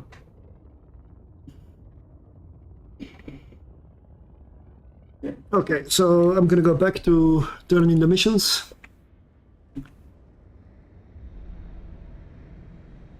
I'm gonna keep this shield booster on this fit as well. Just because, well, it seems to need it. Unless I have fitting room for an extra large. Yeah, 4.8 power grid, I guess not. I guess not. Oh, 414 million is still a good amount.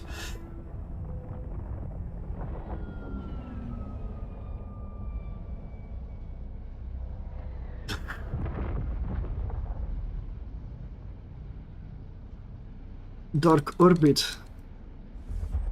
I think I only know the name. Sounds like science fiction. Orbit. I would have to look it up. Ah, okay, something similar, yeah, okay. Yeah.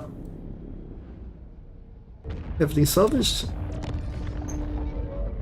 Yeah, almost, there's one wreck remaining.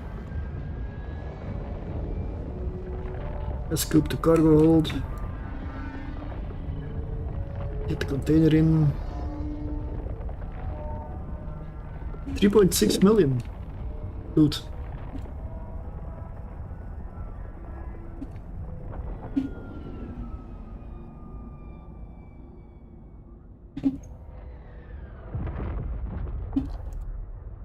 I would say it's probably around 14 million loot from those 2 missions that I picked up.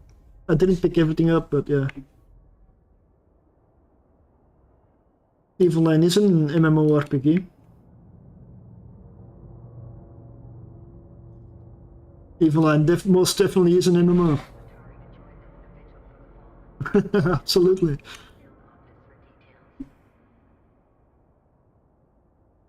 I've just been doing stuff by myself today, for the most part. But definitely is massive multiplayer online. Yes. Okay, those 2 missions complete, so that's the 3 ships for today done. And all 3 were a success. But this one, I'm just gonna remove the sniper part.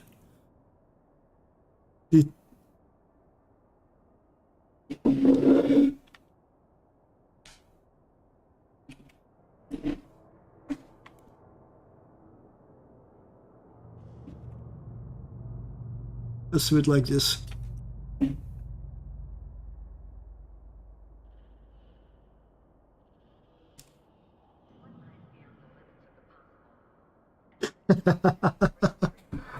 Yeah, growing up sucks, huh?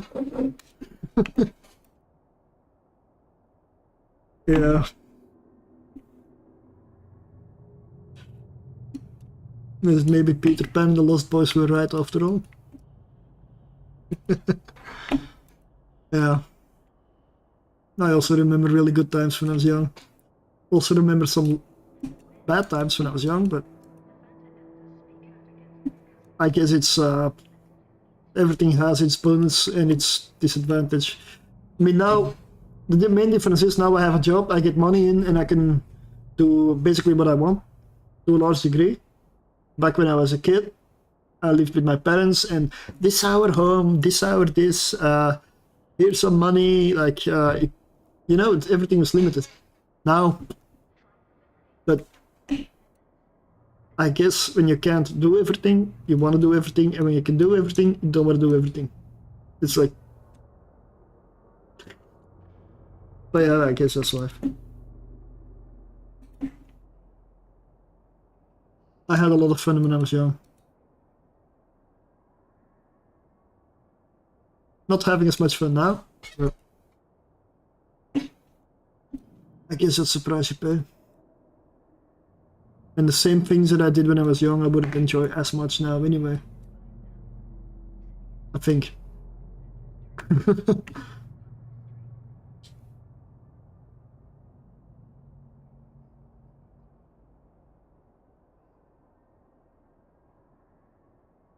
Let's change the ship name here as well.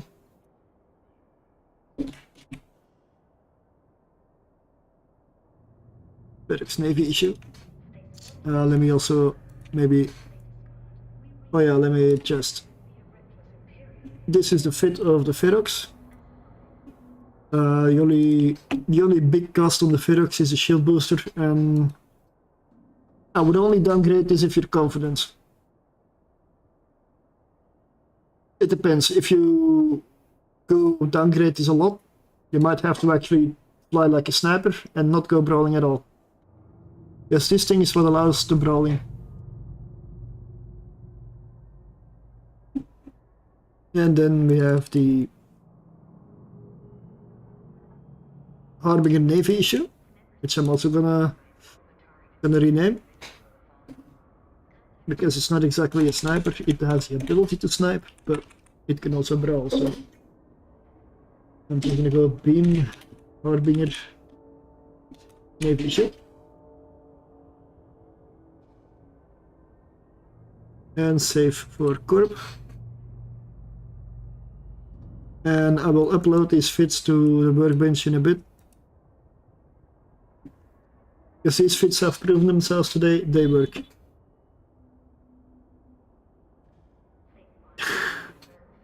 Well, I like to think my work is a little better than pure slavery. I mean, it's not bad at all. Like, there are days that I don't technically do that much because I depend on the amount of trucks that come in or the amount of work there is, which can change day to day. So a day can be really busy or really quiet. It kind of depends. But slavery, nah. I don't work hard enough to call it slavery. But this beam fit is this one. Beam lasers, obviously, like we say a similar setup as a Ferox, except armor tanked and more capacitor stuff in the midst. This does need a power grid rig as well, though, but both solid ships. And I'm gonna have to rename this one like this as well. Except simulation. Ah, yeah. The last one, because these were two combat battle cruisers. The last one is an attack battle cruiser. That would be the Naga. The Naga is fairly squishy. You do not want to go brawling with this thing. It will not survive a lot of fire. But if you use it as a sniper mainly, you're gonna have a good time. This thing is an excellent sniper. General level 4s, and I do believe including the harder ones. But watch triggers. I would say watch triggers. Don't pop all the waves with this thing like a blockade or anything. Watch for the triggers. Just take it out patiently, methodically, and it's gonna be perfectly fine.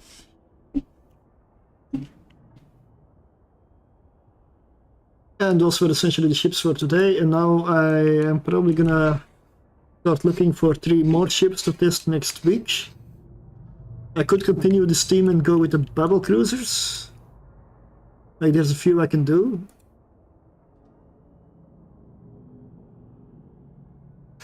I have almost no hope for the Oracle. Running a level 4 with an Oracle, that would be... I'm gonna see if I can cook something up, but I don't believe in this one. And Galente the Talos,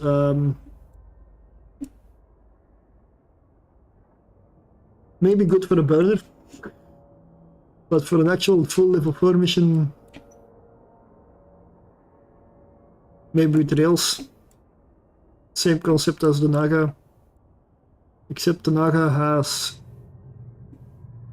a lot more mid slots. Yeah, this is a pure sniper fit. Like, this is the ultimate glass cannon, like 0 HP. This is not capable of running a mission. Because if anything fires back, you're down. This is basically PvP sniping. Like warpin, snipe, get out. Hit your target, get out. So that is gonna be it for today for me. So I'm gonna raid to another EVE streamer. So please stick around for that one, on Twitch at least. And I am gonna say goodbye to Click and YouTube. So I will see you next time. And well, thanks for watching.